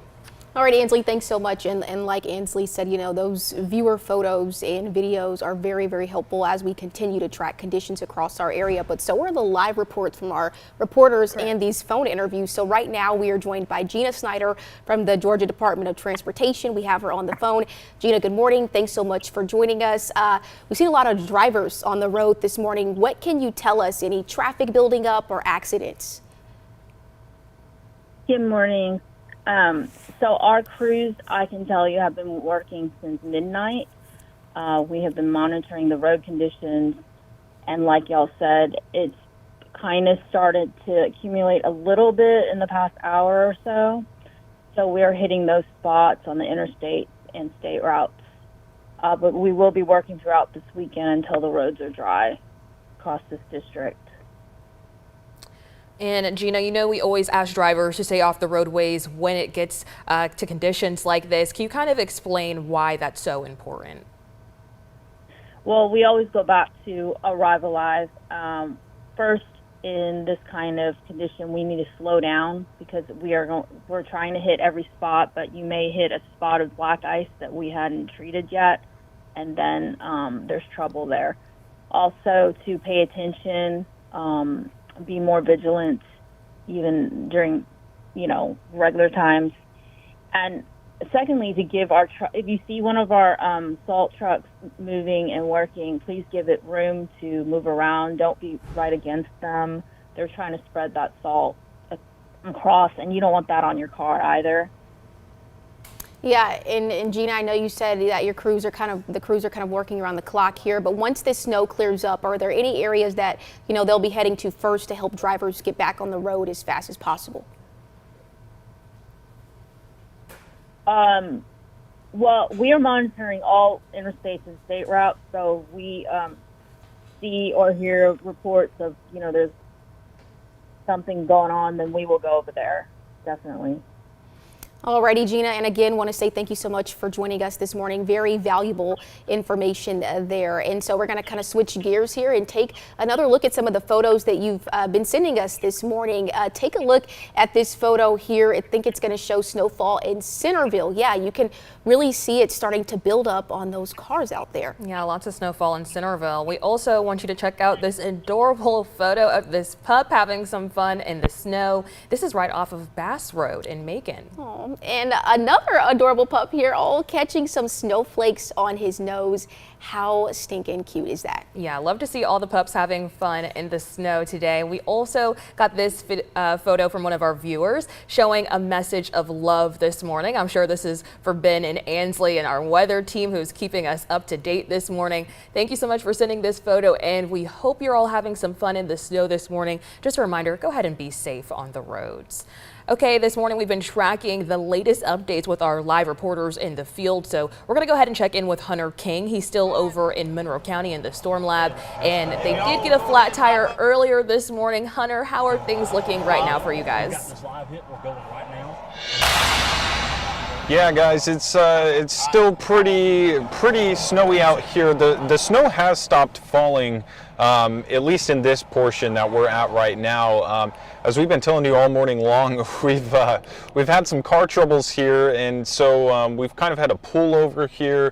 But since we've been here, the snow has stopped, and we've seen cars go by. I do want to mention one thing. We were just talking to Gina Snyder just a moment ago from GDOT, and I want to say about 2 hours ago, we went as far north as Locust Grove, and we saw salt on the road over there. Now, we haven't seen any salt in this portion of Monroe County, but obviously this part less traveled. But the icy roads, the icy conditions don't seem to be affecting the interstate, at least near High Falls right now. We'll continue to keep you updated, and of course, as the night goes on, as some of the snow melts, like Ansley was saying, could potentially create some icy problems. But as of right now, we're looking good. I'm going to switch here right now just to show you the outside right now. You can see that snow out there, and we're getting a picture taken of us. So our storm lab right now has a flat tire on the front passenger side. So, of course, live TV. This is what happens whenever you go live here, and we're sticking with it, and we're gonna do the best we can out here to kind of show you the conditions. We'll be back up and running here pretty soon. So we'll toss it back to you guys in the studio. Yeah, thanks so much, Hunter. So glad they're being safe out there. It's never fun being stranded on the side of the road, but they've got a beautiful view, surrounding them there. And of course, we'll continue bringing you the latest on these weather conditions in just a few minutes. Stick with us. We'll be right back.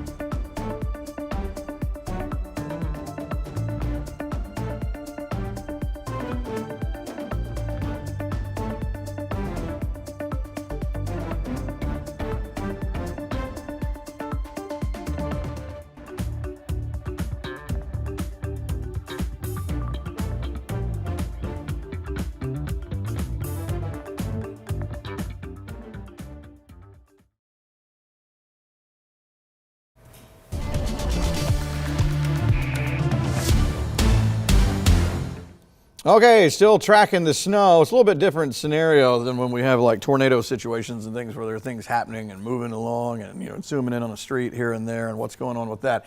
This is kind of what you see is what you get. So it is changing over to snow more and more in our eastern counties there. So if you're in places like Dublin on down eventually, which is wild to even be talking about some of these spots that we're seeing snow. I mean, look how far south this stuff goes. This is not cloud cover here. This is the snow. So what we're looking at is white is that. Now, if you look back in Atlanta, probably not seeing so much of that. So depending on really which source you're looking at, it looks a little bit different. So like if we go to, that is more of a composite radar. Let's go to the local. This is going to be coming out of Jeffersonville here, our radar. And you can see it kind of feather out this way. And it looks like, oh, there's still some flurries back here. But really, when you drag over and say catch Peachtree City radar, you can see the back edge right here. So this is where things are shutting off, anywhere from Upson into Monroe, into Jasper, the same thing. So even the Macon area, what we're seeing is not as much dark blue. It's a little bit lighter. Still snowing, but maybe not as concentrated as what we were seeing just a little while ago. And as we move the radar around and you get more into Alabama radar, you can see that back edge here too. That it's already come through Columbus. So probably going to go down to eventually sort of flurries and then eventually shutting itself off. But we're not there yet as it continues to come down. Let's zoom in some here. And you can see the blue a little bit steadier. So if you're anywhere from, say, Hawkinsville through Cochran, Irwinton, the steady snow that we had coming through the Macon area, which again is still steady here now, it's just a little bit lighter. But this is coming down at a pretty good clip in these spots. So you're finally, if you've been watching, saying, well, when is it going to get here? It should be there and starting to kind of pile up on the cars and, you know, picnic tables and stuff like that, where you're starting to see accumulation happen. The good news is, again, we're not seeing as much on the roadways. Roads are a little bit warm. It's been raining, obviously, and various conditions not allowing it to really pile on that like we did last January when that one came down. Having said that, also looking ahead through the day today, at some point, we should see clearing and the clouds start to part from the west to the east. The sun will come out and should melt off a good bit of stuff that is not so much in the shade. But when you look even at the big picture, let's see if I can get that one pulled up for you here. It's showing snow now, but if we put the satellite back on, and there you can kind of see that's, well, not even really snowing in these spots, but maybe in the upper levels. But this is cloud cover back here. So we still don't have a full clearing starting to take place across Georgia just yet, coming in to bring the sun back out. So until that happens, as long as it stays cloudy and cool out there, a good bit of this will stay on the ground. So maybe the kiddos can get out there and enjoy that. So we'll take the satellite shot back off. And I want to go back to this source here. Again, it's not perfect where it's trying to figure out what's snow and what's not, but you can get the idea. This just looks different than the other one. The other one was showing white for snow. This shows blue here. But you can see things changing over, and you'll see that green and yellow, which is a little bit more of a steady thing, changing to blue. Now, it may already be snowing in some of these other spots, but the radar is just trying to figure out what's frozen and what's not. And you can see as it's been going across, just sort of splotchy for a little bit. It is kind of a well-defined edge right there. Let me go to the Skycam shot here. I think I have us on a 4-panel where we've been seeing snow, and it still doesn't make sense in the Dublin area unless that's still just rain there. Let me see if I can see it over here. I do see snow coming down in that. Don't you see that, Ansley? Like a couple of flurries coming down right there. It's not as steady as what we've been seeing in the Macon area. Look at Warner Robins really sticking down there on the grass. Perry, the fairgrounds here, you can see behind me the same kind of thing. So it looks weird, like this is in a different state, like everybody else is in full-blown snow mode, but not so much in Dublin. It makes sense. I mean, it's farther east, but maybe it just hasn't fully changed over there. So give it some time. I would expect then in the coming minutes, this looks like some snow flakes that are coming down in there as well. Eventually, this should start to kind of get going. And eventually, when we look at the Skycam, it should kind of look like some of these other ones here. So as you look in the Macon area, not as concentrated, not as thick as what we saw earlier, but still coming down at a pretty decent clip out there. So this should continue as we go through. Oh, I see the map over there. You're starting to replace question marks with actual numbers there, Ainsley. I think folks heard my cry for help, and I got some people in my DMs on Facebook, and then also sending reports into our newsroom with the ruler in the snow. So we're able to kind of get a couple of more measurements. Also in the National Weather Service chat, folks in emergency management departments have been letting us know now that the snow's kind of clearing over in the northwestern counties. They've been kind of able to take a look at those areas and go out there and make some measurements, especially now that it's kind of let up. Now we can really see, okay, now that it's basically over, how much did we actually accumulate in that time? Obviously, the one that probably jumps out at you the most is Monroe County. A 2-inch mark met in somebody's backyard on their deck. And I did get a photo of that, so that was able to be verified. That's down there in Culloden, if you're in that area in Monroe County. And over in Upson County, we did get one in the National Weather Service chat up to 1.5 inches. So these are definitely some of the higher totals that we're going to see throughout the rest of the day. We have one down there in Warner Robins. Somebody sent me one that was up to 1/4 inch. Now, obviously, the bulk of that, not really through Warner Robins just yet, so that's kind of the beginnings of what's going on down there. I'm also waiting for the snowfall to kind of let up here in Macon so that I can go take a measurement of Bibb County as well. But throughout kind of the prediction over the last couple of days, these areas that we were kind of seeing with these heavier totals actually looked like they were going to see something similar to more trace amounts. Now, the thinking has kind of shifted as we've gone throughout this morning. Obviously, we kind of saw more of a westerly push with where this came in, and that kind of included Monroe and Upson counties. So these areas were upgraded to the winter storm warning, meaning they were now expected to have some higher totals as this started unfolding. We were getting a bit more in the moment information. So they were bumped up to that kind of 1 to 3 inch mark. Obviously, the highest amount that we've seen so far has been 2 inches.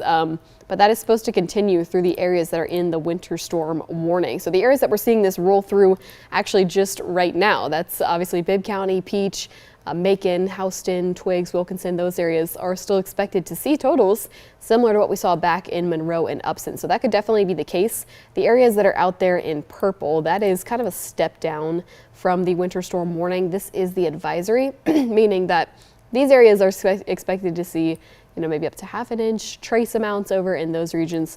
The areas in pink here is kind of where there's more moisture available and where what we call, basically the snowfall is being really efficient. It's falling really quickly and it's able to dump higher amounts down in these areas. So we'll be interested to see what happens here in Macon as this kind of moves forward. We just saw the line and where it's sitting right now. It's still definitely in the Macon area. But Ben actually stepped outside a minute ago and he told me that it's kind of letting up just a little bit in terms of how heavy things are falling. So hopefully here soon we'll be able to kind of go out there and take a measurement of this area. But obviously still included in that winter storm warning are the counties that this is rolling into. So, we're all the way from Washington County down into Wilcox.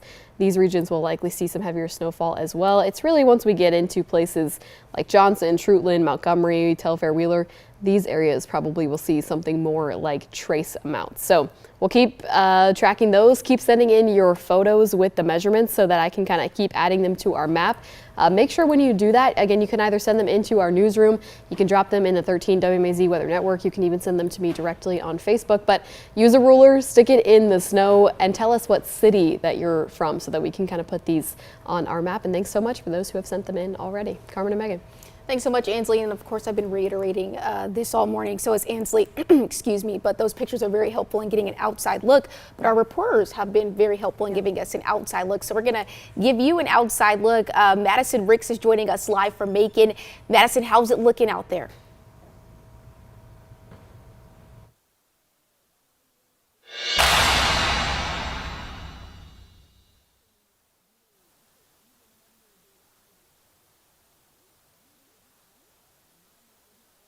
Just a little bit of technical difficulty there. So I'm sure we'll have a chance to check back in with Madison later. But yeah, we've got some help from people, lots of help from people this morning. And Connor Hendricks was out in downtown Macon this morning and shared a video of all the snowfall. Take a look.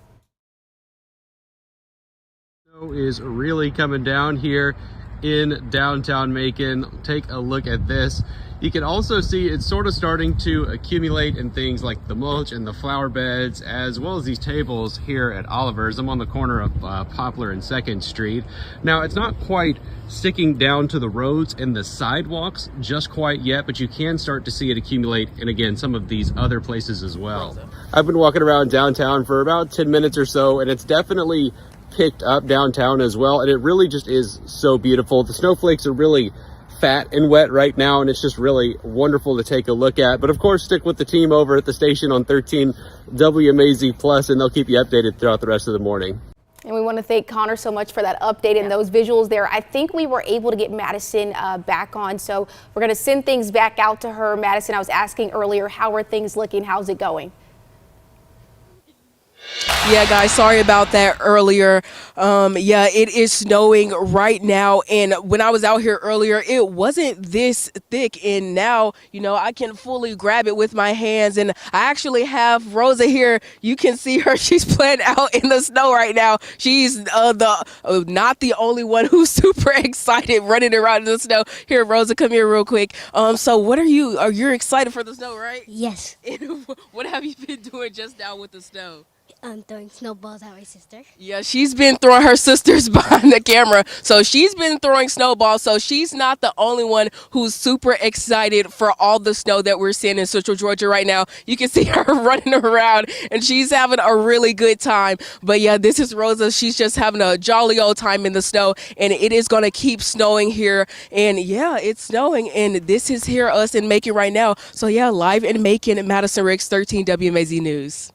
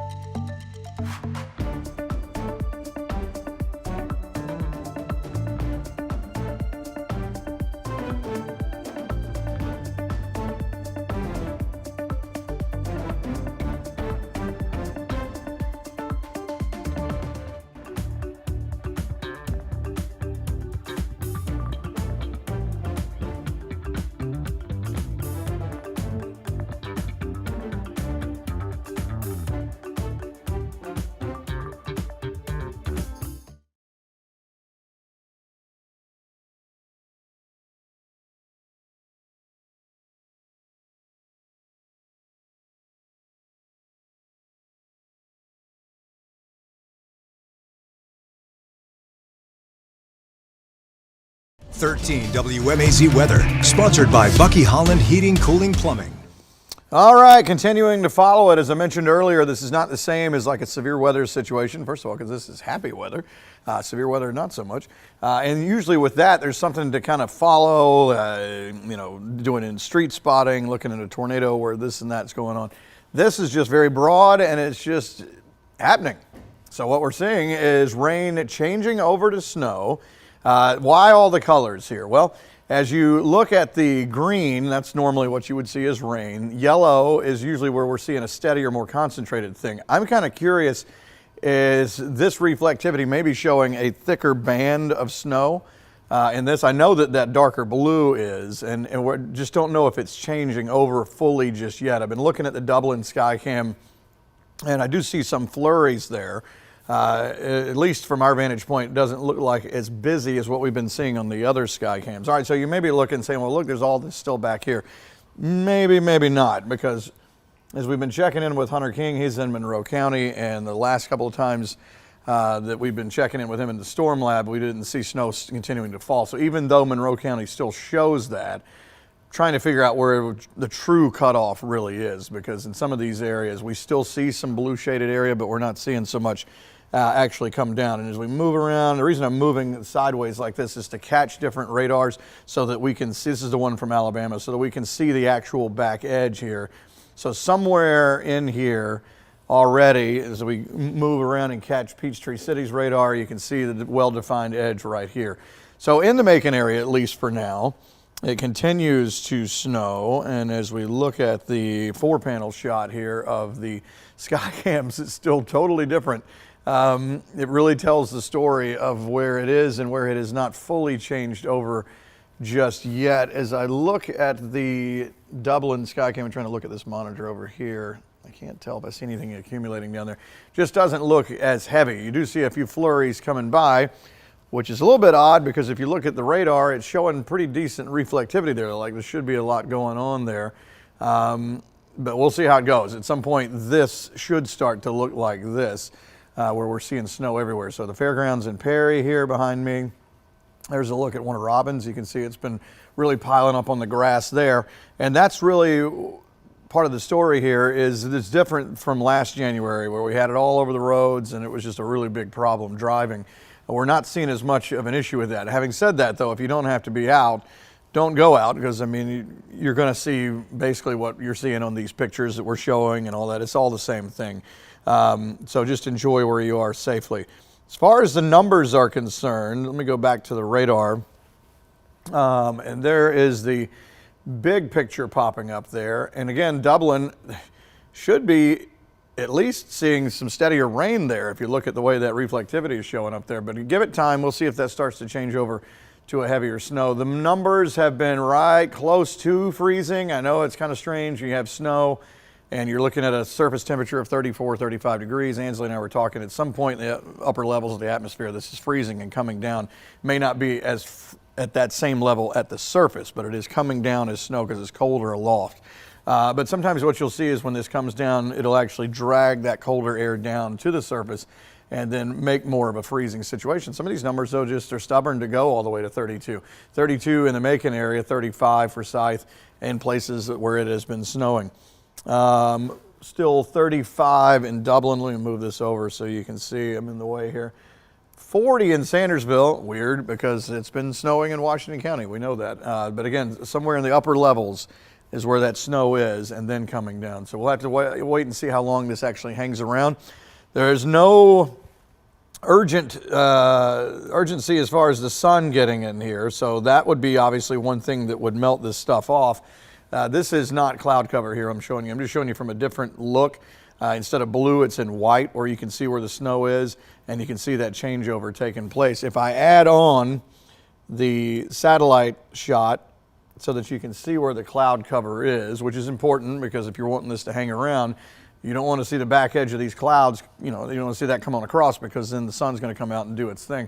So for the foreseeable future, we're socked in with cloud cover and some cold stuff, so it should hang around for a while. And as I take the satellite shot back off, you can just see rain and snow there. So Ansley, I know we've had that winter storm warning. It was out for kind of a bullseye of our area, a certain amount of counties, and then they kind of added on because it was like, hey, there are more people to the west starting to get in on the game here.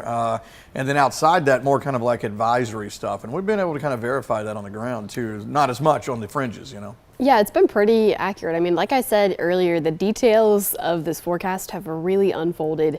Honestly, the last 24 hours, and now that we're actually in the event, we've gotten a lot more clarity about what this thing is. Now, I will touch on that here in just a minute, but I want to jump back to what Ben was saying about that line moving into Dublin right now, just because I'm getting a couple of different viewer reports. I have one on Facebook right now of somebody telling me that they have had some freezing rain in the area and potentially some kind of mixed precip. So part of me is wondering, as this line moves into the Dublin area and then a little bit further south and east, if we are going to be able to kind of sustain the actual snowfall, or if we're going to be switching over to more of a mixed precip type of situation. We have a new run from the HER model, That's kind of what it's thinking early this morning. Now the graph model, we don't have a new run on that just yet. We will get one fairly soon. So it'll kind of be interesting to see what it does with that. But you can see, not that I'm going to count this out for the folks who are in our southeastern counties at all, because it definitely could continue, especially if those temperatures drop.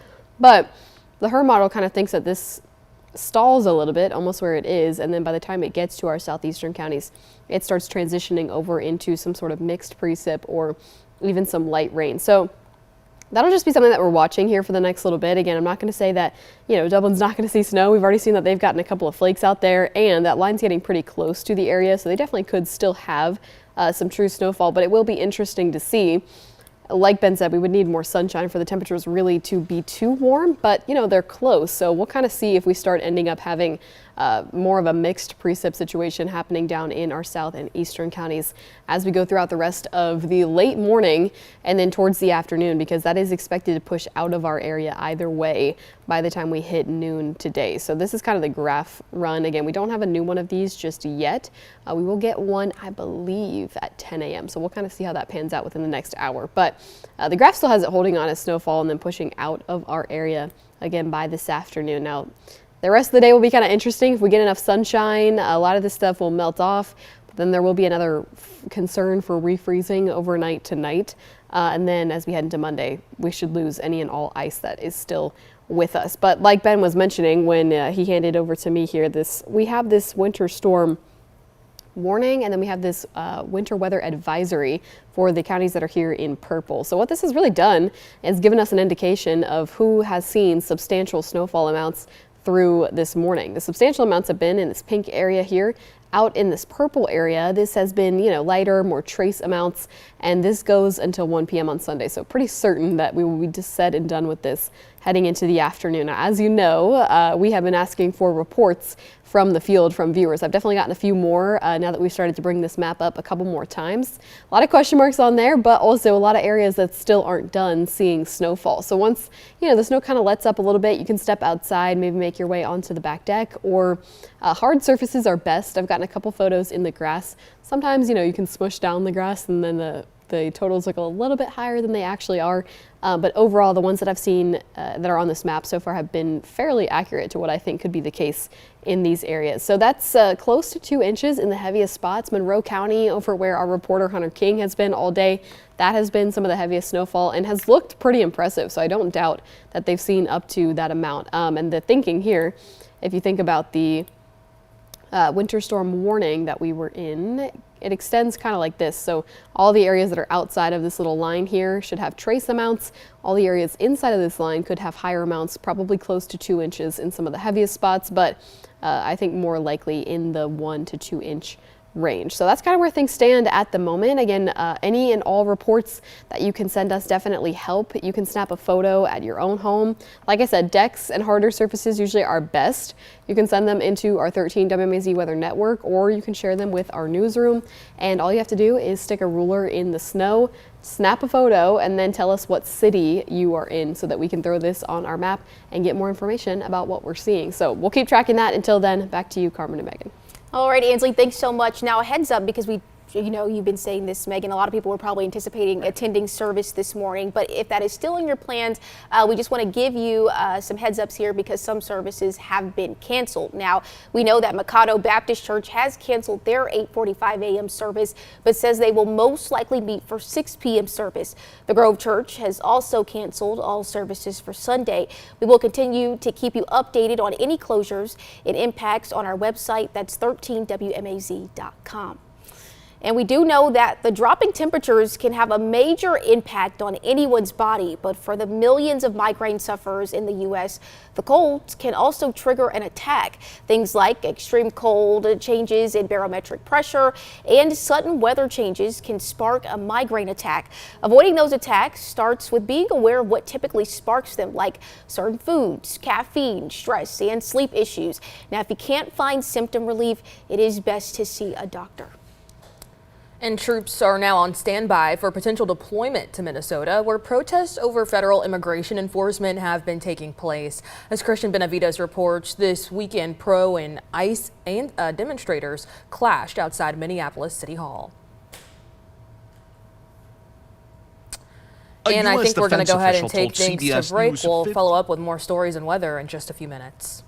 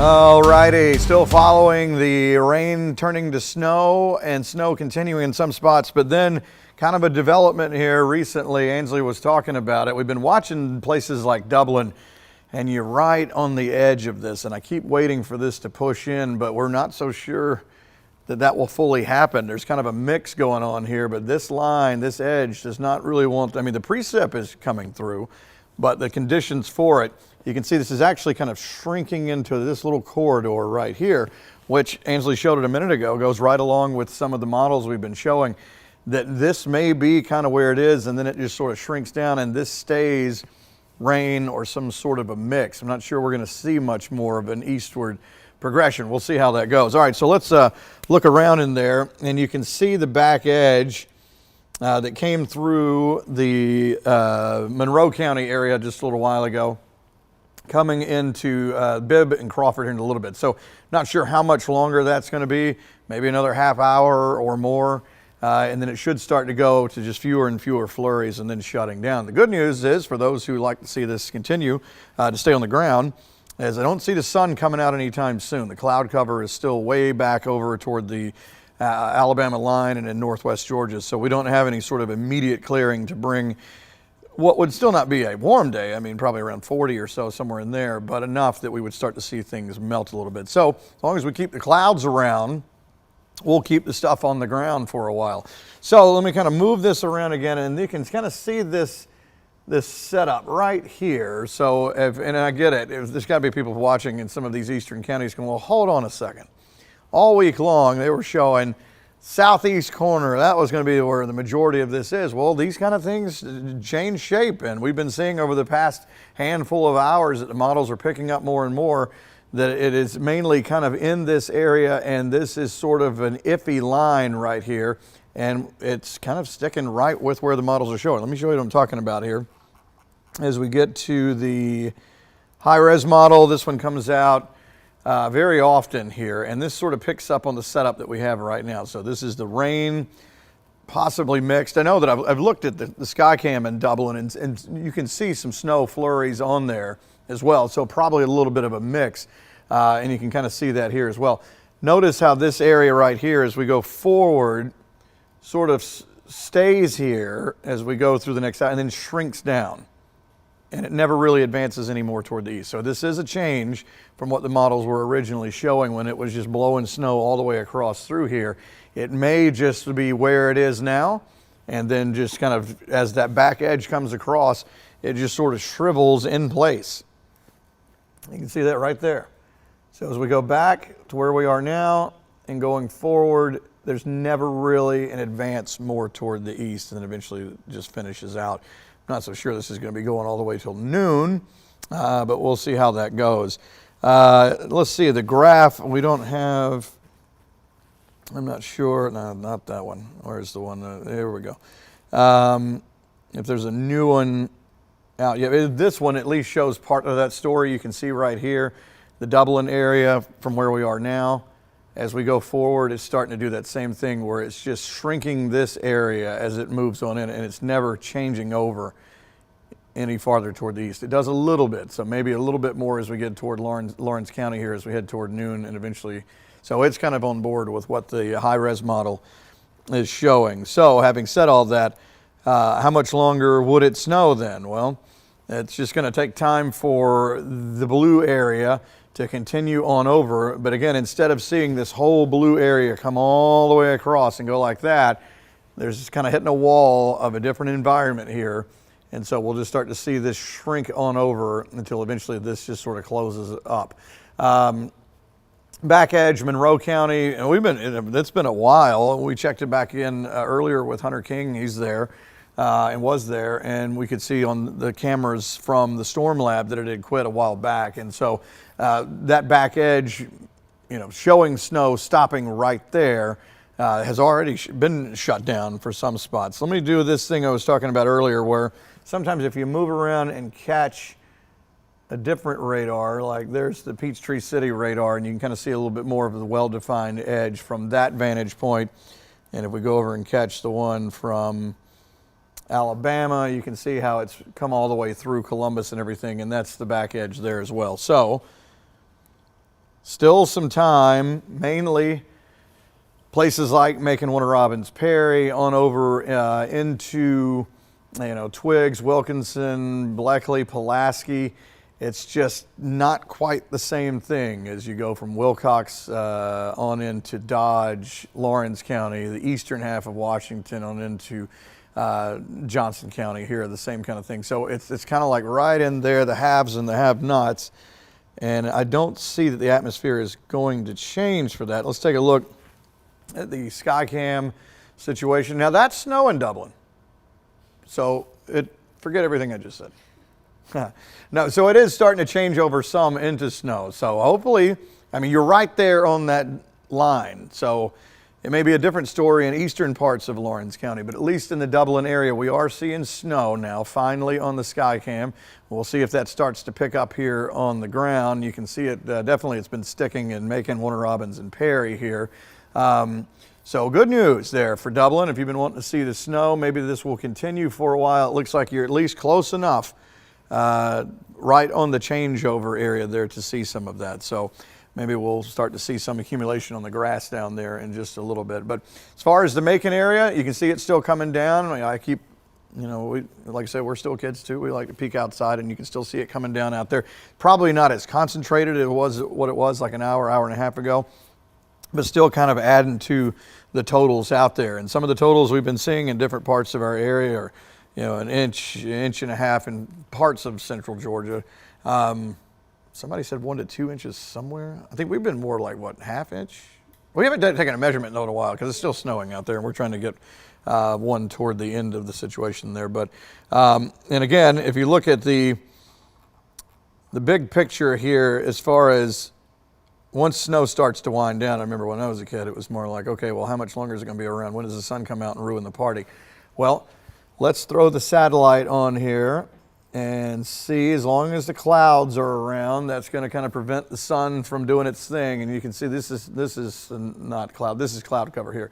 And we still see a great deal of clouds all the way back toward the north and west. So there is no immediate clearing for sun to come in. So should be some time to get out there and still enjoy it for a long time. And as I mentioned, no need to get on the road and drive around. It all looks the same everywhere you go. So even though the roads are in better shape than they were this time last year when we had that snow that was really starting to pile up on the roads, as well as the other surfaces. There's just no reason to be out there and take a chance on some of that stuff, though. So I know that you've been getting some totals from time to time, Ainsley. Yes. The little board was filling up. But it is interesting that we were talking about, I don't know if that's what you were going to talk about. I think you had a radar pulled up. But that little shrinking window, you can talk about whatever you want to talk about, is actually sort of happening. I'm going to shut up. Okay. All right. Well, no, I mean, I was going to touch on all of that, so don't even worry about it. We're going to cover everything. I was just looking at what Ben was talking about. That's why I had the radar pulled up, because that line, I'm really in touch with what folks are saying out there right now, trying to keep up with the reports so that I can fill out the map. And I have some folks telling me, they're in Lawrence County, but they're seeing mixed precip. And then I have some folks telling me that they are getting actual snow there. So I was just listening along with Ben and trying to kind of figure out, okay, what's actually going on over there in Lawrence County? Because it looks like we have a little bit of mixed reviews. But, it's definitely encouraging that we're still seeing actual flakes. I think that, like we've been kind of trying to reiterate, it is a little complicated to try to differentiate, if this is the exact line or if this extends further into Lawrence County, because the radar has just had a really hard time with working with the type of precipitation that we're dealing with right now. Obviously, it is true snow once you transition over into snow, but while it's kind of in that transition phase, the radar has a hard time picking up on if this is frozen, if this is heavier, if it's lighter. So we kind of just get some distortion along that line, which is why we don't have the most perfect idea, which again is why your reports matter. So I'm glad that there's actually some snowfall moving into Dublin. Like Ben was saying, I've been getting some reports for the last little bit or so, and I'm probably due to take a step outside into the backyard garden and take a measurement here in Macon. But I have had some folks from Lizella and other areas here in Bibb County tell me that they've gotten some measurements, so I went ahead and did plot Bibb County at 1 inch. I wouldn't be surprised if we're a little bit higher than that, but it does look like, interestingly enough, and we'll kind of see if I get other reports and the data lines up with this, it would be interesting if this was really when we had kind of the heaviest or most efficient snowfall, and then as it's pushed more into central Georgia, if some of that has backed off just a little bit. Obviously, not a huge difference, but 2 inches to 1 inch is a little bit of a difference here. So it'd be interesting to see what the totals actually end up being in this region. They very likely could be the same, and these are just early reports, and we'll see what happens when this is all said and done.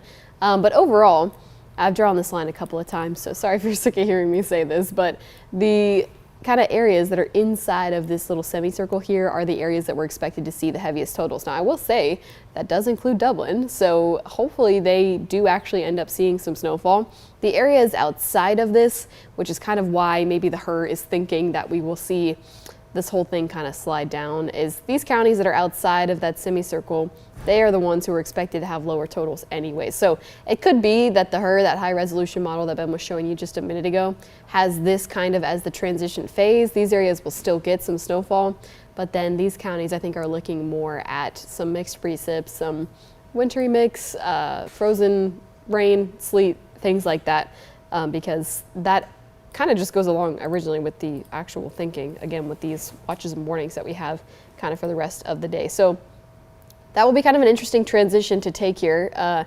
We will get a new graph model coming up, I believe, at 10 a.m. I'm pretty sure that's when we get a new one. So we'll kind of see if the new graph thinking is in line with the HER model and see what that means for the rest of our counties. And then the rest of the day should be interesting. Obviously, we have some cloud cover out there.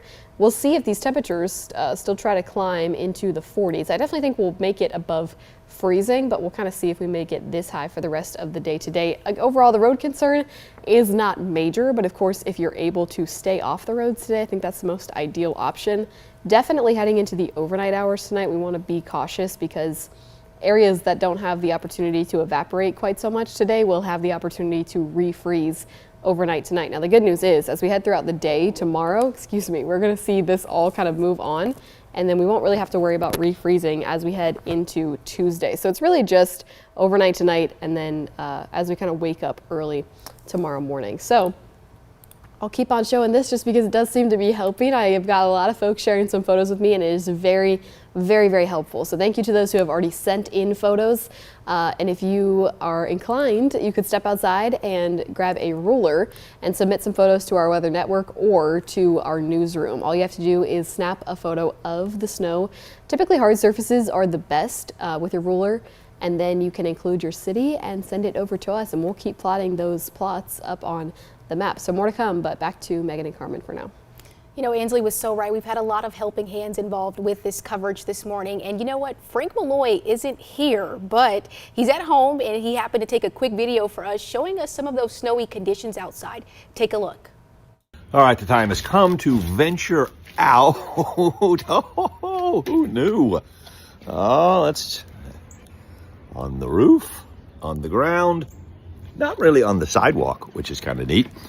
All right, going to make my way around to the car. 2 years in a row, Central Georgians. Who knew that we would actually see snow 2 years in a row? Now, last year, remember, it was a lot of snow. I don't think we're going to get as much this time, but there we go. And the one thing you notice when you're out and about in the snow is how quiet it is. You don't really even hear the birds. You can just kind of kick back and enjoy Mother Nature's beauty. Hey, we all need a snow day, don't we? Woohoo! Enjoy, Central Georgians. I think we all really love those updates from Frank. And you know what? I hope that he makes a lot of snowmen and snow angels. We're going to be expecting that, Frank. And we hope, you know, everyone is out there enjoying the snow just like him. Well, if you are, of course, we want to see it. We've been saying it all morning long. Those pictures and videos that you send are very helpful. And if you happen to take some, do so safely. You can send it to this number on your screen here, 478-752-1309. And of course, we'll share them during our coverage here on 13 WMAZ. Alrighty, we're also going to check back in with Ellie Milliken. She's live over on Thomaston Road, and it looks like she has run into a few shoppers. Ellie, what can you tell us right now? Well, Megan and Carmen, unfortunately, my shopper actually had to go inside. She works for Instacart, and we were out here with her, talking to her. Her name is Raven, and she works for Instacart, but she was also picking up stuff for herself. She said she was picking up, a lot of people were asking for toilet paper because, you know, a lot of times during these storms, people are freaking out that they don't have enough bread or toilet paper or milk or eggs. But we talked to Raven. She says she does not like the snow and that she is cold and that she just washed her hair. But unfortunately, it was a little snowy. But the snow is still coming down here. People have been going in and out of Publix. We're here at Publix on Thomaston Road, and people are just getting their last-minute necessities. Make sure to be careful while you're driving on the road. Live in Macon, Ellie Milliken, 13 WMAZ. Back to you. Alrighty, thank you so much, Ellie. All morning we have been asking people to avoid the roads. I see a lot of people have still made their way over to Publix. So if you are hoping to go to the grocery store today and just kind of re-up for the week to do your meal prep, please be careful. The roads are wet out there and they can be just kind of slick and slippery. Of course, we're going to hear back from Hunter King in just a little bit as well as we wrap up some of those car troubles that he's been having. Make sure you stick with us. We will be right back. Or actually, I think we're going to continue on air, yeah. And, you know, interestingly enough about Ellie's shot there, she mentioned the Instacart driver. It kind of shows the reality. You know, some people still have to work like us. And, you know, whether you're shopping or you're working, you know, people are outside, so you just want to be safe.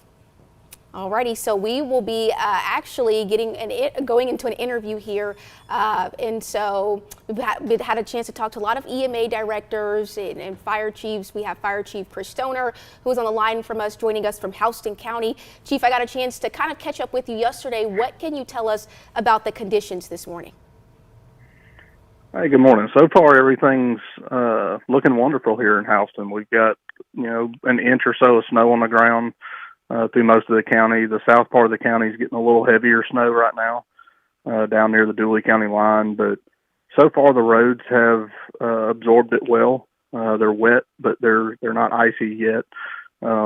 We've got crews out monitoring everything throughout the county and prepared to salt what we need to and clear what we need to. But hopes are for the day that once the snow stops, the roads will get a chance to dry up for us and we won't have that ice threat overnight tonight. But that's our primary concern at this point is what's going to happen this evening when when the temperatures start to drop. Really quickly, I know you said the roads have been looking fairly good right now, but have you gotten any reports about any accidents or any drivers stranded out there who are worried about those wet road conditions? No, we've been lucky so far. No reports of accidents. Of course, we'll be monitoring that throughout the afternoon and ready to respond as needed. Alrighty, Chief, and last question here for you. Of course, is there anything else that you would like to share this morning? Just for everybody to be cognizant in the morning if they do have to get out on the roads. Give yourself some extra time. And of course, if you don't have to get out, if it's not an absolute necessity, please don't. Especially if we end up with some moisture that remains when you go to bed tonight. If you see the roads are still wet, just plan on don't drive in the morning. Chief Stoner, thank you so much. We do appreciate you for joining us here. And again, great reminders there. And checking back in one of the conditions across the area, we've got Chris Floor, a spokesperson from Bibb County, on the phone. Mr. Floor, thank you so much for joining us. What can you tell us about what you're seeing out there? All right, I think we have lost him, so we're going to go ahead and send it to break. Make sure you stick with us for more news and weather. We'll be right back.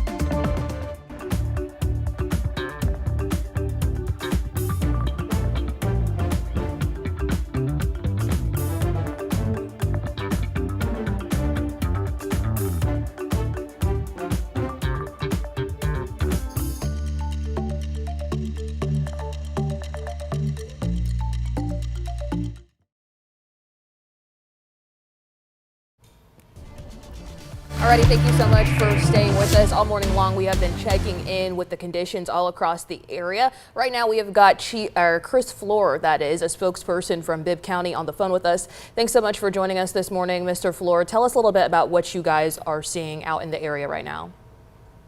Good morning. Well, we're seeing a lot of kids and animals playing out in the snow right now, which is a real treat for Middle Georgia, as y'all know. We are continuing to see the snow come down for a little while longer. So at this point, we're really just asking people, if you don't have to drive, stay off the roads and enjoy the moment. We don't get these very often.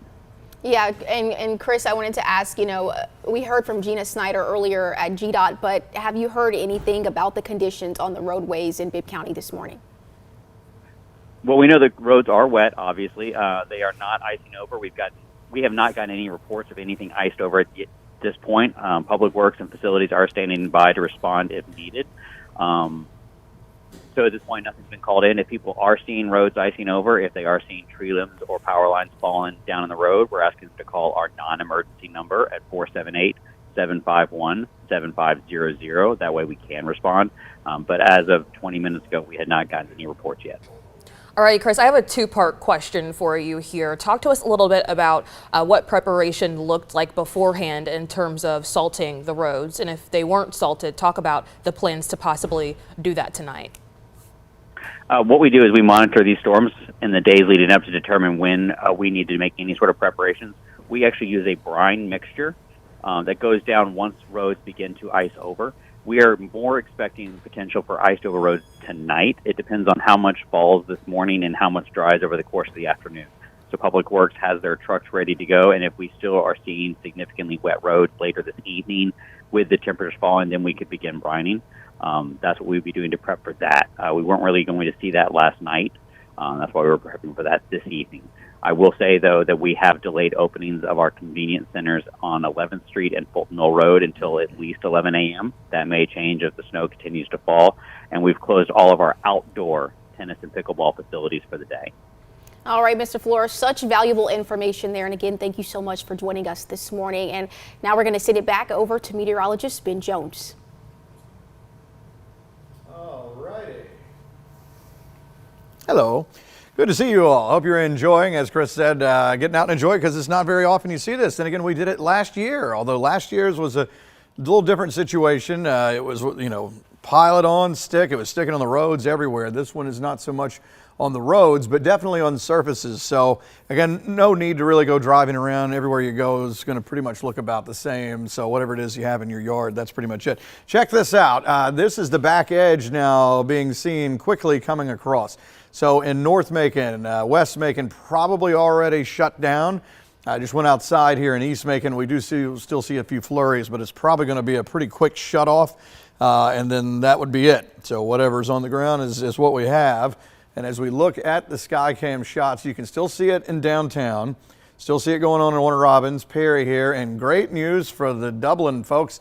It finally did change over to snow, and we're starting to see a little bit trying to accumulate on the grass here. So that's a big thumbs up right there, because you're right on the edge of where this kind of gives up and becomes more of rain or something mixed right there. So the fact that you have that, I mean, you're literally right on the edge. Let me show you what I'm talking about. I mean, the models have been kind of picking up on this now as well.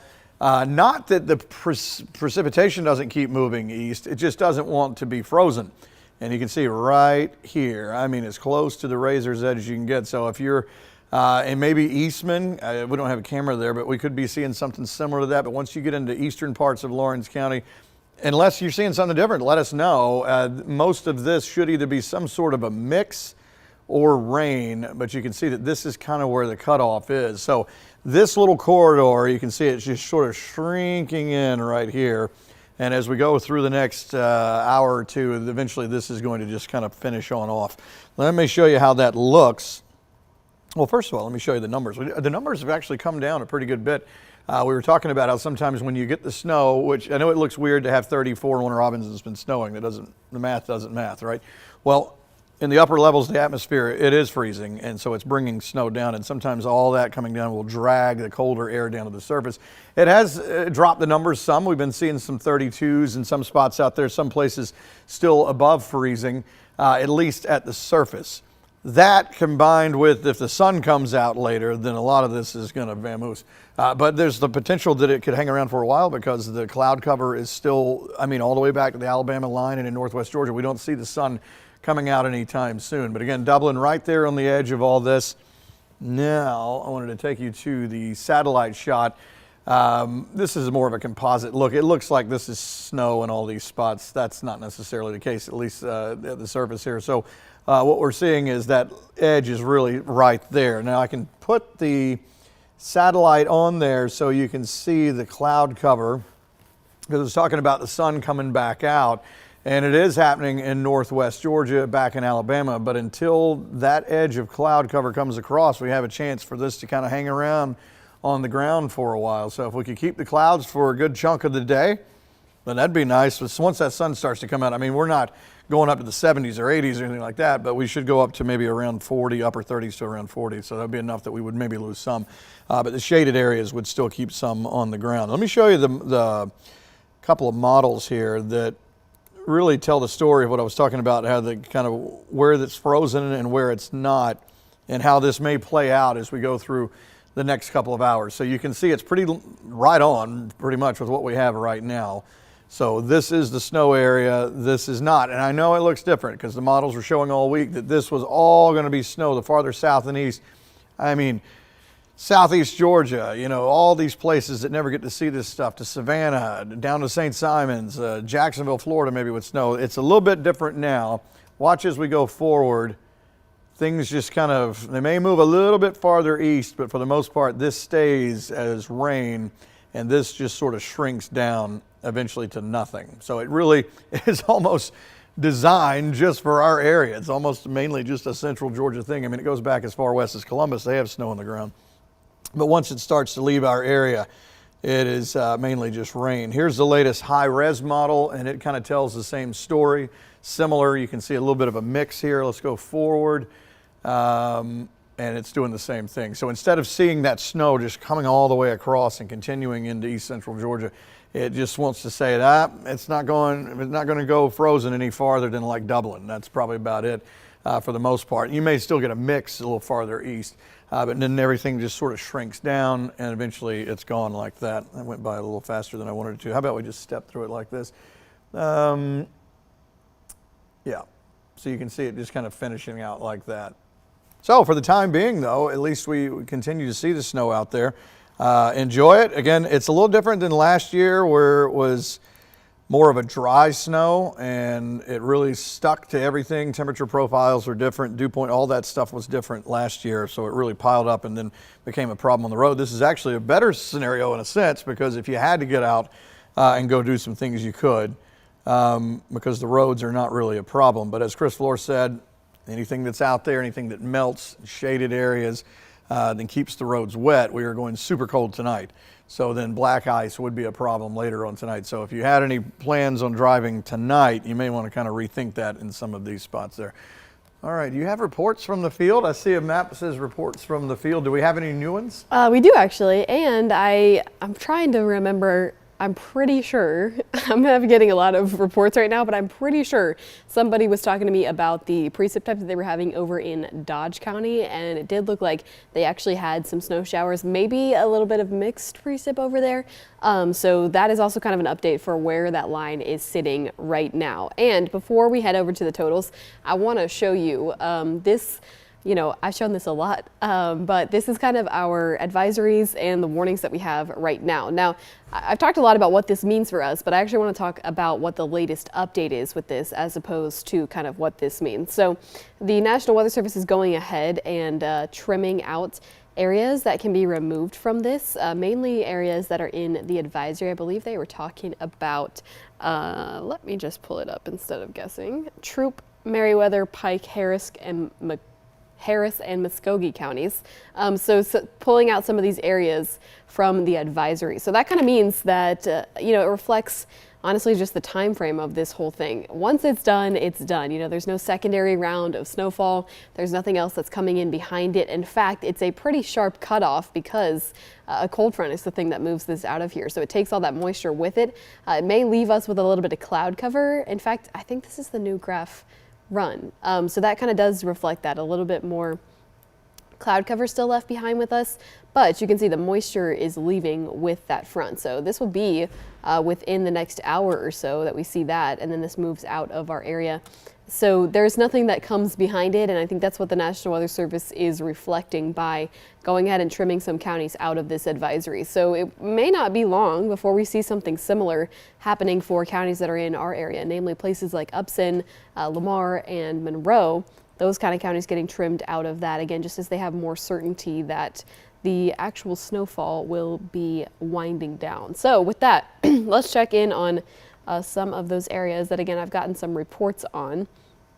And I'm actually getting them live as I'm doing this. So I'm checking to make sure there's no more new ones as I do this here, because I do have a couple, but I think it's the same that what I have right here. So basically, we've kind of just seen the highest totals from what I know, because I don't have totals elsewhere, down where this kind of warning area was anyways. So these areas likely, honestly, I'm going to give some folks credit. There's probably not any reason to go out and put a ruler in the ground if you're in counties that are kind of on the outskirts here of central Georgia. this region is more where there's going to be some higher totals. I am curious as to what the totals are in Jones and Baldwin, especially over in Jones, because it's kind of neighboring Monroe County. So I'm wondering if they had some pretty impressive totals. This was definitely the area where things came through and the heaviest snowfall began to happen. So I am curious as to what the case was over in Jones and Baldwin, if we have any folks who are over there. But the trend here is that it's kind of steadily been a little bit lower in terms of totals as it's creeped across our area. Now, still substantial. I mean, an inch of snowfall is definitely something that we don't get here in central Georgia very often, but the 2 inches in Monroe County was especially impressive, and that resulted in some higher totals out on the roads as well. So I keep forgetting, but I'm actually about to go step outside and measure Bibb County just to kind of see if that's in line with anything else that has fallen since I got this report, and then hopefully we can just kind of keep on filling this out as this line pushes across the area. Of course, you know, I mentioned this, but not maybe much of a reason to go out there if you have trace amounts, and hopefully we can get some more information from the National Weather Service on that as well. But hopefully we can get this thing all filled out and we can get a better idea of where the snowfall totals were the heaviest. If you're interested in submitting a photo, again, Jones and Baldwin counties, that would be great. You can put them in our weather network, or you can send them into our newsroom. All you got to do is use a ruler. You can include your city and just kind of tell us what you're seeing out there, if there's any additional information that you want me to know and relay on the air. And we will just, we will keep on tracking these totals, and I'll step outside right now and take a measurement here in Macon. Until then, Carmen and Megan.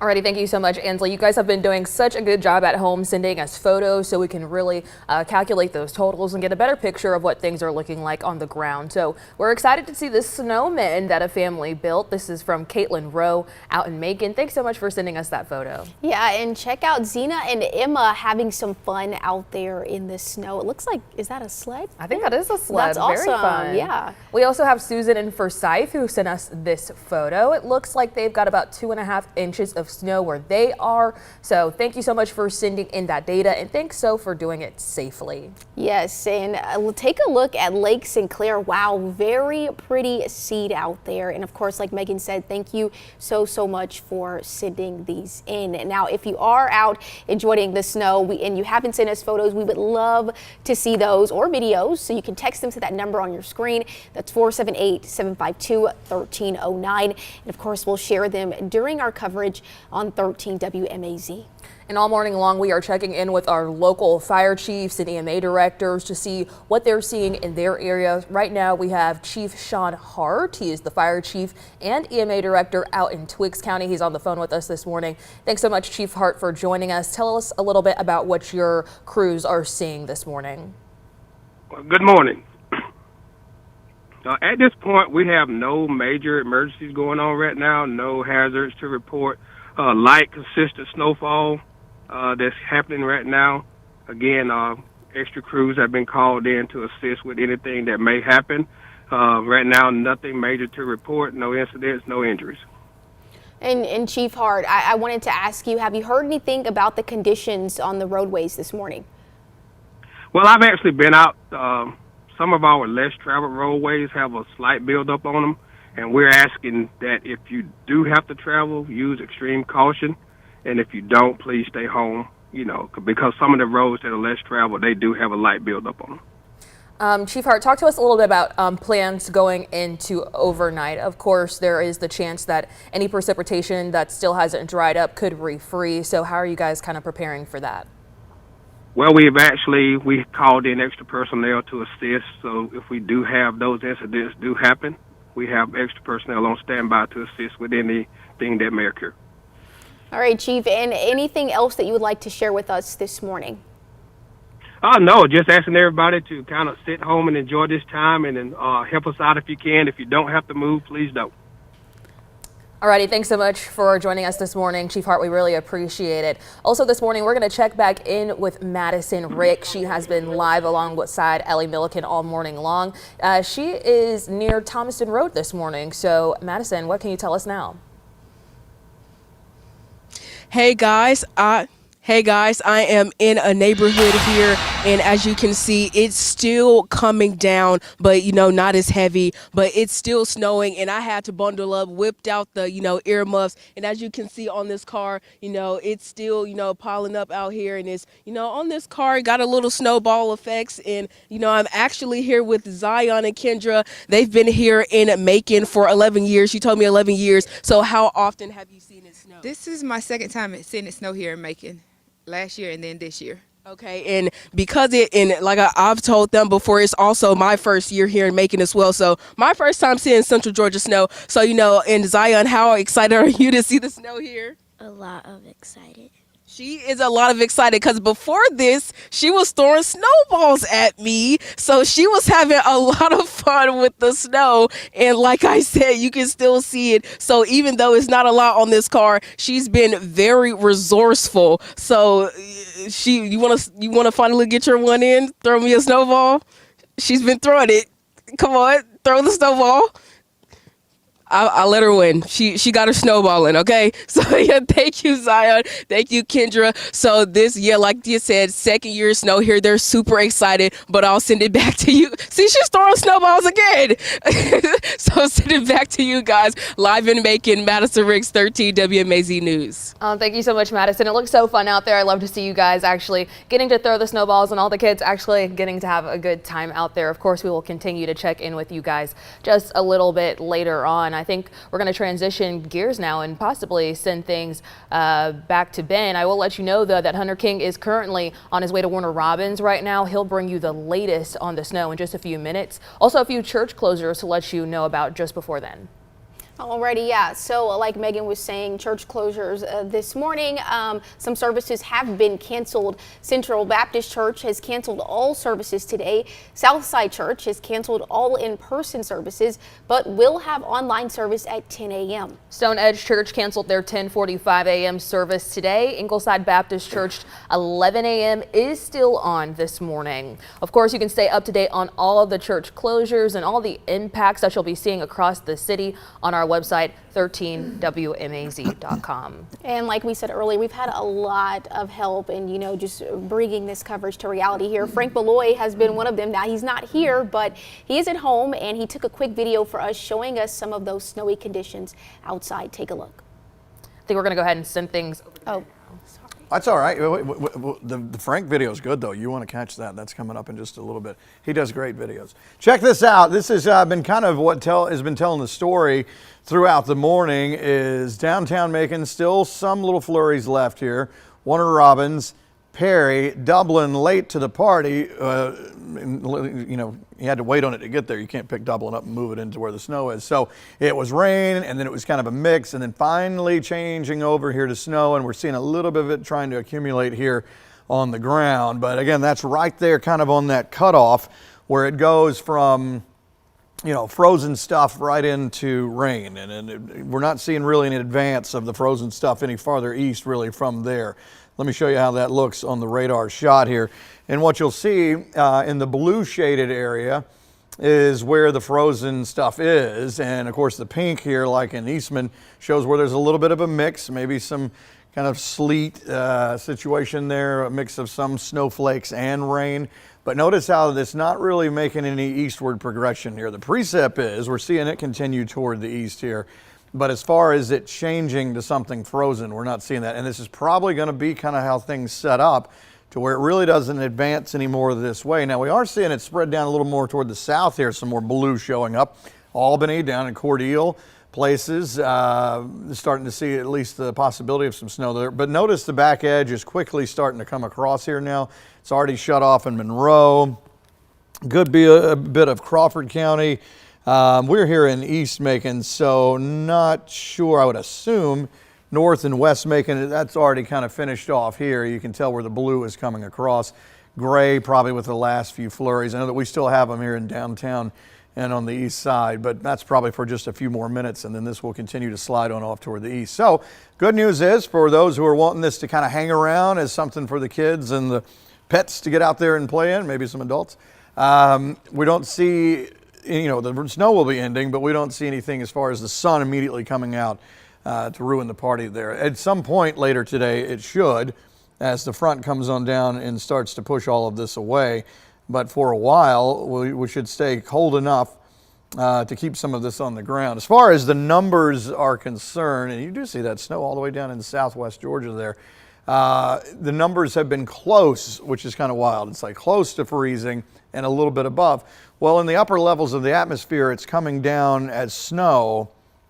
And then once it gets to the surface, it's probably a little bit warmer. We're seeing some 33s, 34s out there. So it does look weird to see snow in areas where you're not sitting at like 29, 30 degrees, something like that. But it does kind of reinforce the situation where it'll pull some of the colder air down from the upper levels and create more of a freezing atmosphere at the surface. But again, just to show you how that shutoff is there, and you can actually see a wide range of temperature. It is 43 in McRae.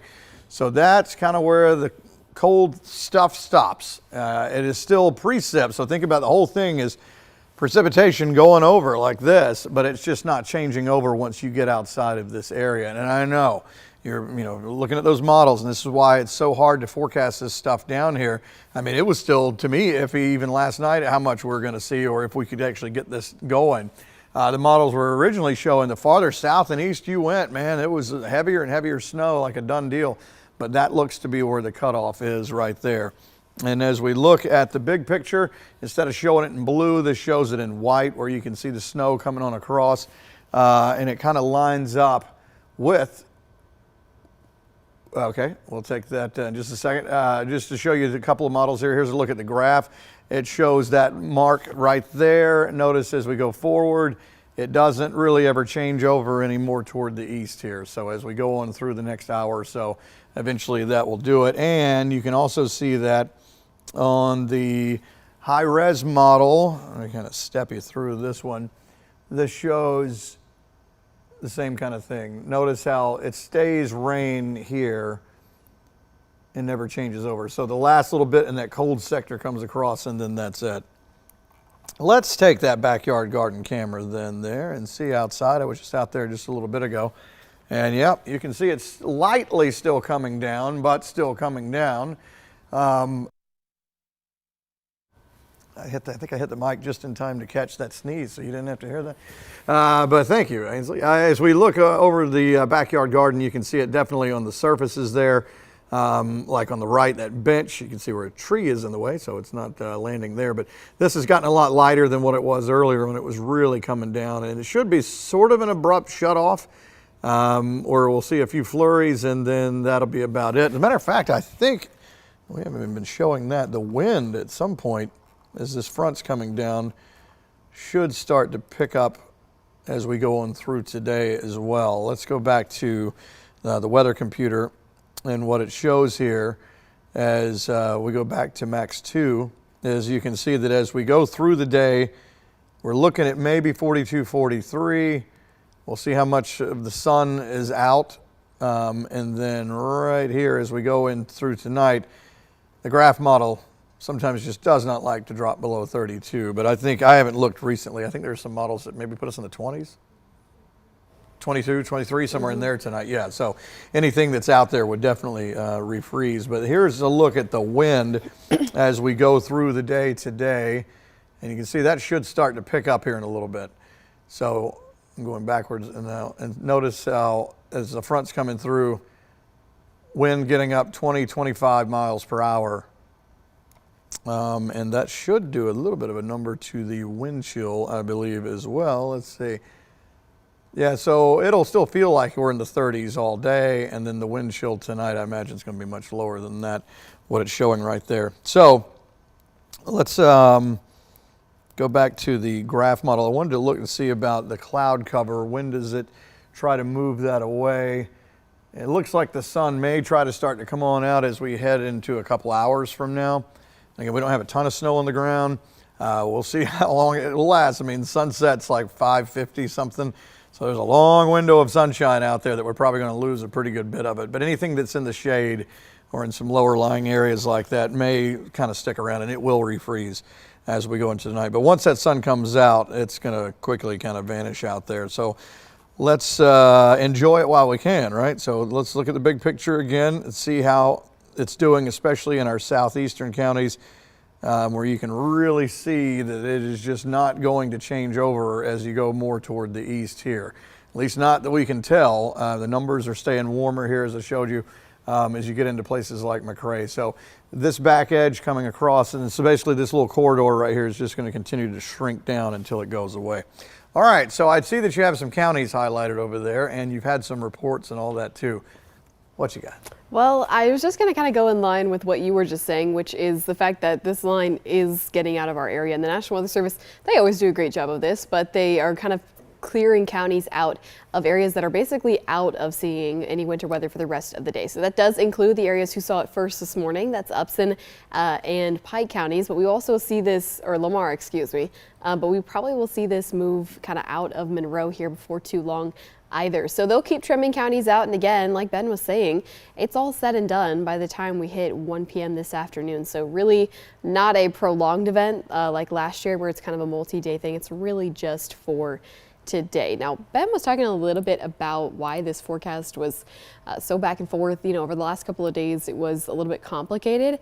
And I know that we talked a lot about those southern counties having the potential to see something. So I want to show you kind of what was the background and what was playing as we were kind of figuring out what was going to happen with this forecast. So obviously yesterday we had some showers that started in the afternoon and really kind of stuck with us into the overnight hours into early this morning. So we had just rain yesterday. You can see that there's still obviously a good bit of rain all the way into the Carolinas and South Georgia and over parts of the Panhandle as well. That was all due to this low pressure system that was way over here in the Gulf. This was the fuel for any moisture that we were going to have with this system. So that was just plain old moisture. But you can see that we have this front that's pushing across our area right now, and that's actually why it's clearing things out behind it. It's taking all of the rain, all the precip with it, and it's leaving behind clear skies behind it. So these two features lined up perfectly for this to become some sort of a winter weather event across the state. Now, timing out and going down to exact location of where two giant, what we call synoptic, which really just means on the larger scale, features come together, that is really hard to determine. So basically, it was really where or how far this low was going to swing down to the south versus up to the north. And as we head into that 24-hour period, we noticed that number 3, it's swinging a little further to the north, was the reality, and that means more snow for our area. So that's just a little bit of a background to the forecast. We'll keep talking about totals that we have and more reports that I'm getting from viewers here in just a minute. Carmen and Megan. Ansley, thanks so much. You know, Megan, it's been interesting to watch this winter weather kind of motion across our area. But with that being said, there are a lot of places who are actually opening their doors to keep people warm. And Connor Hendricks breaks down which shelters in your area are open this weekend. The Brookdale Resource Center and their Hello House, they have 50 beds open per night. Intakes at 4, and then you have to leave at 8 in the morning the next day, but that is open 7 days a week. Then out in Warner Robins, their Haven Hope House is opening up. That's going to be Sunday, Monday, and Tuesday. We also want to let you know that the Salvation Army Warming Center is also accepting folks this weekend. Check-in starts at 5 p.m. and you can stay until it warms back up. They do offer both breakfast and dinner to you. They're located over on Broadway in Macon. Bringing you some local news now. This morning, we have details on a Friday night shooting in South Bibb County that left one man dead and another hospitalized. Saturday, the Bibb County Sheriff's Office arrested an 18-year-old suspect in connection to that case. Yeah, deputies say 19-year-old D'Antoine Wines was shot to death on Hardwick Drive Friday night. Loved ones say his longtime friend, 18-year-old Xavion Jackson, is charged with his murder. Our Ellie Milliken shares more. Tonight, the Bibb Sheriff's Office is investigating a Friday shooting in this South Bibb neighborhood that left one man dead and a family grieving. Investigators say 19-year-old D'Antoine Wines was shot and killed on Hardwick Drive just before 9 o'clock. Another man was hospitalized. I work in Centerville. We was coming back through the back way, and we just seen police and ambulances going down Houston Road. Tycosia Henry was driving home from work minutes before she learned her brother was shot. 18-year-old Xavion Jackson is now charged with Wine's murder. Not only did they know each other, Henry says they were best friends. I said everybody was friends. So I would appreciate it if, everybody start investigating and actually at least get down to the nitty-gritty as to see what happened and why it happened. because nobody deserves to lose their life. Wine's younger sister, Alayla Henry, says he was more than a brother, he was her best friend. She says she admired how he cared for his own daughter. As a second dad, as a best friend, as everything, because he was always there. Yeah. Anything I needed something, he always gave it to me. As investigators piece together what led up to the shooting, Wine's family says accountability should be taken by those engaging in gun violence. It ain't nobody's fault but they own. That's it. I don't really care about nothing else, to be honest with you. I really don't care. Yeah, absolutely. Everybody being prayed for, but you know, we just gotta deal with some permanent things. We gotta realize, we gotta understand how we're gonna maneuver around life now, cause somebody is gone. Right now, Jackson remains in the Bibb County Jail without bond. He's charged with criminal attempt to commit armed robbery, 3 counts of aggravated assault, and felony murder. The Bibb County Sheriff's Office says the case remains under investigation this morning, pending additional charges. Yeah, and we are continuing our coverage of a riot at Washington State Prison last Sunday. We learned a 4th inmate connected to the riot has died. The Washington County coroner confirmed the death, saying the inmate was involved in the riot, but it is still unclear whether the death is related to any injuries from it. Officials have not yet said where the inmate died or released any additional details about the cause. We have reached out to the Georgia Department of Corrections for more information and are still waiting for a response. And right now in Sparta, a boil water advisory is still in effect. City officials say a water main break caused pressure to drop, and now the line has been fixed. Right now, standard E. coli testing is happening, and the city asks you to keep boiling your water as a precaution. On their Facebook page, the city said to expect an update again later this afternoon. The city of Sparta says that an earlier media release mentioning possible fecal contamination was incorrect. Mayor Alan Haywood says the water main break was not sewer related. There's no possibility of fecal contamination. And a major road closure could impact your commute starting tomorrow in Bibb County. Tucker Road will close for 3 months as crews replace a bridge over Interstate 475. The Georgia Department of Transportation will close Tucker Road between Foster Road and Peak Road starting tomorrow at 8 a.m. The closure will let contractors replace the existing bridge over Rocky Creek and I-475.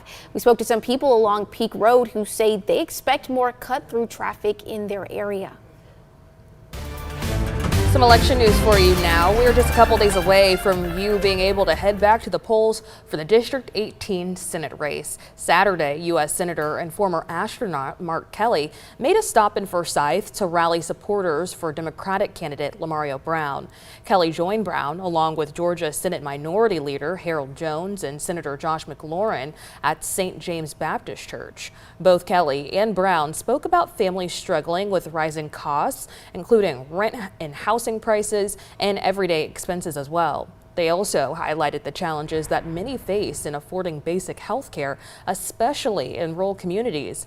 Brown, a farmer and small business owner, promised to fight for working families all across the district. Both he and Kelly also raised concerns about proposed data centers, several of which have come up in Monroe County. These data centers don't need to be in people's backyards. You know, it doesn't need to be next to your farm or next to your neighborhood. They need to be in the right place, in industrial areas. And then we have to address the issues, the electricity and the water issues, and he gets that. Lamario Brown is the single Democratic candidate in the race. There are 5 Republicans: Howard Allison, Lauren Daniel, Stephen McNeil, Nathan Warnock, and Eric Wilson. District 18 includes Monroe, Crawford, Upson, and Peach counties, along with parts of Bibb and Houston. If you want to know if you're eligible to vote in this race or find your exact polling location, go ahead and visit the My Voter page on the Georgia Secretary of State's website. And we are going to take a quick break right here on 13 WMAZ Plus. Stay with us. We'll be back with more news and weather in just a few minutes.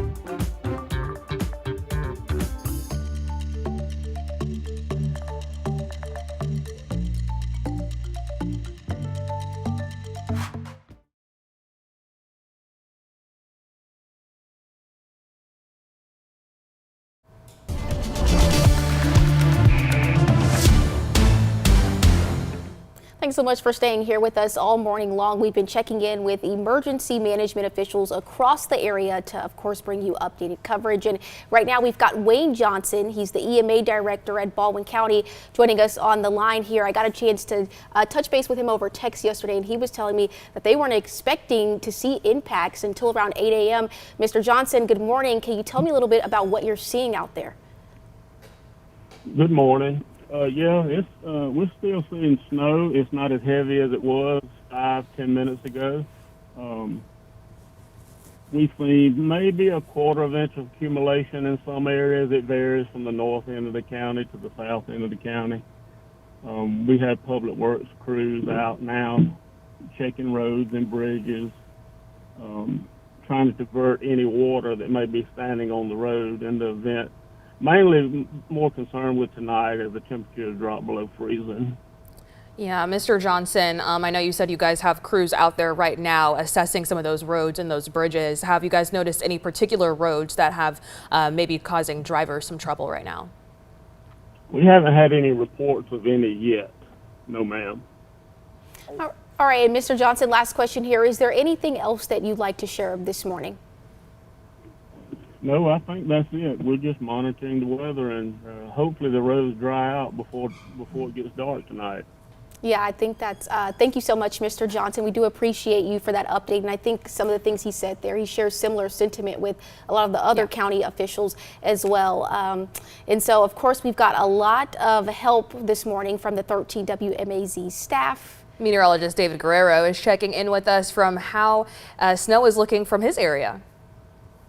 Snow is falling all across central Georgia, especially in Macon. And as you can see on my back porch and backyard, you can see the snow blanketing the surrounding houses, especially the roofs and their front lawns. Here's a look at the table on my back porch. And you can see this will be a perfect opportunity for me to measure the snow with a ruler. I'm going to send that into the National Weather Service shortly. Now I'm going to take you to the ground level of my backyard. And we have a nice layer going on all across the backyard. So once again, a beautiful morning, and then in the afternoon we should be mostly clear and sunny, so anything that falls should melt around that time. Alrighty, we'll love to see the team effort this morning. Now, David wasn't the only one who sent in an update this morning. Our reporter Elizabeth Hunter is also checking in from Macon with an update on how snowfall is looking where she is. Happy snow day. It's around 9:45 in North Macon off of Bass Road on this Sunday. And as you can see, we did get some snow here. It's not actively snowing. When I woke up at 9 a.m. it was still actively snowing, but that is not happening anymore. I'm gonna walk in it for the first time. It's feeling pretty fluffy. I don't know, it's feeling pretty fluffy. Yeah. What do you think, cameraman? No? Okay. Well, we're gonna walk around this way. The cars are covered in snow, but as we get to the road area, as we were walking around out here, it's not icy. Most of it is watery. Obviously, we haven't been out on the main road. We're taking safety precautions. We're going to stay at home today, as you should too. And so we're not taking our chances out on the main road, but right now in our parking lot, we are doing fine. I did see one car driving back and forth this morning in the parking lot, and it seemed to be going okay. But really, guys, do not take your chances. Happy snow day. Stay inside, stay warm, and enjoy it. Alrighty, thank you so much, Elizabeth. We're going to continue to check in with some other members from the staff here at 13 WMAZ this morning as we continue on. We're going to go ahead and head over to Chief Meteorologist Ben Jones now. All right, thanks, guys. Just a little inside baseball for our production folks here and producers. I had to switch to IFB Box C.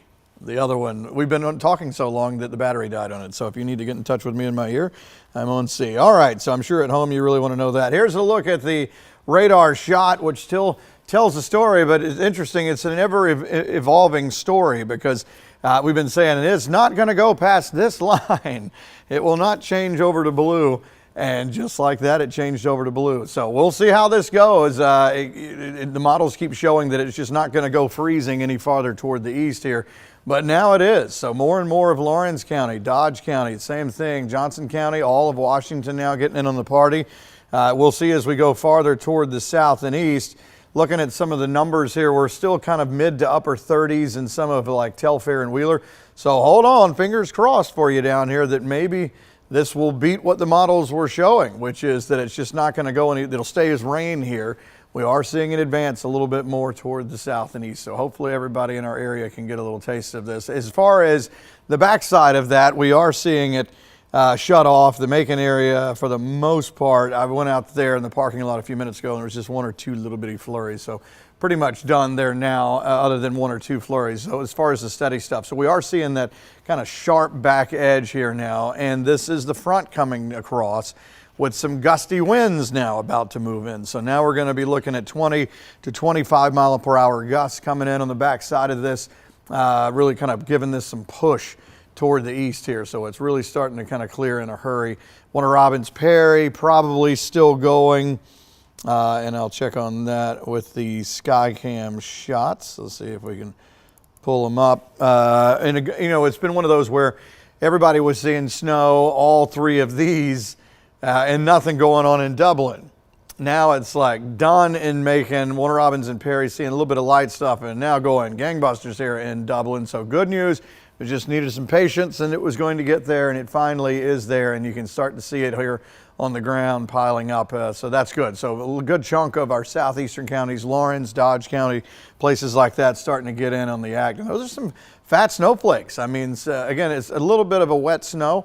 And the better news is we're not seeing some sort of huge accumulation on the roadways with this one. It's more of just kind of in the yard and on some of the surfaces, picnic tables, things, you know, back porches, things like that. But you can see, again, Warner Robins here before long, we'll start to see fewer and fewer flurries there. And again with Perry. But as far as our southeast corner, that looks to be going for a while. Just to show you some of the numbers out there. If they'll pop up, let's see if they'll pop up. They should. Yeah, maybe they won't.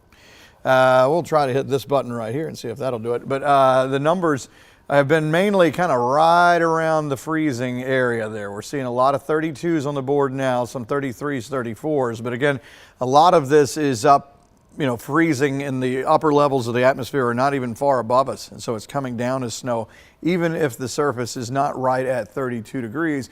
And sometimes what it'll do is it'll pull the cold air from the upper levels down and actually create a freezing atmosphere here at the surface and sort of reinforces itself.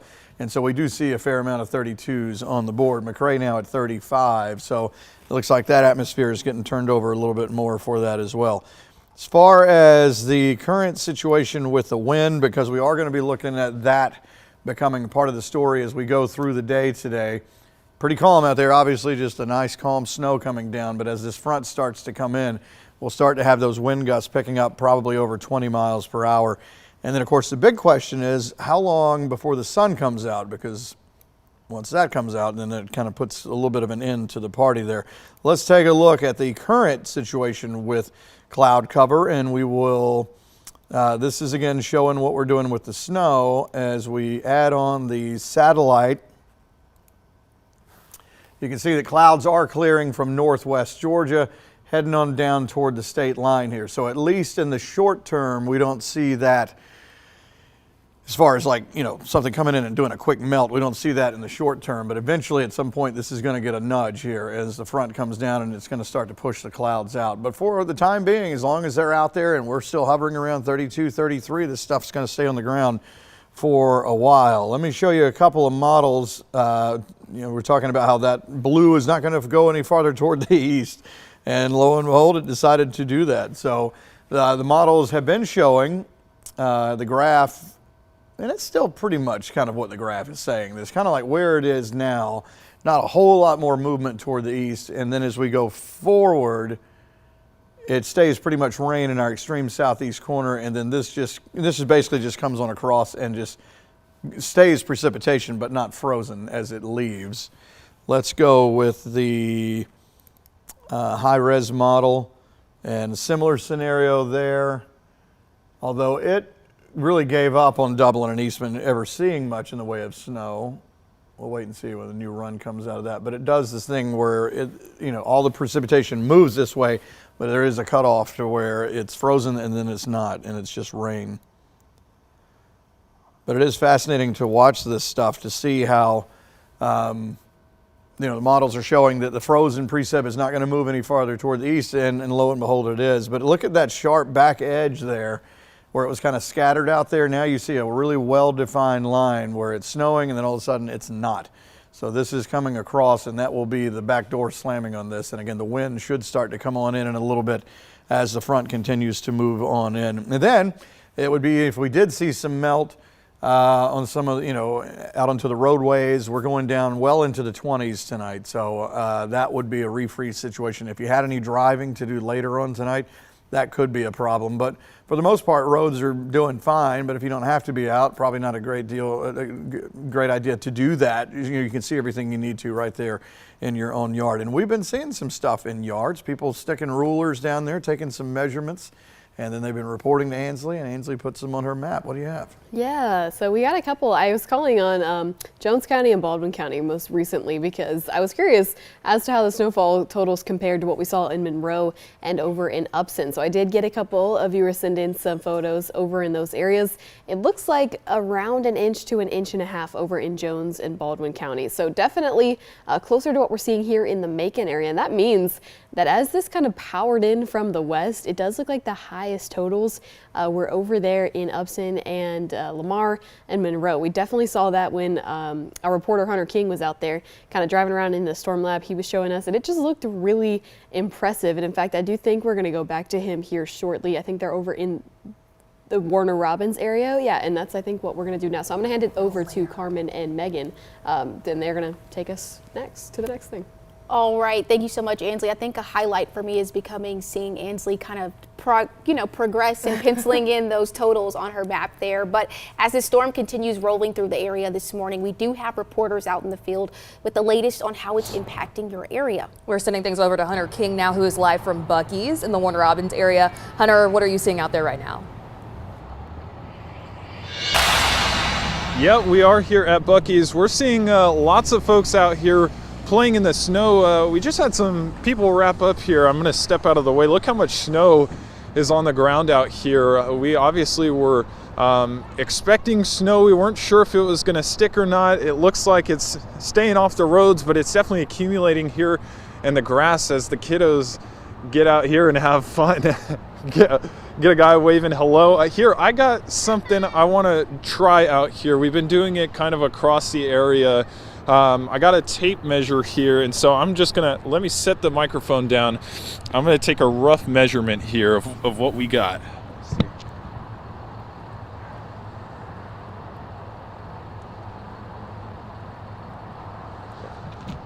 Okay, so I got right under an inch here. We're off of I-75 and Russell Parkway at the Buc-ee's. So roughly about an inch of snow here, give or take, a 1/4 of an inch or so. But snow has been falling here in the Warner Robins area for about the past hour here, and so we're still seeing it fall. It's definitely lighter than it was, but still some snowfall here. Hunter, of course, we appreciate your updates, and we will check back in with him later this morning. Now, checking back in on the conditions across central Georgia, we've got Lawrence County EMA Director Bill Laird on the phone.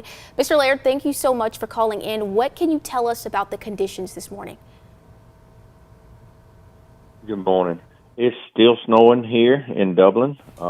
We probably have less than a 1/2 inch of accumulation at this time. The roadways are wet, but we don't have any snow at all accumulating on the roadways.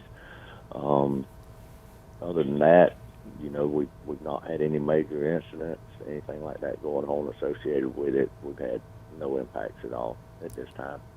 Mr. Laird, go ahead and talk to us about preparation headed into tonight. A lot of people have had concerns about any precipitation kind of refreezing into tomorrow morning. How are you guys getting prepared to handle that? We've got crews monitoring bridges in the area, places like that. The main primary concern is the possibility of black ice in the early hours of the morning.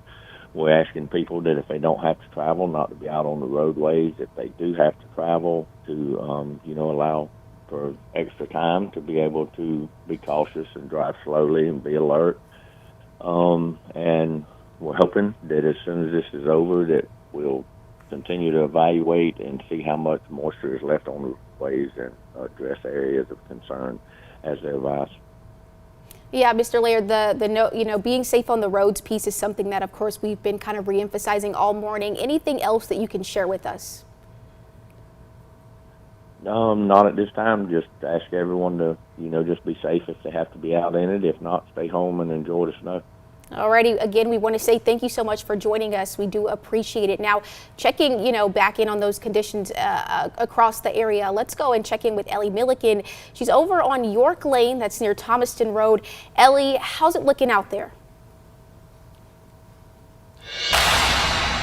Hey Carmen, hey Megan, it is looking great out here. People are enjoying the snow. I'm actually here with Amethyst Jackson. We're here in West Macon.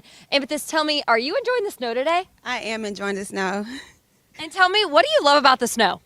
I just love the white blanket that it creates and it puts over the entire neighborhood. So I'm here enjoying the views. And have you seen a lot of snow here before? I know we got snow last year. Were you able to enjoy it then? Yes, I enjoyed the snow last year. I had snowball fights and things with my family. But this snow day, we're keep kicking it inside. Sorry. And I love that. So Amethyst, another question for you too is that you say that you love being a kid at heart, right? So tell me what you plan to do today. We're going to have a snowball fight and take some pictures and just create memories. And are you going to throw a snowball at me? Yeah. All right, let's do it. Let's do it. All right, here we go. Here we go. You ready? Well, guys, live in Macon, Ellie Milliken, 13 WMAZ, back to you. Alrighty, thank you so much, Ellie, and thank you to Amethyst for being out there and throwing that snowball with True you. sport. Yeah, very true sport. She had her mug. She was ready to go for this snow day. Thanks so much for staying with us. We're going to be back in just a few minutes with more news and weather.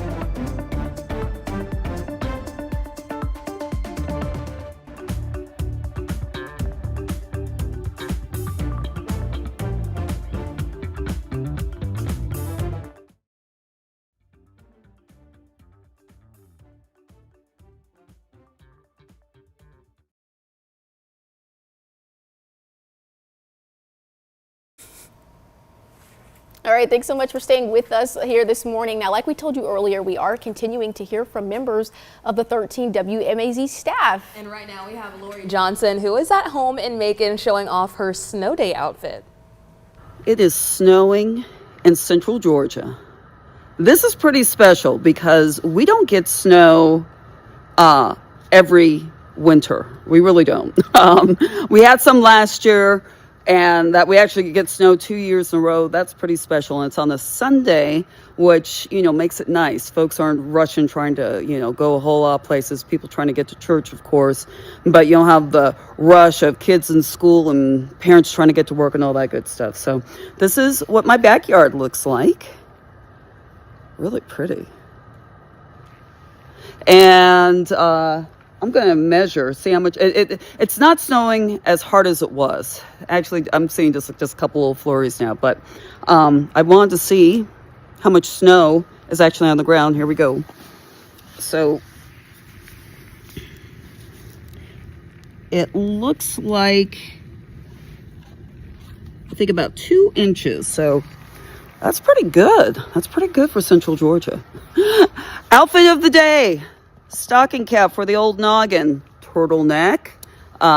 Nice puffer jacket with a little fur deal. And I'm going to try to show you my boots because I haven't had to wear these boots, snow boots, in a while. So let me step over here. And let's see. Snow boots. Good tread. Ready to go. Absolutely love that. We need more outfits of the day. Very Lori snazzy, Johnson. Lori. Loved Yes. it. Yeah. Already. Oh, sorry, Megan. Well, we can go ahead and toss it back over to Chief Meteorologist Ben Jones. I'm not surprised she has all the outfit like that. She's a Colorado girl. Eh? She's used to all that. What's that? Stylish. Practical and stylish. That's our Lori Johnson right there. Lojo. All right. Well, this is different right here. Earlier, it was everybody snowing except Dublin. Now, snow ending in most spots and Dublin getting on the act. This totally makes sense when you look at geography because it had to get to Dublin. It had to get all the way across into our eastern counties. So this was a quiet scene for the longest time, and now you can see these big flakes coming down, which is great for the kids to play in, the adults to play in, the animals to play in. Enjoy. It's not exactly the same as what we had last January, which, by the way, is wild that we have done this in back-to-back years. I mean, I can think of many years where we didn't even get flurries, but to have seen snow back-to-back like this is pretty wild stuff. So congratulations, everyone. We earned it, right? We've been watching the models for the past few days thinking, okay, it's mainly our southeastern counties, which was kind of wild, as opposed to you think mainly the farther north you go. But then the question has been recently, is it going to get to our southeastern counties, or is it going to change over to snow as it goes that way? And it's been very reluctant to do that, but has been changing over more and more toward the east. It's just that southeast corner where it's just trying to hold on to sort of a mix there with some rain in the corner. Let's move the map over so we can see a little bit better here. So if you're in McRae, anywhere from Telfair, Wheeler into Trutland counties, it's trying, but some of this is kind of rain or some sort of a mix here. But look, I mean, look how far south this goes. Albany, Cordele, with snow. So the models were right on that, except for the original model take was that all this down here was going to be snow. Waycross, Jessup, St. Simon, Savannah, all seeing snow. Not so sure that's going to be the case now, as it looks like the main carve out of cold air is here. Precipitation is still moving in these areas, but not really changing over into anything frozen. But you can see now Lawrence County, Dodge County, all in it after there was a mix going on in Eastman for a little bit. And then you also see that well-defined back edge right there. So there is the sharp cutoff. It was kind of fuzzy for a while, but now we're definitely seeing where it's snowing and then where it's not, where it's done. So if you're in the Macon area, obviously it's over now. Warner Robins starting to kind of see things clear out, maybe a few flurries. Same thing in Perry. Most of it, the heavier stuff, has already kind of made its way on out. So the good news is, for those who want this to hang around, clouds are still out there. We're still hovering somewhere in the low 30s in many spots. So as long as those numbers are there and we don't get the sunshine here, we'll hold on to a lot of it on the ground for a little while. And I know you may be looking and going, well, how is it that it's been snowing this 34 degrees? In the upper levels of the atmosphere, frozen. So it's snow and then it comes down, and even if the surface is not totally freezing, it still hits the ground. And what happens a lot of times is, and may be the case with this, definitely is, I think, here going on 11 o'clock, is that we still have these kind of numbers, is that all those snowflakes just drag that cold air down from the upper levels and ends up kind of translating that to the surface. So it sort of reinforces itself and kind of makes its own atmosphere for snow to be here at the surface. So we do see a lot of numbers that are at freezing or a little bit above. Now, as we look at the satellite shot, why is that important? Well, you know how the sun tends to kind of in the party pretty quickly once it comes out. So we probably, for those who are wanting this to, let me go to this source here, to hang around, you don't want the sun to come out anytime soon. And you can see that it is coming out in northwest Georgia here. So getting into the Atlanta area, they're starting to see some sunshine, and the rest of the cloud cover goes back over the state line. So at least for maybe a couple hours, we'll see how long it takes. But this front coming down and the wind associated with it is eventually going to blow this on over. So whatever sunshine we do get later on today will do its thing. Obviously, we're going to get up to maybe low 40s when that happens. And that will melt some things. But some shaded areas, some low-lying areas, there may still be something out there. And then we're going down to the 20s tonight. So whatever's there is staying put as we go through tonight. How about roadways? Well, we had the rain, and then this came in. Road temperatures are, a little bit warmer, and so we haven't really seen an accumulation problem. Now, I have seen some pictures in different parts of our area, some of the less traveled roads that do have some snow on them. But I would imagine once the sun comes out, a lot of that's going to get handled. But in some of those areas, and in parts where you live that are prone to maybe get an accumulation and then are kind of in shady spots where the sun's not going to really do its thing there, then you could have a black ice problem later on tonight because it is going to refreeze as we go down into the 20s. So let's do a little look at some of the models here. I'm going to show you the graph model and then the high-res model. These are two short-range models. And what you'll see with this is that it's already actually showing that by 10 o'clock, or by this time, it thought that it would have already gone farther toward the east. It's still hanging back here a little bit. But the idea is that there is the cold air and then not cold enough here.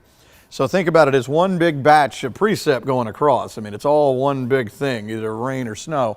But eventually, as this moves out, it's moving past this cold sector, and the rain continues to move, but there's kind of this invisible wall right here where it's not freezing. So that will eventually just run through it and out of that freezing area, and eventually the rain will leave away. The high-res model, similar. It was the one, though, that was really kind of given up on Dublin and Eastman and places like that, seeing anything other than a mix. We're waiting on a new run of this one, but it does have that same kind of theme where the rain or the precip leaves and just gets out of the cold sector there, and it kind of just shrivels away. Another thing that is important as we go through the day today is going to be the wind, as I mentioned. So as this front comes on down and across, we will see the wind speed picking up as we go through the afternoon, 20 to 25 miles per hour. So it'll feel like freezing all day, even if it's not actually freezing at the surface. It's still going to feel really cold out there. And then, of course, tonight we're dropping down into the 20s. So the short of it is that it just continues to come down until it does not. Isn't that great? This is called nowcasting now. We're not forecasting as much anymore as we're just saying this is actually what is happening now. So Dublin, Eastman, congrats. It finally did show up for you. McRae, Lumber City, places like that. I'm not sure if it's, because we can only go with what the computer's showing, and it's trying to figure out what's frozen and what's not. And sometimes we've seen reports from people on the ground that say something a little bit different than what this is actually showing. It may look like rain, and they say, no, actually we have snow going on here. But that seems to be kind of the line of changeover right there. So I would guess at the speed of this, maybe another couple of hours. That winter storm warning was until 1 o'clock, and that may actually turn out to be right. Now, Ansley, they've been clearing counties from the west, where obviously the snow is leaving. I don't think recently I've seen anything much in our area that's been cleared yet, but that'll probably happen before long. Yeah, I'm assuming the National Weather Service, they usually do a good job keeping up with who's out and who's in. So, now that there's a pretty clear line as to where this thing is over, they will definitely keep trimming counties out of that warning and the advisory as well. So we'll just kind of keep rocking with this through the rest of kind of the late morning hours into the early afternoon here. We do still have some reports across the area. I don't have any new ones from the last time that I spoke, but this is kind of where things stand right now. But we are going to take it over to Carmen and Megan. Alrighty, well, we have loved seeing your photos all morning long, so please keep sending them to us because they're very helpful and very fun to look at as well. And you can text those snow photos to this number on your screen, 478-752-1309. And of course, we'll share them right here during our coverage on 13 WMAZ. And like we told you earlier, we are continuing to hear from members of the 13 WMAZ staff. Alex Pry is the latest to check in with his own forecast this morning. Hey there, Central Georgia. Meteorologist Alex Pry here, out here playing in the snow with Aspen. Aspen, what you think about the snow right now?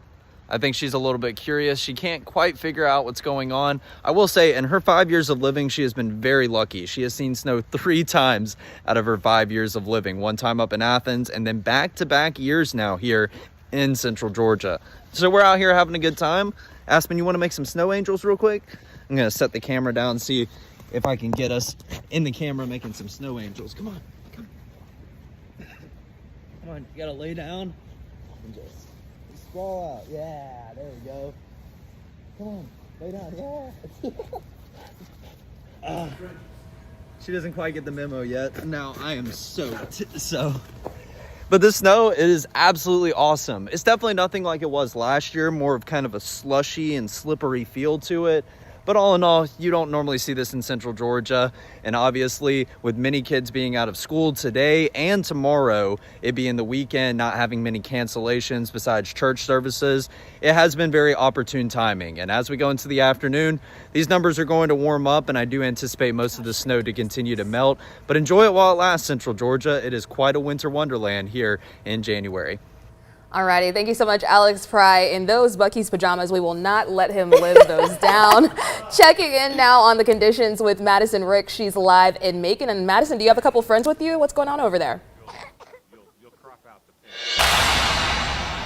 Hi, we are still, and it's still snowing outside, or it's not actively snowing, but there is still snow on the ground. And even though it's still not snowing, it's still snow. And I'm here with the Gay family here. We have Emily, Erica, Era, and Nate, and we just caught them playing out in the snow. These little ones here, they built a little Olaf here and one of our reporters gave her a little veggie stick to stick in its nose. So they're making the best of all this fun, even though it stopped snowing. But yeah, so tell us, what have you been doing today other than making a little snowman? We was doing cake. Y'all were throwing snowball fight? Snowball fight. No, snow cake fight. Snow cake fight. And y'all have been watching them have fun. We have been having a blast. They're loving every moment of it. And yes, and how long have you guys been living in Central Georgia? 5 years. We came from the Midwest. We must have brought it with us. So you guys are used to the snow, but you know, it doesn't snow as much here. So how has it been for them, you know, just get in and all this snow action they've been in today? Oh, very special. They love it. Very Super glad to get to fun. play at it. It's been super fun. Yeah. I know you've been having fun. Snow cakes. Yeah, but yeah, like I said, we're here with little Olaf here, and we're just continue to have fun in the snow. But we'll send it back to you live in Macon. Madison Ricks, 13 WMAZ News. Alrighty, thank you so much, Madison. I'm also from the Midwest, and I can't smile about the snow. I'm sorry, I don't like being around the snow, but I'm so glad that everyone else is really making the most of their Sunday and their weekend in this winter wonderland that we've been having outside. Oh yeah, they kept the girls who love the warm weather inside this morning. Yes, very thankful for that. Okay, we have some more photos that you guys have been sending in to us, so let's go ahead and get a look at those. Check out Abby. Just like Aspen, she's having a great time out in the snow today. Yeah, and here's Lathan Dixon with his snowman in Crawford County. Wow, that's probably the biggest snowman I've seen all day. Way to go, Lathan. Love to see that. We also have another snowman here. This one's pretty big too today. This one is from Carolyn in Fort Valley. Wow, and here is another pup coming up here. We have... Okay, there we go. This is Natty enjoying the snow in Warner Robins. Again, we just want to say thank you so much for sending these in. We're going to go ahead and toss it over to our chief meteorologist, Ben Jones, for another check on the weather. Yeah, loving seeing those pictures out there. Great stuff. And the snow continues to come down in parts of our area. Now, the western half is done. Definitely when you're kind of west of 75, that's done, and a good chunk of it is through with it as well. When I say done, I mean done falling. It's still out there, and the numbers are still great for keeping it on the ground. The sun is not out, as I mentioned earlier, so we're going to hang on to it for a while. Now, at some point later today, the clouds should start to kind of peel away from west on over toward the south and east. And so that should continue to keep things a little bit. Let me check and see if we have sound on this. I seem to have bad luck with my earpiece boxes. I think this one just died as well right here. So, yes, Ainsley, can you do that for a second? I'm going to see if I can find one of these that works. So we talked for a long time, you know. Yeah, we do. And you know what? We haven't checked in on the snowfall totals in a minute either. So let's talk a little bit about what we're seeing right now. Now, we've been talking all day about the areas that will see the heaviest snowfall, have seen the heaviest snowfall versus areas that have more trace amounts. So you can see across the area right now, we've got close to an inch of snow in most of our major counties here. So that's really impressive. A lot of these areas, I have viewers telling me they kind of want to wait to get their report until snow stops coming down, because when we look across the sky cams right now, obviously there is still a good bit of snow coming down in a few spots. And if you look at Dublin, that's kind of the main area where we still have the heaviest snowfall. Of course, when we look at the satellite radar, like you just saw a minute ago, the main axis of that is kind of pushing into the southeast right now. So that kind of makes sense why Dublin would be seeing kind of the most of it, but it does look like it's still going to carry all the way into these southeastern counties as well. We're kind of crossing the threshold here. In fact, I got a message earlier from folks who are kind of on the county line between Trutland and Lawrence. They were telling me that they are starting to see it transition over into mostly snowfall. So, of course, this is where we don't really have a lot of sky cams. I wish we had a couple more, but we're definitely starting to see that move into those areas as well. So good to get everybody in on the fun. And again, when we played the models out, it's just kind of the same thinking through the rest of this afternoon, that we will just fade these out as we head into the afternoon. I will be curious if we actually end up finding ourselves into the 40s later today. I have been looking at all the models as we go into the afternoon, and right now they still maintain that we will. So we'll definitely be above freezing, but we'll see about how high we'll get. We'll keep talking about that coming up here in just a minute. But back to Megan and Carmen for now. Alrighty, thanks so much, Ainsley. Well, checking back in on the conditions across central Georgia. Of course, you know, we've been hearing for a lot of voices from emergency management across the area. We're going to check back in with Christina Brantlett from Monroe County. We actually got a chance to briefly speak with her earlier this morning. Ms. Brantlett, thanks so much for calling back in. What can you tell us about current conditions since the last time we spoke with you this morning?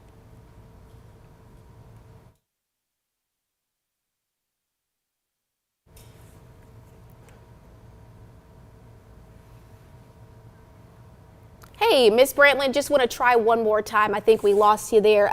Wanted to, again, thank you so much for joining us here on 13 WMAZ. Just wanted to ask, you know, how were those conditions since we last spoke to you this morning? Everything has stayed, thankfully, about the same. We had one incident right on 75 at the 475 split, but that's a common location for traffic incidents. But it was a minor slide off onto the shoulder with no injuries. Other than that, we've been seeing lots of people out making snowmen with this nice, heavy, wet snow that's out there. Alrighty, talk to us a little bit more about the preparations going into later tonight. I know a big concern being any of that precipitation freezing overnight. You know, are there any particular roads that you guys have been hitting to ensure that people make it out safely tomorrow morning? As far as, that would be the roads department. We'll have to defer to them to see what type of preparations that they're doing.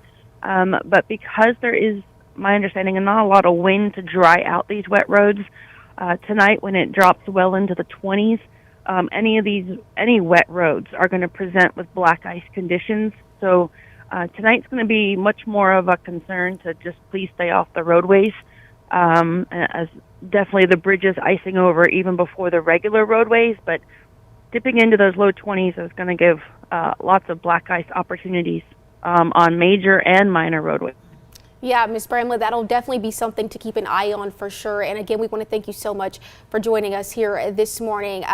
Continuing forward with our coverage here, like we said, we've had a lot of we've had reporters, a couple who have been out in the field bringing us updates. We want to take it to Hunter King, who is on Russell Parkway. Hunter, what are you seeing out there?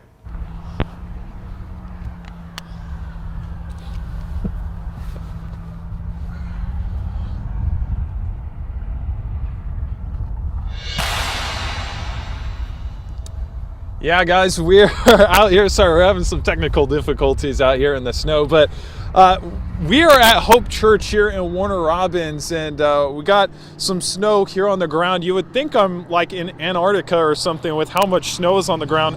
We've got about probably half an inch here on the ground, and like I was saying earlier, the snow is feeling very icy. In fact, I'm going to try an experiment here. My photojournalist, Colin Hammock, we're going to have a little snowball fight here. I want to see how hard these snowballs feel, so go ahead.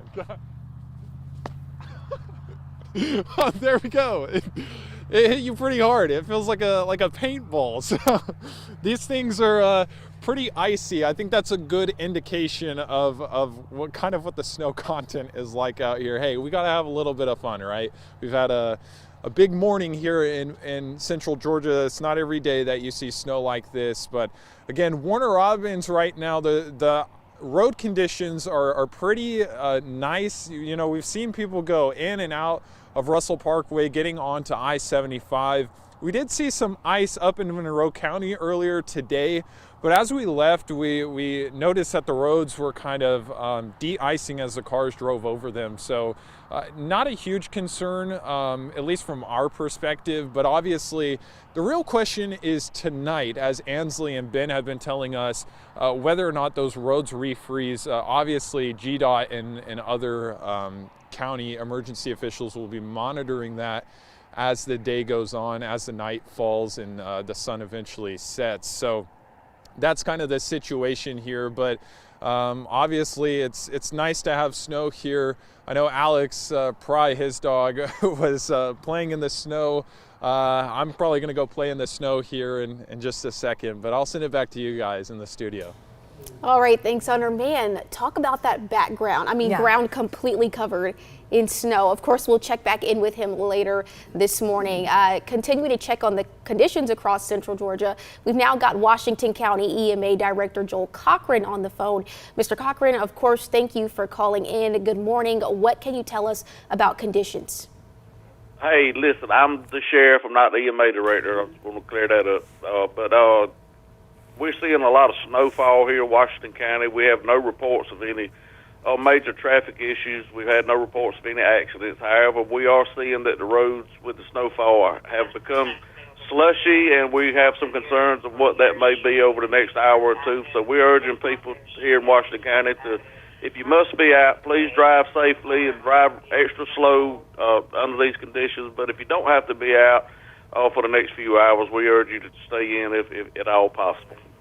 And Sheriff Cochran, go ahead and talk to us about some of your upcoming plans for tonight as it goes in regards to making sure the roads will be clear for people to drive safely in the morning. Well, throughout the day, we'll be monitoring this. We'll be working closely with the Washington County EMA Director, Katie Munkus. She's watching these shows. She's watching the weather conditions as they unfold throughout the day, and we'll be talking and addressing the community as we see fit moving forward. And Sheriff Cochran wanted to ask, is there anything else that you would like to share with us this morning? We just thank you for all the updates you all are providing for Middle and Central Georgia. Things appear to be a lot better than they could be, and just asking everybody to please be safe, enjoy the beautiful white Mother Nature. Alrighty, thank you so much, Sheriff Cochran, and thank you guys for staying with us. We'll be right back after this break with more news and weather.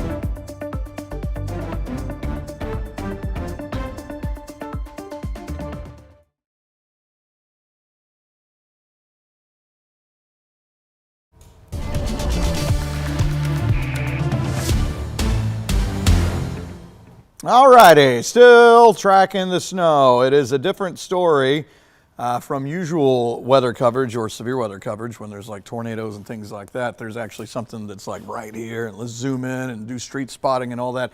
This obviously is a broad brush here, so it is what you see is what you get, and we're just watching to see where it's moving.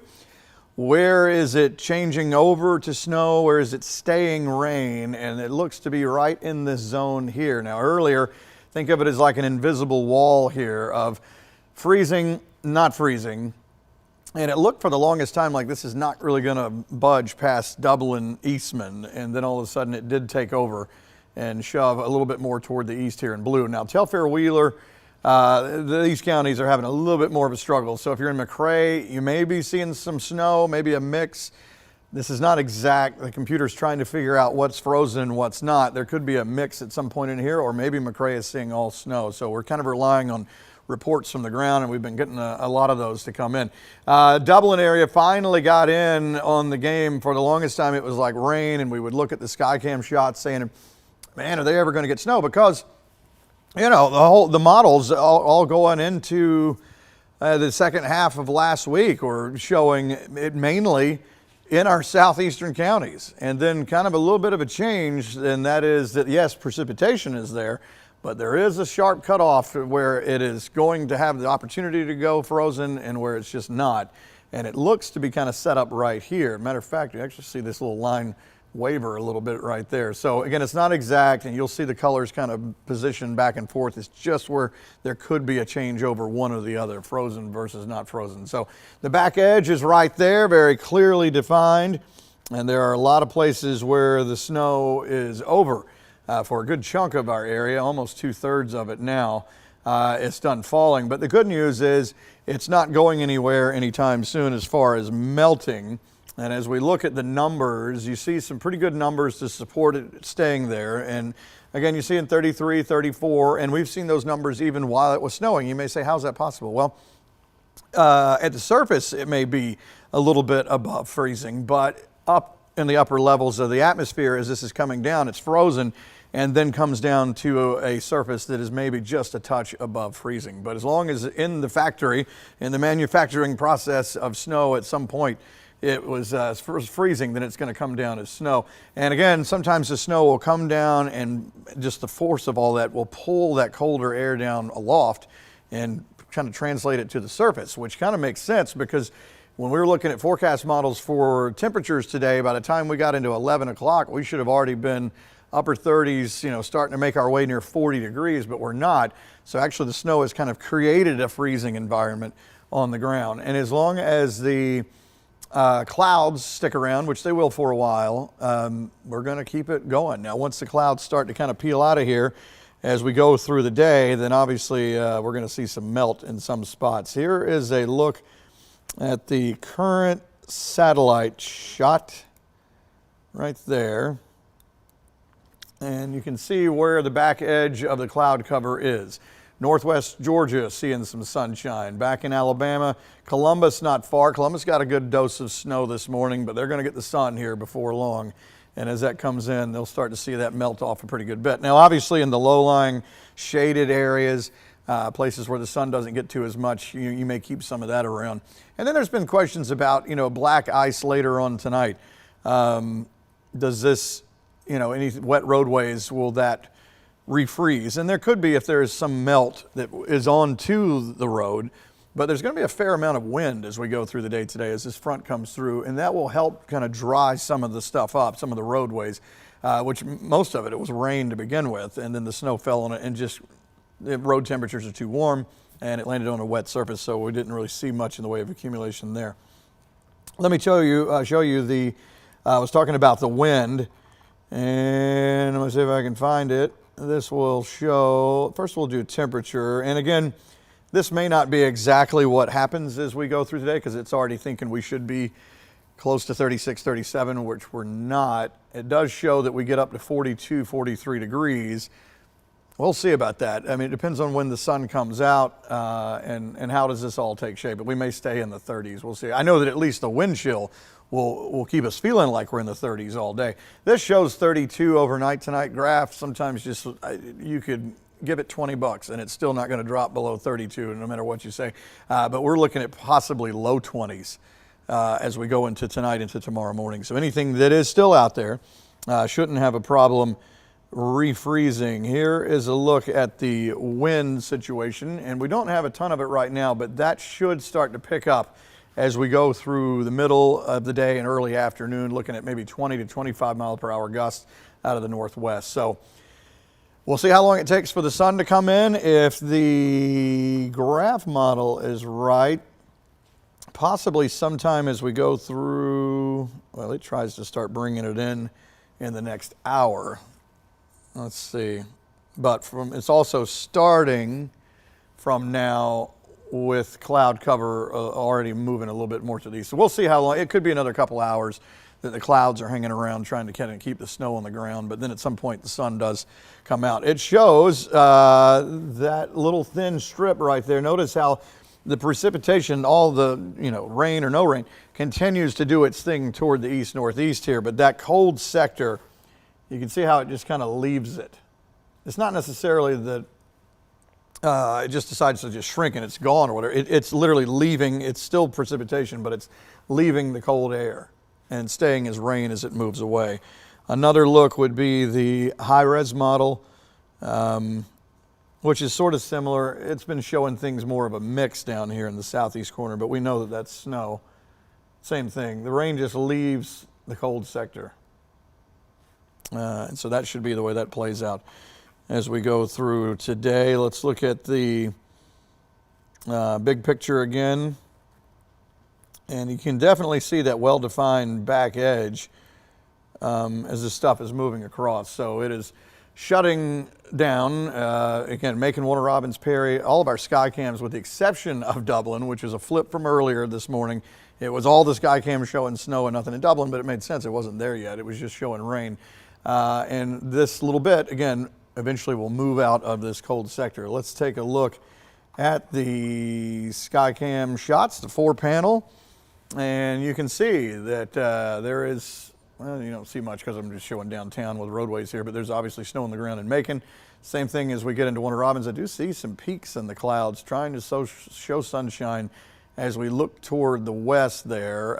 Snow on the ground here in Perry, and then snowing as you get into the Dublin area. So still in that southeast corner until this eventually moves away. So Ainsley, I look out there and I do see some blue sky out there. I mean, it's just kind of way out there. So at some point when this comes in, the kids may be like, oh no, as it starts to kind of go away kind of quickly. But some of these other areas, low-lying areas and shaded areas may keep some of it, don't you think? Yeah, I think so. I mean, I definitely have had some reports so far, people telling me that there is things already beginning to melt. And like we just saw in the sky cams, we probably don't have full clear skies out there, but we've got in and out sunshine starting to try to peek in. So won't be here for too much longer. Definitely take advantage of it while it is out there. And a lot of folks have, and they've done that by submitting some totals from the field. So we've been able to kind of compile our map here. Locally, higher totals in some spots than others. It's definitely been a little bit of a spread story county by county, but I've kind of compiled the highest totals that I've been able to find. And definitely the most impressive thing that we saw was over in Monroe County. In fact, probably also impressive over towards Columbus. If you were watching with us early this morning, they had some just a really impressive snowfall in the early morning hours, kind of before this made its way all the way to us. So this is where we stand now. Definitely we have areas that got over an inch in snowfall, which is substantial nonetheless. It's just definitely not what we saw last year. And unfortunately, as we head into the afternoon, definitely looks like it won't be here for too much longer as we get some peaks of sunshine. So we are supposed to heat up heading into the rest of today. Temperatures are forecasted to be in the low 40s. Ben was talking a little bit about the wind chill out there, so that will definitely have an impact in terms of how things feel. But heading into the late and even overnight hours tonight, there will be a slight potential in a couple of spots, mainly bridges and overpasses or, just less populated areas, for there to be potentially some refreezing in the morning. So just, we like this little explainer graphic, kind of talks about what black ice really is. It's not that the ice itself is actually black. It's just a very thin layer of ice that makes it extremely hard to see, and that can often cause folks to kind of spin out on the road. You know, you don't see it, you don't anticipate it, and that's why it's called black ice. Usually it's just because it's so thin that it matches the asphalt as opposed to it actually having a black appearance. So that's just a little refresher on the black ice out there. Again, it's not necessarily a major concern for tomorrow morning, but it's definitely something that we'll be watching because the temperatures, we don't really, like Ben was saying, the graph doesn't look like it's going to go that low, but on the 7-day, I have forecasted here a low of 24. So definitely low enough for things to refreeze, but luckily heading into the afternoon, plenty of sunshine should melt that right back up before Tuesday morning. All right, Carmen and Megan, back to you guys. All right, Ansley. Well, of course, as always, we appreciate those updates from you and Ben. Now, checking back in on the conditions across central Georgia, we've got Kizzy Seibert on the phone. She's a spokesperson for Hancock County EMA. Yes, thank you so much, Ms. Seibert, for joining us. What are you able to tell us about the conditions you guys are seeing this morning over in Hancock County? The roads are clear in Hancock. We have our road department on alert and standby if we have any fallen trees. We have bags of salt and other supplies if needed. No reports on serious incidents as the temp drops. We are possibly expecting black ice, so we're asking everyone to stay home. But if you have to leave your home, just please proceed with caution. Yeah, Ms. Seibert, those were really good safety reminders there. Excuse me. Are there any more you can share with us this morning? We had, I think, maybe half an inch to 3/4 inches of snow this morning, but now the snow has stopped. So we're just asking everyone to proceed with caution. Alrighty, Ms. Seibert, before we let you go, is there anything else that you'd like to share with us? No, I think that's all. Just everyone, just please be safe. Alrighty, thank you so much for joining us this morning. We really appreciate that update. Of course, all morning long, we've also been seeing updates from members of our 13 WMAZ staff. Yeah, our Olivia Dunn is checking in from home where she woke up to a surprise this morning. So for anyone who might not know, I moved to Central Georgia and joined the 13 WMAZ team from New Jersey. And one of the reasons, not a big reason, but one of the reasons why I decided to come down here is because I was like, oh, maybe I'll get a break during the winter time of the cold weather. Well, this is not something I ever thought I'd see moving down here. It's snowing in Central Georgia. It's a little taste of home for me. Happy Sunday. All right, Olivia, love it. Well, just into the 13 WMAZ newsroom, a water main break is impacting some Warner Robins resident this morning. The city of Warner Robins say it happened on Chestnut Road. They say water service in the area is being shut off so that city crews can make repairs. City spokesperson Mandy Stella says that they don't know if it was caused by the cold temperatures, but the city says they are working to fix it quickly and as safely as possible. Also this morning, we are hearing from the family of 19-year-old D'Antoine Wines. He was shot and killed in South Bibb Friday night. Deputies say 18-year-old Xavier Jackson is now charged with felony murder, criminal attempt to commit armed robbery, and 3 counts of aggravated assault. The shooting happened on Hardwick Drive Friday and left another person hospitalized. Wine's sister, Takoshia Henry, says that the suspect and her brother did know each other and they even grew up together. And she says the shooting actually happened about a mile from their mother's home. Henry says when she got off work on Friday night, she was driving down Houston Road and says that she saw emergency responders rushing past her. The family tells us they still don't know what led up to that shooting and they're still shocked by what happened. I don't know what took a wrong turn. I don't know what the business was. We wasn't there, of course, but like I said, everybody was friends.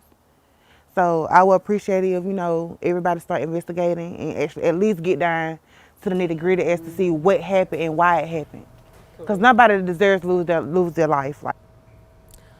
Right now, Jackson's being held in the Bibb County Jail without bond. If you have any information on the case, you're asked to contact the Bibb County Sheriff's Office or Macon Regional Crime Stoppers. That number on the bottom of your screen, 1-877-68-CRIME.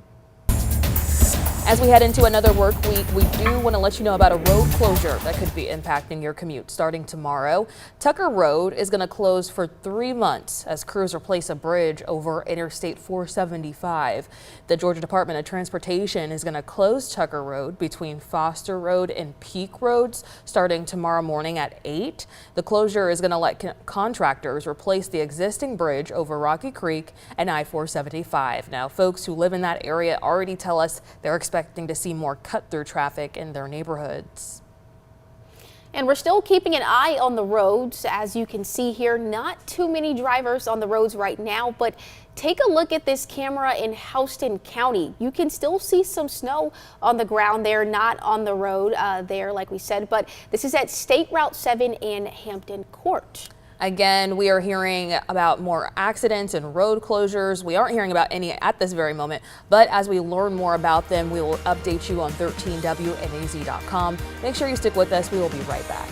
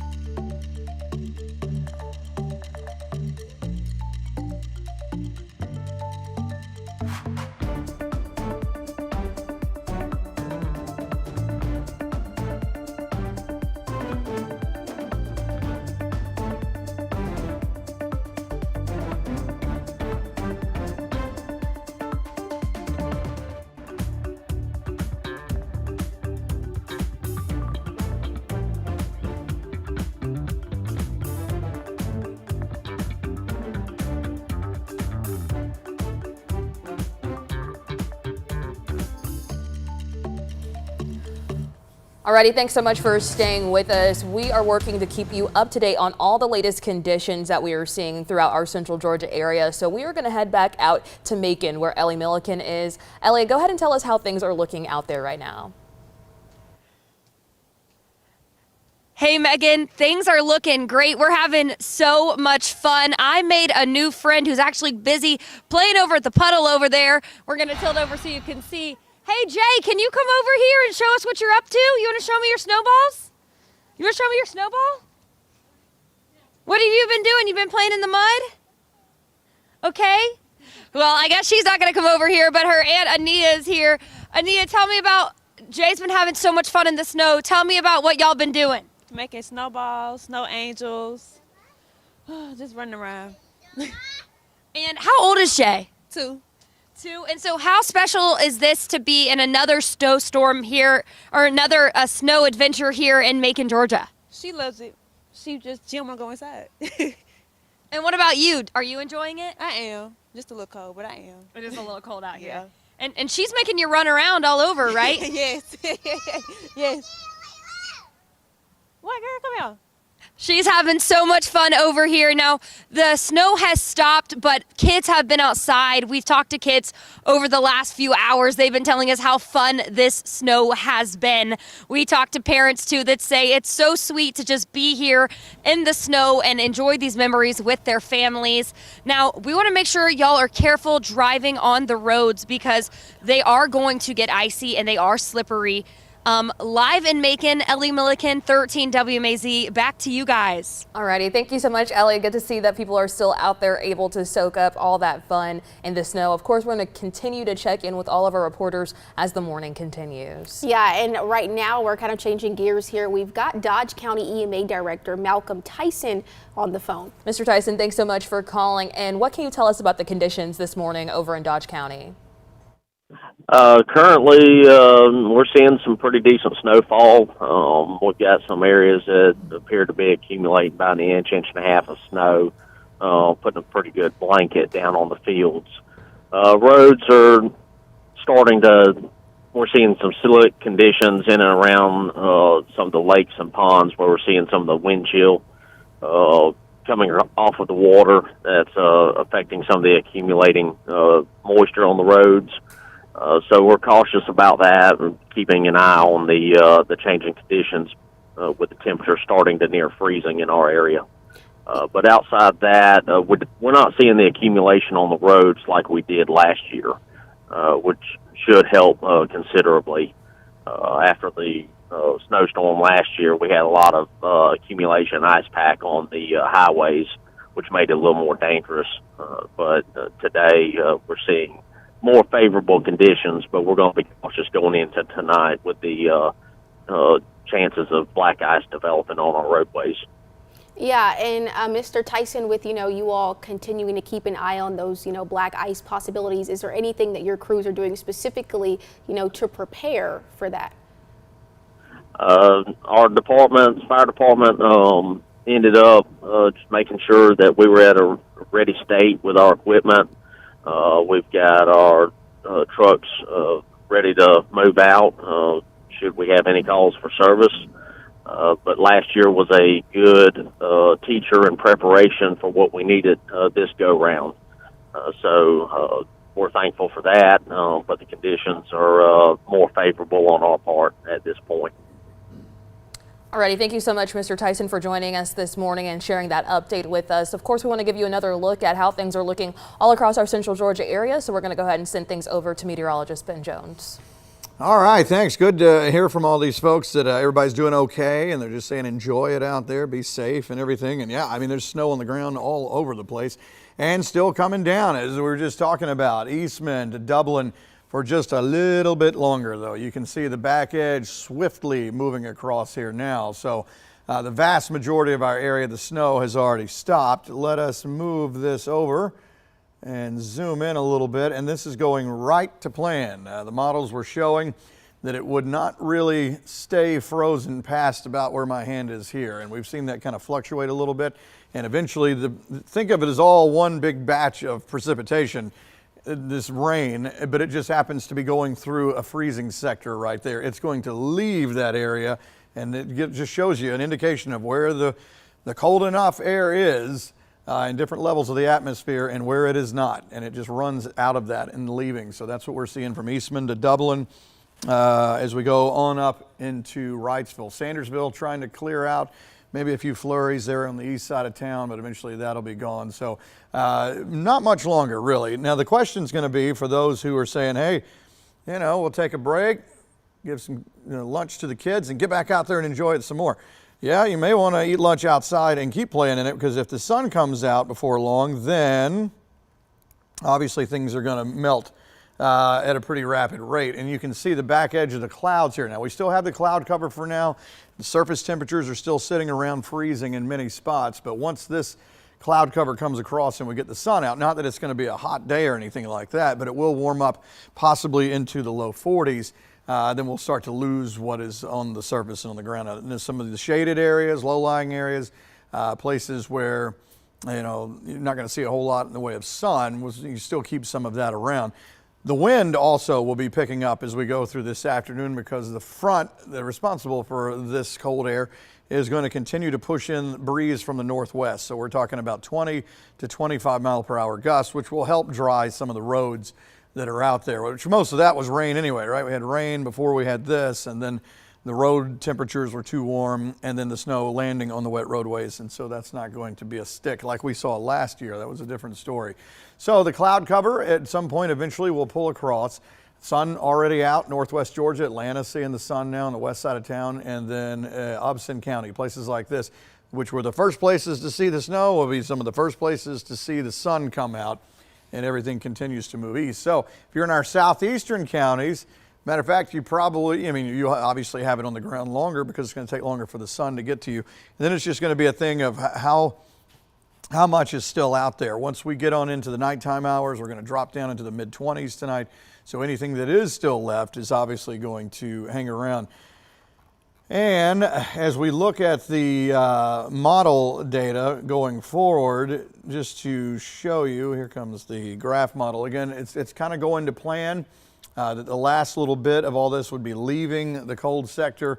And you can see as we go through the next hour, so that's pretty much going to do it, and it's going to be gone. And really the high-res model, I don't know if we have a new one in. It might still be showing it's still showing older stuff right there. But the idea was still the same, that it's kind of like the cutoff, and then eventually it just runs out of that really cold air. So as I mentioned, temperature-wise, at the surface right now, we have numbers that are either freezing or just a little bit above. And the snow is kind of responsible for that, dragging down the colder air from the upper levels of the atmosphere and bringing it to the surface. And then it sort of just reinforces itself and creates a colder atmosphere on the ground for the snow to continue to hang out. Now, this model here shows that it thinks that we would be at 37 at this point. Obviously, we're colder than that. And then as we get into this afternoon, we'll see if we actually get there, but we could be looking at 42, 43 degrees, something like that. If the sun comes out, we shouldn't have a problem getting near that. And then again, the wind is going to be a bigger story. As we go through the afternoon, you can see in the yellow shaded area there, wind gusts starting to pick up 20 to 25 miles per hour out of the northwest as we go through this afternoon.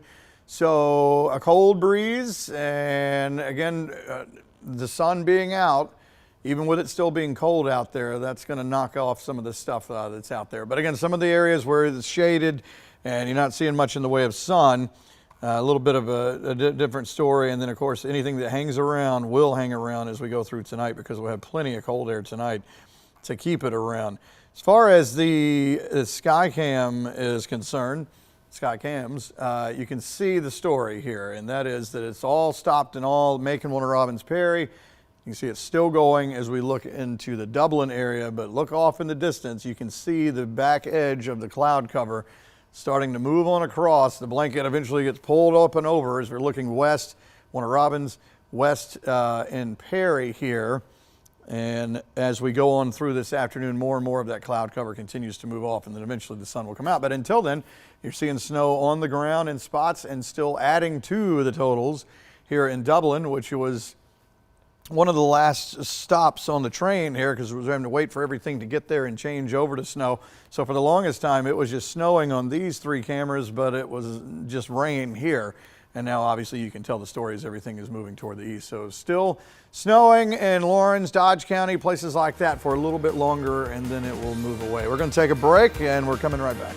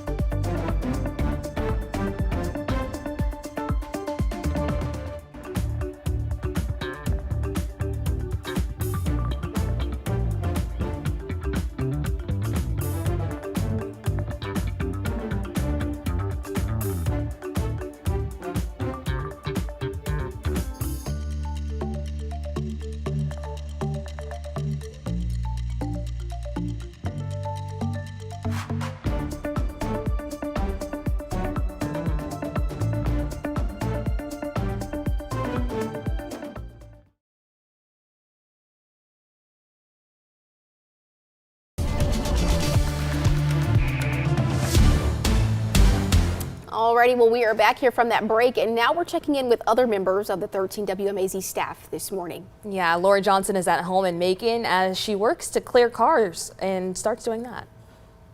It is snowing in central Georgia.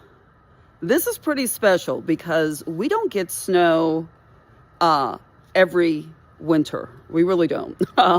We had some last year, and that we actually get snow 2 years in a row. That's pretty special. And it's on a Sunday, which, makes it nice. Folks aren't rushing trying to, go a whole lot of places. People trying to get to church, of course. But you don't have the rush of kids in school and parents trying to get to work and all that good stuff. So this is what my backyard looks like. Really pretty.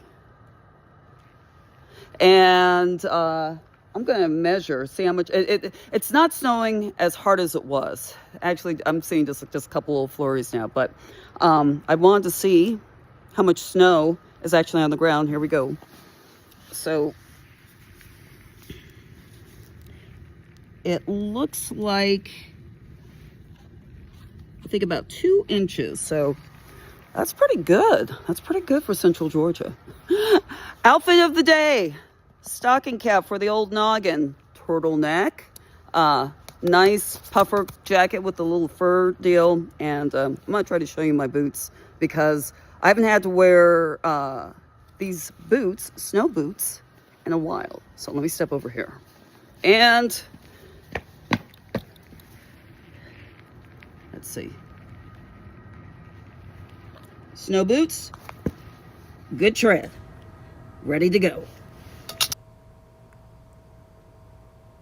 Alrighty, thank you so much, Lori. Always good to see everyone from the team out there showing off what they're experiencing right now. Of course, all of you at home have also been helping add to our coverage this morning, and you've been sending us your photos. So we want to show you one of Jennifer, Chris, and Savannah Woodard having some family fun in the snow over in Perry. And that'll, of course, be a day they always remember. And here's a great shot of Ben Hall Lake in East Dublin. That's from Carl Russo. Of course, we also want to take a look at Liam and JC enjoying the snow in Eastman. They look like they're having a blast. It looks like they have the little truck out there that they're driving through the snow. So they're good drivers. Of course. And here's PJ Keene with an impressive snowman out in Henderson. Of course, thank you so much to everyone for sending these in. And as this storm continues rolling through the area this morning, we have had some phenomenal reporters out there, bringing us updates. And so we want to send it over to Hunter King to talk about how it's impacting your area. He's in Warner Robins, I believe. Yes, Carmen, Megan, the whole crew back at the studio. While y'all are nice and warm inside, I'm out here nice and cold making a snowman here. Let's see if I can get the arms in. There's one arm and there's another arm. How about that? Hey. Listen, that's probably about as good as you're going to get from me out here, but we got about an inch of snow on the ground. We're just off of Russell Parkway here in Warner Robins, and this is the type of snow that we've seen. It's pretty tightly packed, ice-like. Lori was saying it in her video just a moment ago that it's not really snowing at all anymore. That's pretty much what we're seeing here. The snow has moved out of the area, but for folks who are just waking up here on this Sunday morning, it's nice to come outside and see that it's still sticking around. Now, I will say I'm looking off in the distance and we're seeing that cloud line kind of clear, and I'm seeing daylight behind me, which is I will say, after being out in this all morning, it's nice to see the sun behind me. So we'll keep you updated and we'll keep an eye on the roads as the day goes on. But it's been a fun day out here, me and the snowman having a good time, guys. All right, Hunter, thanks so much. I mean, I think last time we saw him, it was just a completely white background, and now I was able to see patches of grass kind of peeking through. So definitely see that clearing on out, and we will check back with him, later on in the hour. And we've got lots of help this morning. You just saw a video from Lori, so let's see what Frank is up to. He's at home. He took a quick video for us showing us some of those snowy conditions outside. Take a look. All right, the time has come to venture out. Oh, who knew? Oh, let's on the roof, on the ground, not really on the sidewalk, which is kind of neat. All right, gonna make my way around to the car. 2 years in a row, Central Georgians. Who knew that we would actually see snow 2 years in a row? Now, last year, remember, it was a lot of snow. I don't think we're gonna get as much this time, but there we go. And the one thing you notice when you're out and about in the snow is how quiet it is. You don't really even hear the birds. You can just kind of kick back and enjoy Mother Nature's beauty. Hey, we all need a snow day, don't we? Woohoo! Enjoy, Central Georgians. Alrighty, well, I hope everyone is having as much fun as Frank is out there. And right now, we're going to go ahead and send it over to Chief Meteorologist Ben Jones. See, adults or kids too, they like to play in the snow. Good stuff. Check this out. The winter storm warning counties have been trimmed back. We just lost a ton of them. So the vast majority of our area no longer in that winter storm warning. Lawrence, Dodge, and Wilcox, the last ones. And of course, these were always advisory counties, meaning probably not going to see as much in the way of snow there. So that is showing how this is wrapping up little by little. Here is a look at the radar shot, and this tells the story as well. The last little bits coming on across, again, think of it as one big precipitation area that's just running through freezing temperatures, all right? So if you saw this and we weren't freezing, this would just be one big green swath of rain coming across, but it's kind of cool. It shows you, well, it's more than kind of cool, it's cold. It shows you where the cold air is as it's been running through it. It was snow, it's leaving that zone and turning back into rain here as it comes on across. So this is what the models were showing. Pretty much Washington County, parts of that, Johnson County, and Lawrence, about the last little bits. I don't know if you're seeing a mix, Telfair and Wheeler, you might have a little bit of that, but most of this should be rain. You may get a little bit in the way of flurries as this is coming across, but the vast majority of this is wrapping up. As we look at the big picture here with the satellite shot, again, Hunter was just talking about it, that the sun was starting to come out. Yes, we are looking, and I'll show you on the sky cams in a minute. You look off toward the west, and you can see underneath this cloud deck and start to see blue sky back here. So probably Upson County, definitely I would think now in the western half, and eventually, you know, as we go east, Monroe, Taylor County, Crawford County, places like that are going to start to see the sun. So obviously that's going to start to melt some things off. Things that don't melt, areas that will be maybe more in the shade and some spots, low-lying areas, you know, that maybe are away from the sun. Obviously you're going to keep some of that. And then as we go through the evening time tonight, whatever is still left will refreeze because we'll be in the 20s. All right, let's take a look at the Skycam shots. I was talking about them just a little bit ago, and again, it's a flip from what we saw earlier today. You can see clearly up underneath, that's the back edge of the cloud. So for those who are wanting to keep playing in the snow, this is the clock right here. So as this starts to come on across this way, the sun's going to start to come out and do its thing, and we'll see how much is left for later on. But still snowing in Dublin for right now, still pretty out there, adding more to the grass. And again, that'll continue for a few more minutes, and then the back of that will start to come across. So it's amazing how this happens. And it comes in, goes for a few hours, starts to move away, and the clouds start to come across, sun comes out, and just like that, it can look like it never even happened, except for some areas maybe that are in the shade. So enjoy it while it lasts. The Macon area, we're looking east right here. It's the reason why you're not seeing. If I turn the camera around, we'd see the same thing, which is the back edge of the cloud cover there. So the sun will start to come out, and the wind will be a factor as we go through the day today. Wind gusts that could be easily 20 to 25 miles per hour coming in on the backside of that front. As far as the current numbers are concerned, we are seeing still numbers that support snow on the ground. And you may again be looking going, how is it that we had snow when it was 33, 34, 35 degrees at times? Again, in the upper levels of the atmosphere, cold enough to make snow, and then it drops into the surface where we are above freezing in many spots there. But it sort of reinforces itself and sort of turns it into a freezing area, sort of drags it down from the upper levels of the atmosphere and then becomes super cold here. So we do have numbers that are right around freezing. So if it were not for the sun coming out in a little while, we may keep a good bit of this on the ground. As far as the wind is concerned, I talked about that's going to start to pick up, and you can see the yellow and these wind arrows are coming at you a little more. The numbers are still only like 5 to 10 miles per hour, but I think we're going to start to see wind gusts as we go through this afternoon get above 20 miles an hour. And we can see that on the future view model. First, I want to show you the graph just to show you how this stuff leaves. You can see again the back edge of the clouds, the last little bit of snow here. As we go forward, it does start to peel away, and then again the sun starts to come on out. And as we look at the temperatures, again kind of calling for maybe low 40s. We'll see if that happens as we go through this afternoon. Depends on how much sunshine we're going to get as this stuff is moving through. And then as we go on through tonight into tomorrow morning, again, the graph, for whatever reason, a lot of times just does not like to go too low. It's showing 32, but I think we're going to have some mid-20s to start the day tomorrow. And then there's a look at tomorrow afternoon and tomorrow night with absolutely no pauses, and that looks great.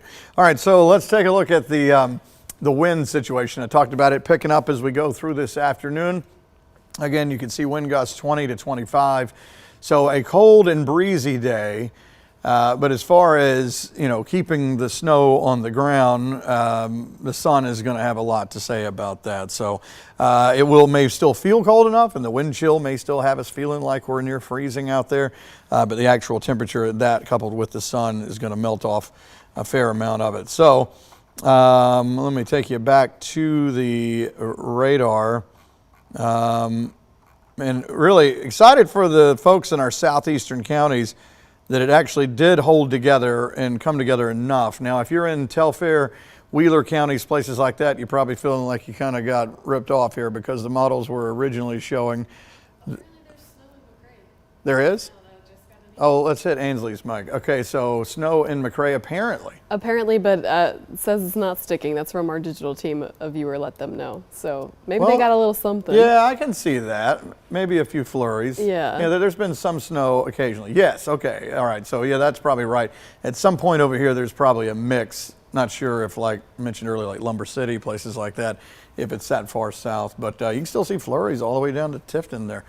What is it you have? Oh, you have January snowfall past 10 years. I got a little history for us. Let's do a little Just breakout. on the tail end of this. It's kind of a rare situation that we've had back-to-back years of snowfall here in central Georgia. So I thought I would just kind of touch on that because when we look back at the past 10 years in central Georgia, we really only had 2 out of the last 10 years where we've had notable snowfall. So back in 2018, we had a year kind of like this year where we had around an inch in snowfall. This is for the Macon airport.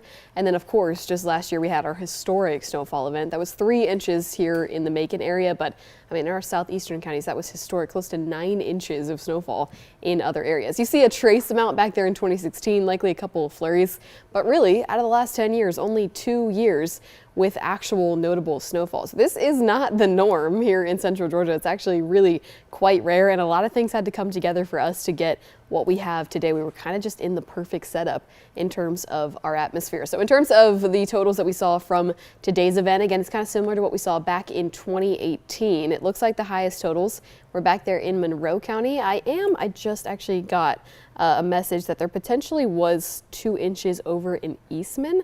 That would be pretty impressive. I'm not sure what the status is on that. I'll kind of check on that after I get a little more time here. But the latest update is 1.5 inches over in Washington County. So decent amounts all across the board. And we'll keep talking about this coming up. Carmen and Megan. And Ansley, thank you so much. Alrighty, so we're going to change gears here now. We have Putnam County Sheriff Howard Sills on the phone. Mr. Sills, thank you so much for calling in. What can you tell us about the conditions right now in Putnam County? Well, unfortunately or fortunately, depending on how you look at it, our snow is rapidly deteriorating, going away, melting. We had the official sheriff rulers showed 1.25 inches on my back deck. So, but it's going fast. Mr. Sills, I know that you and I got to touch base. This is Carmen. We got to touch base yesterday, and you told me that your crews were going to be on standby with vehicles and chainsaws, equipped. How does that preparation change going into tonight with the possibility of black ice? I obviously will, we'll notify the road department of course if that occurs anywhere. I don't know. It seems to be moving away pretty quick, and I don't think that's going to be a big issue. But if we do detect it, when deputies are out on patrol tonight, we will notify our public works, and I'm sure they will do something to mitigate the issue. Alrighty, Sheriff Silson, before we let you go, is there anything else that you'd like to share with us this morning? No, enjoy it before it disappears. Well, there you go. Yeah, enjoy it before it disappears. Yeah. That is true. Alrighty, well, stick with us. We'll take another look at those winter weather conditions right after this.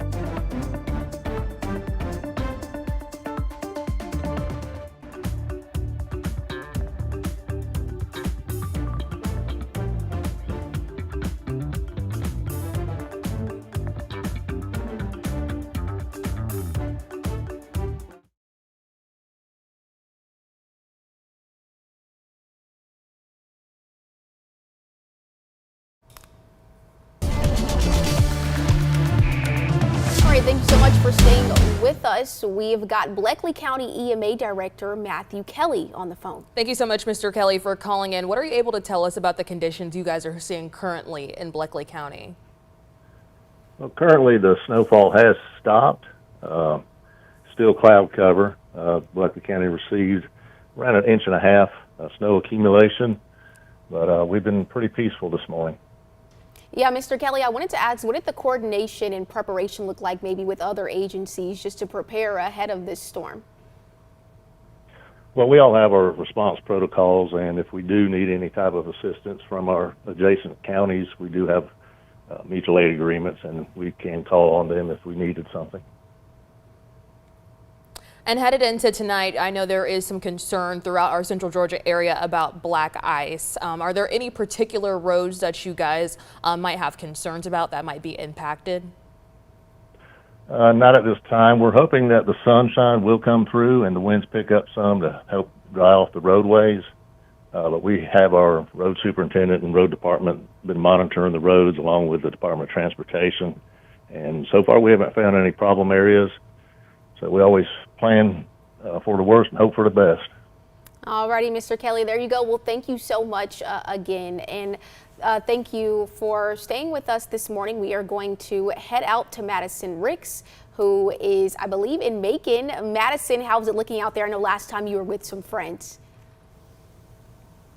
Yes, I am still in Macon, and as you can see, it's not snowing anymore, but it's still snow on the ground. It's melting, and my feet are wet. I chose the wrong choice of shoes, but that also is telling you that the snow is melting right now, but you can still pick it up. So if you still want to have some fun, you still have some chance to put something together, a snowman, a snowflake, or whatever you want to do. So, but yeah, we've been following all morning, and You know, I've seen it from the rain to the snow. So this is the snow in Central Georgia. And I actually want to bring in Ellie because we've been, she's been wanting to throw snowballs at me all dang day. So she's been wanting to do snowballs, and she's been having girls, and she's been wanting to have a snowball fight. But it's also showing you that you can have fun in these weather conditions, but still be safe. But we'll send it back to you. But I'm reporting live in Macon, Madison Riggs, 13 WMAZ News.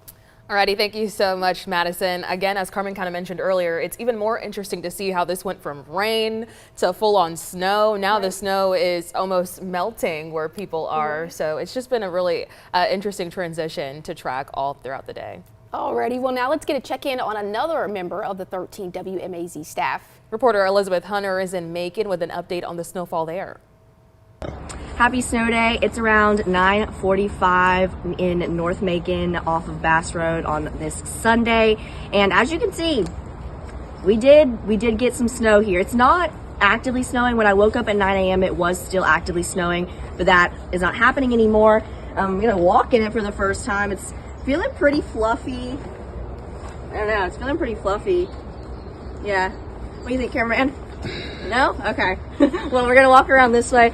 The cars are covered in snow, but as we get to the road area, as we were walking around out here, it's not icy. Most of it is watery. Obviously, we haven't been out on the main road. We're taking safety precautions. We're gonna stay at home today, as you should too. And so we're not taking our chances out on the main road, but right now in our parking lot, we are doing fine. I did see one car driving back and forth this morning in the parking lot, and it seemed to be going okay. But really, guys, do not take your chances. Happy snow day. Stay inside, stay warm, and enjoy it. Alrighty, and we want to see some of those photos that you guys have been sending in to us all morning long. So let's go ahead and get a look at those. We have Grayson and Griffin out in Dodge County. Look at this. How this is the cute. cutest thing ever. I love, what is he dressed up as, a bear? I think so, and it says it's actually Griffin's first snow. Oh, that's so exciting. So exciting, yes. And here we have Kinsley's first snow. How awesome is that? She's in northern Wheeler County. I love her little snowball. Let's take a look at Andre and Ashton with their snowman in gray. This is a pretty big snowman too. Oh yeah. And finally, here's Nova having a blast out in Eastman. Again, thank you so much for sending these photos in. I mean, they are just awesome. So let's go ahead and send things over to Chief Meteorologist Ben Jones. All right, loving seeing those pictures out there. Yeah, the sun about to come out here in a little bit. In our western counties, it's already happening. Again, you can see the back edge of the clouds as we look west in Warner Robins. Same thing looking west in Perry. And if I turn the camera around here and Macon, I'm looking east. But if I look the other way, the sun would be coming out as well. Now, the temperatures are still right in a good spot to keep this on the ground. We're still sitting around freezing in many spots, but obviously once the sun comes out, it's going to start to change things. So some of the areas where the sun may not get to, shaded areas, low-lying areas, places away from that, may hold on to it. And if you can hold on to some of it long enough, once we get into tonight, it'll definitely stick around through the night because we're looking at mid-20s tonight. Okay, so even the Dublin Skycam now does not show snow falling anymore. That was one of the last stops on the Skycam train. Here is a look at some of the numbers. And again, you can see close to freezing still in many spots. And even with the sun already starting to come out in places like Thomaston, we're still holding steady with those low 30s. But again, the sun is going to do its thing. As far as the wind is concerned, why am I talking about that? Well, that's going to become a factor as we go through the day today. As these clouds start to clear on off toward the east, a northwesterly breeze will come in behind it, maybe 20 to 25, and you can see that in the yellow shaded area. So you can see the wind arrows too. They're kind of kicking up a little bit. That will become a story as we go through the afternoon. And even though we may make it into the low 40s, the wind chill should still feel like 30s, maybe even close to freezing. As far as the winter storm warning that was out, a lot of counties have been dropped from that.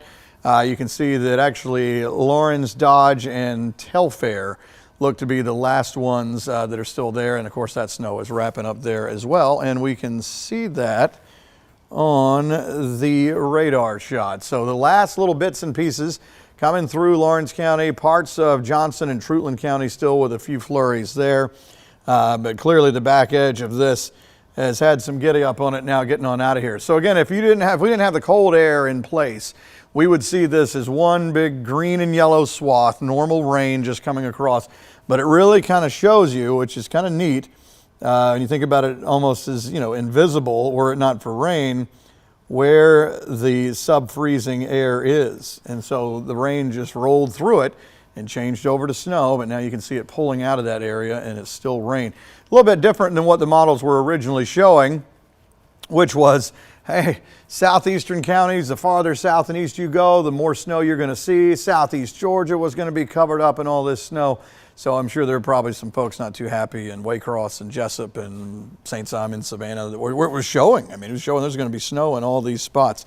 How about the numbers? Again, as I was mentioning to you, still with the low 30s on the board in many spots out there. And we'll see what happens as we go on through the afternoon once the sun starts to come out. I showed you there on the Skycam shot, the back edge of those clouds. And you can see that coming across. So that's when we're looking west with the Skycam. We're seeing underneath all that. Again, the sun will be coming out. That's the latest here. It looks like we're about to wrap it all up. The last little bits of snow cruising on off toward the east. Guys, Carmen and Megan, I think we're going to go back to you. Alrighty, Ben, thanks so much. Well, as we head towards noon, like he just said, we're going to check in with Hunter King one last time. He's been in Warner Robins. Hunter, how's it going out there? Well, it's still cold out here, Carmen, but it is looking like the sun is going to start peeking through here probably within the next 20 minutes or so.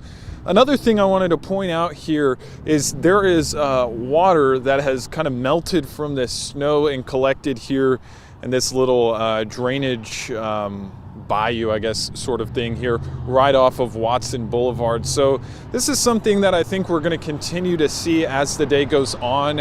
As this snow starts to melt, it's going to start accumulating in some of these shallower spots and maybe on some shaded parts of the road, as Ben and Ansley were telling us this morning. And also, you can see traffic is moving just fine out here. People are hitting the roads. We're right here next to the Target off of Watson Boulevard, and people are going in and shopping. And it's another Sunday for folks, just with some snow on the ground and some cold weather out here. But it's been fun to cover all morning long, and good to see some folks that are able to get out as the roads are kind of thawing out as the day goes on, guys. All right, Hunter, thank you so much. Thank you. Such great updates all morning. And of course to Madison and Ellie as well. I think we're going to go ahead and toss it back to Chief Meteorologist Ben for one last time this morning. Yeah, good. You see that snow melting into the drainage bayou there. So as we as we go through the morning, by the middle of the day, we'll start to see more and more of that. Hey, Ansley, I just want to check in with you for a second. I still see question marks on your board over there. What do you have? We do have some question marks still across the map. I'm just tickled by that value comment. We're waiting for a couple more areas to kind of see if any more reports will roll in, but you just saw that there's still plenty of sunshine out there. So anything that we still have, unfortunately, is starting to melt away. So we'll call these right now until we get more information from the National Weather Service tomorrow, kind of our final numbers for the day. Obviously, the highest totals were over in Monroe County, around 2 inches of rainfall or snowfall. In the other areas, we did have up to about 1 inch to 1.5 inches. So pretty decent totals across most of the areas that did end up getting some good snowfall. Obviously, still a lot of unanswered questions down in our southeastern counties. Like I said, the National Weather Service will be compiling all the information that they get over the next couple of days from viewer reports, from their own surveys and things like that. So hopefully we will be able to kind of fill out this and a more official map as we go through the next couple of days. But overall, one of the best snowfall events that we've had over the last 10 years. Obviously hard to beat last year. That was a historic event across our area, but we did end up seeing at least a substantial amount for most places here in central Georgia. Now heading into the rest of the night, I know there is some questions about potential refreezing. It looks like the sun is on the way in. So hopefully as we go through the rest of the day, sunshine, some wind can kind of heat up and evaporate anything that's left out there, because through the rest of the day, we see this model play this through. We're pretty much clear through the rest of this evening and then overnight tonight. So yes, temperatures will be cold enough tonight to support some potential refreezing, but hopefully a lot of that moisture will be able to evaporate